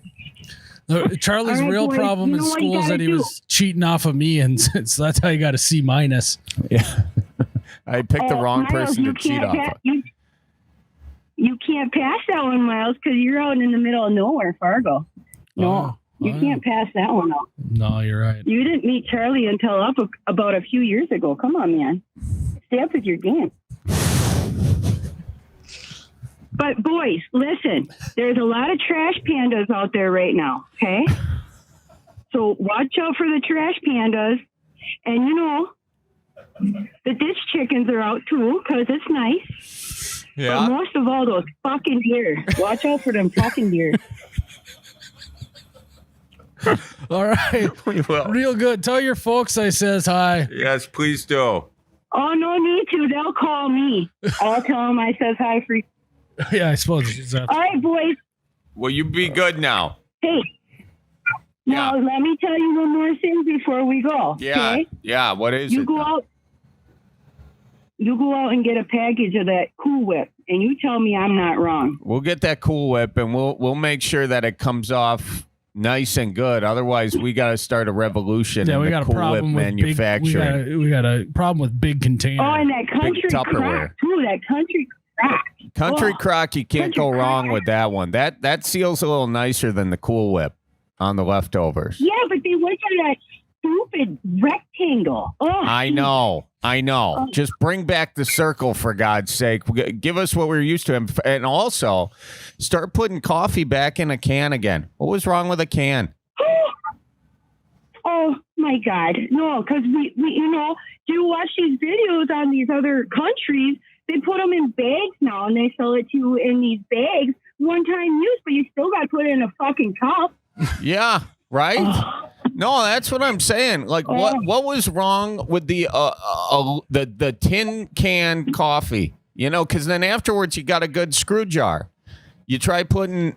Yeah, you know, not even that. You know, because the raffles are coming up here because it's spring. Yeah. And you got, you know, the hunter raffle. You got the bow raffle. Everything down at the VFW. Yeah. Everything. They're gonna need a coffee fucking can. They are.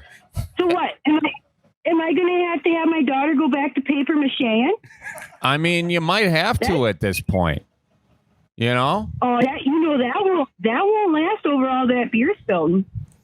No, I don't think so. It'll slop up pretty good, but there's nothing that feels better than slapping down a nice hard tin coffee can on the deal. It feels sturdy and everything. You try doing that with the plastic ones, just think, you know? People aren't thinking about these and then things. they break at the bottom. Yeah, they do. Oh boy. You know what? You're gonna have to call me back. I'm getting thirsty. Just call me back later, and we'll talk about more plastic shit like these stupid milk jugs. Oh, That's a whole other can of worms right there. Well, it's not a can. Well, it's a jug of worms. Well, anyway, you be good, all right? no, you take care. Drive safe and watch out for those trash pandas. We will. We'll be looking out for them, okay? Hey, keep your trash cans on tighter, though. You know, because they can get in there. You leave a little gap. They got fingernails. They'll get it up. Oh, you know, I got this stupid ass bear that lives in my town. You got a bunch of them. Yeah. And they tip over my stupid garbage can all the time. You know, yeah. You gotta outsmart them a bit, and you set up a little box for it and you put some bricks on the side, and they're not gonna be able to push it over then yet. Or you get an actual dumpster and put a lock on it. They're hip to you. You No way, Jose. I'm carrying out 6 trash bags. You think I want to sit and put it down with shit all over my hands and unlock a lock? Well, I'm just saying. No, they need to learn their place. Well, then you better teach them their place. Gun. You get the BB gun? I'm gonna sit up all night. Yep. Yeah. Well, I think I got the hand-cocked one. Thing about a BB gun and a bear is you're just gonna piss it off, and then it's gonna be mad at you, and they can climb. That's okay. Bring it on. I got that guy out there doing the front deck. Remember? Oh, yeah. The guy. He's about as big as a bear. Also, you kind of have built-in protection at your place because there's always golf balls flying into it. So good luck, bear. That is true. Yeah. And I'm gonna send you over a picture of this golf ball, and I'm gonna paint it pink just for you, Charlie, and say it was yours. Please do. That would be nice. Well, I suppose you better get into the liquor shop. We got to keep her moving here on taking some more callers. So. Yeah, and I got to go take a nap to get over my drunk before my daughter gets home. All right. Yeah, sounds good, guys. Have a good one. We'll see you Love soon. boss. Keep it up. We will. You too. I think that was my first ever spit take on this podcast. She was on another level.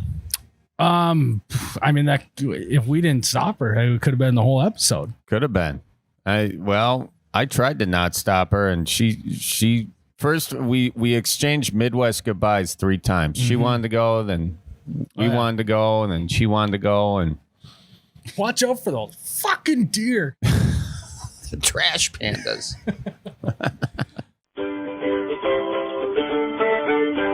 Okay, hope you guys have a good one. Goodbye now. Toodaloo.